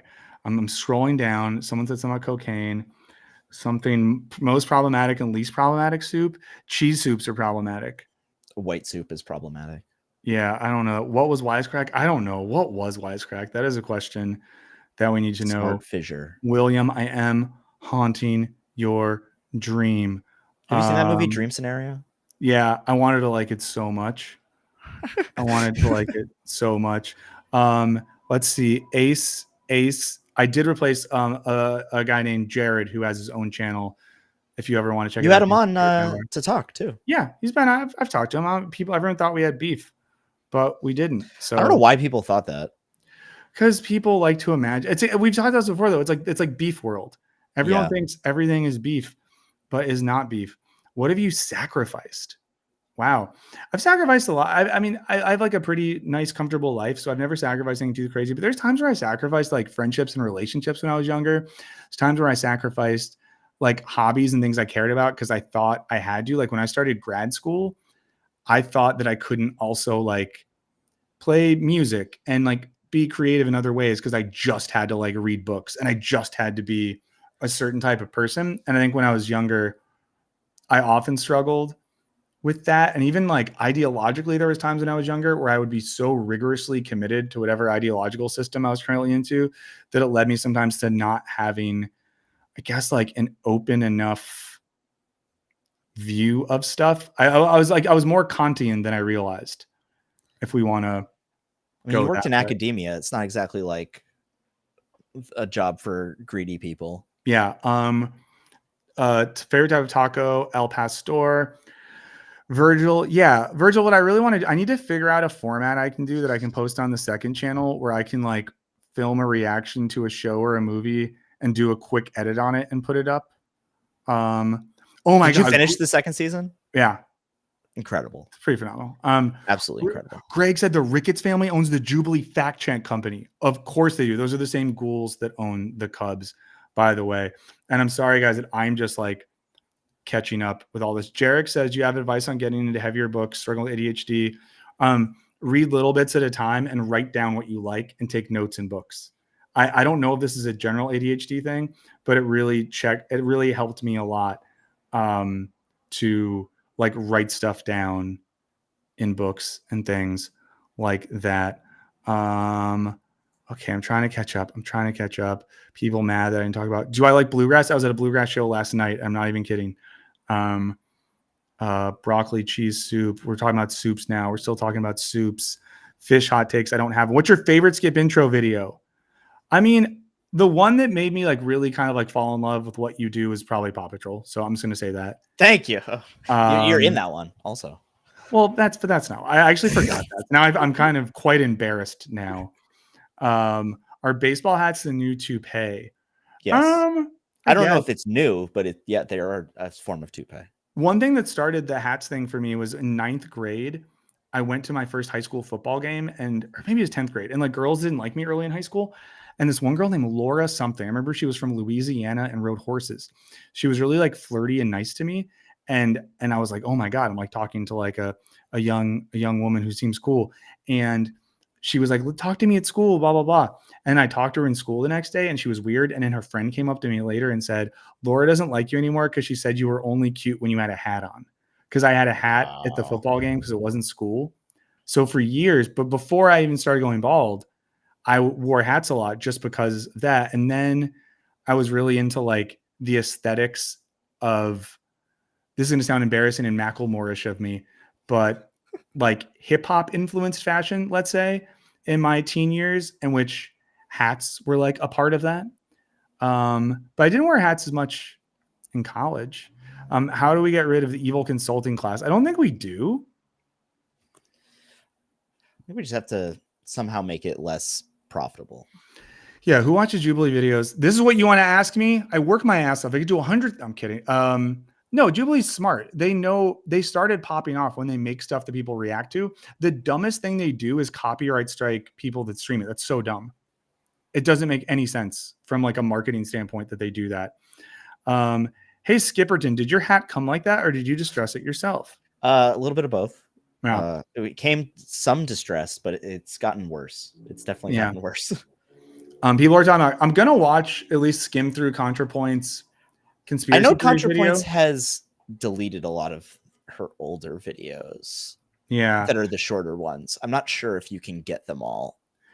Yeah, I'm going to watch some of the conspiracy theory video because I'm doing a video on conspiracy theories and I don't want anyone to be like, oh, you said that. But I did see in her bibliography, she doesn't reference the stuff that I'm talking about. Socrates, Plato, Aristotle, Socrates every time. Greg wears hats because they can't put sunscreen on their scalp. That's real too. Sean used to wear a flat brim cap. That's a particular look. If you can pull it off, it's cool. Okay. Aoife says, fuck, marry, kill Peterson, Kirk, and Lindsay. James Lindsay? Yeah. I'm gonna. And I assume Charlie Kirk? Yeah. Obviously, I'm killing Kirk or Lindsay. You're gonna fuck Peterson? I think I might marry him. You're gonna marry Peterson? Can you imagine? Because he's so sad. I think I could break him and he would cry and become a different guy. I think he is broken. I'm gonna kill Lindsay for sure. Oh, I don't know. You probably shouldn't say that. Just I'm gonna K. I'm gonna K. Just throwing that out there. I kind of would say K Lindsay, F Kirk, M Peterson. You're gonna F Charlie Kirk. Have you seen James Lindsay's sword skills? Yeah. Well, I don't know. Any good movies after Bottoms? Bottoms is a movie I watched and I liked it, but then I thought about it and I didn't like it anymore. Let's see. Oh, Contra deleted her pre-transition vids. That makes sense. Yeah. Totally. Not all that. Not like, I don't know. You can definitely still track some of the transition. Like, yeah, definitely does not sound the same. How many colleges have Marxist courses? I don't think many do. Yeah, I think that Marxism is like the way people talk about Marxism in college is way overblown relative to what the situation is actually like. The thing is, like, if you study sociology, you're going to learn about Marx. Study economics, you're going to learn about Marx. If you study European philosophy, you're going to learn about Marx. It's like he's too historically important to not be a point of reference in a lot of fields. But it's not a lot. Go ahead. I'll say this: when I was in college, I went to a pretty liberal artsy school, and I took sociology courses, and I didn't take like any economics courses or anything. I didn't really encounter Marx until after college. Yeah, it's not like the Marx thing is so wildly overblown. Old Grease, I'm glad you got a referral for a diagnosis because ADHD stuff and mental health stuff in general is really fucking hard. So I think that is cool. Let's see. People are okay. So any more questions? A few more minutes.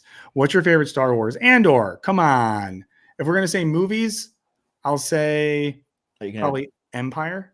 Empire, I guess.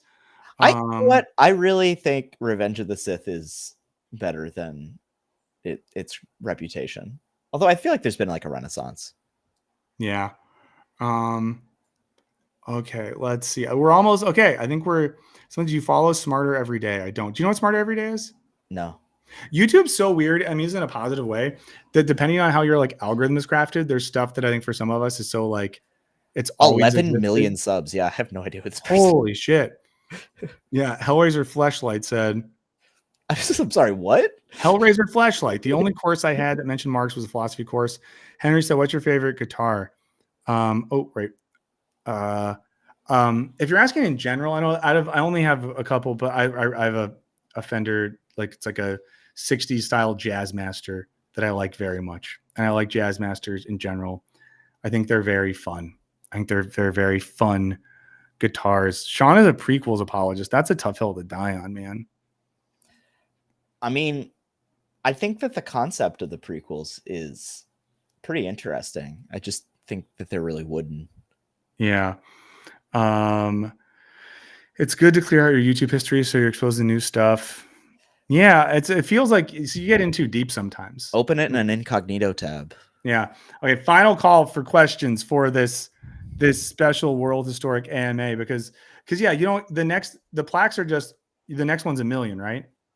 Yeah, you don't get one until guys, I'm never getting them. I'm telling you that right now, and I'm not going to be self-deprecating way. And I have like a plan. Like I have like a plan for what I want to do. I have a plan for how and when I want to grow. All of those plans I think would preclude getting to $1 million because there's stuff that you have to do to get there that I don't want to do. If that makes sense. I only know one person who's gotten to $1 million that I'm like, Thomas Flight. Made it recently.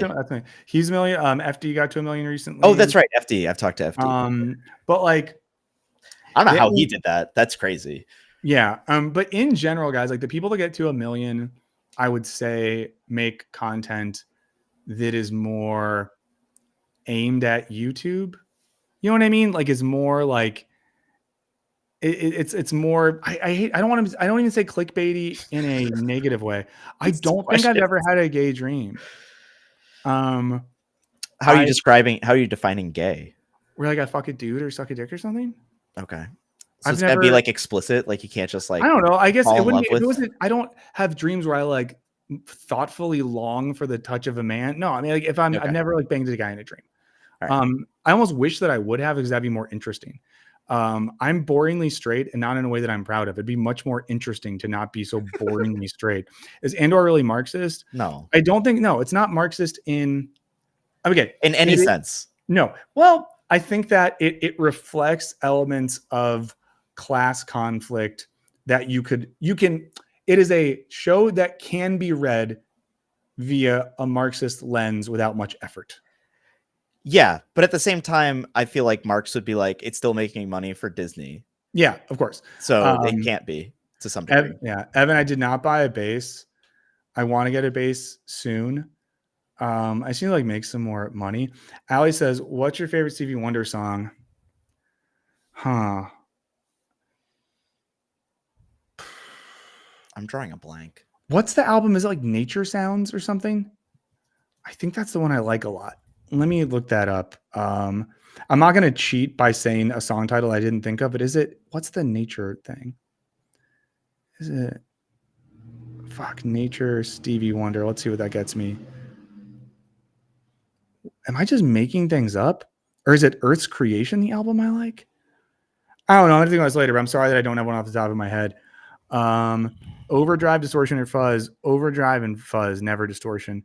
I don't have a favorite Kubrick movie. I'm not a big Kubrick guy. I'll say it. Me neither. I don't like dislike, but it's just not my thing.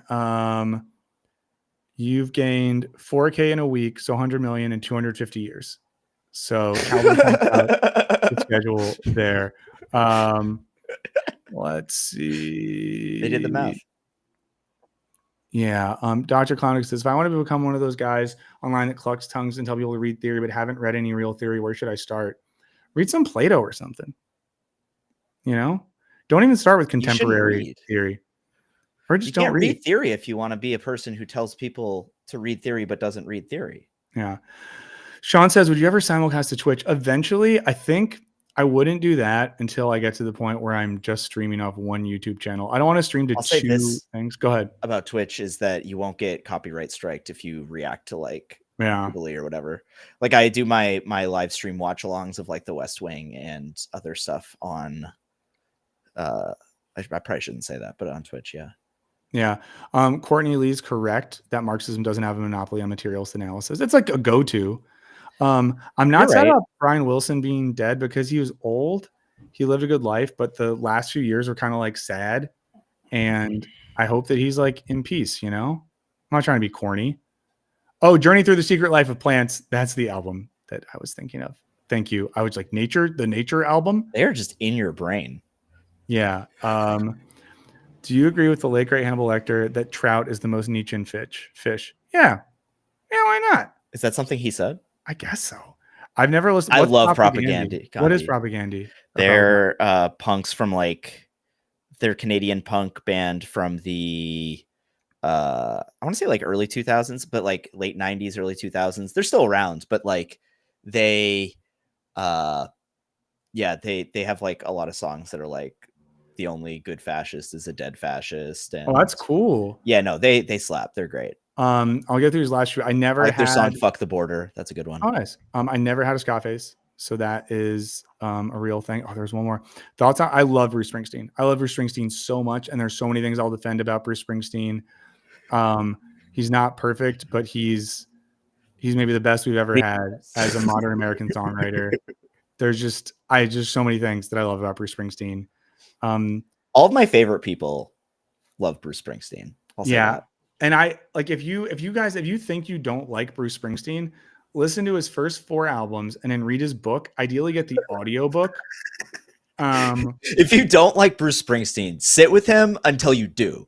Yes, that's all I get. Thoughts. Canada seems cool. I've only been to Canada once. I went to Montreal. It was really fun. I was there for 3 days. Vancouver's dope. It was really fun. Mike from PA, we've talked a few times about getting on something, and I think we might. We've DM'd before, so it might happen. I love Sonic Youth so much. I love Sonic Youth so much. Best concert of all time. This is a boring one. This isn't really the best answer, but the first time I saw Dead & Co was also the first time I took acid, and it was all at once, and it was the Hollywood Bowl, and it was in the summer of 2019, and it was a very intense but life-changing experience. And that was recent. Yeah, and because it was the first time I took acid and I was there, it was just like a lot happened that night. And it was pretty great. Someone said West Wing or Veep. Veep, I mean, it's not even a question. Yeah, I've only watched one, so that's all I can. I've only watched Veep, so I'm gonna say Veep. Thick of It's cool. I like it a lot. I haven't seen The Thick of It, unfortunately. Thurston Moore is tall. It sounds like a bad husband, but a good musician. Shouts to Kim Gordon, who I once canvassed for Bernie with. That's no one asked this, but this is a fun anecdote. 2020, I did a canvassing thing for Bernie Sanders, and in the group was Kim Gordon from Sonic Youth, and then Eric Andre and Sarah Sherman, who's now on SNL. That's crazy. It was a wild sort of thing. And Michael Burns from Wisecrack. It's just all celebrities, all equal, everyone equal, and their cultural import there. Virgil, I do like the Pixies. Maybe not like as much as you do. Hey, Todd Hensley, thank you so much. Nice of you to say. Yeah, I'll say this, guys. It's really, I'll get the thing again. Thank you very much. I'll be earnest for a second. I can only be ironically detached and too earnest, so I'll try to be too earnest very quickly. It's very scary. When Wisecrack ended, I had no idea what I was going to do. There's not a lot of jobs posted on job websites that are for like guys that host YouTube videos. So deciding to try to do a solo thing has been scary, especially because I'm not good at a lot of technical stuff. So I've had to learn a lot of things on the fly. And with Wisecrack, we had such a great team, and I got to work with that team, and that was really important. But as of right now, the things are at least going well enough that I can keep doing this. And I really appreciate you all, especially when you're still watching this, because the core audience is always what matters the most, you know? The ones who stick around, the ones who watch the bad videos and still say, yeah, it wasn't his best. You know?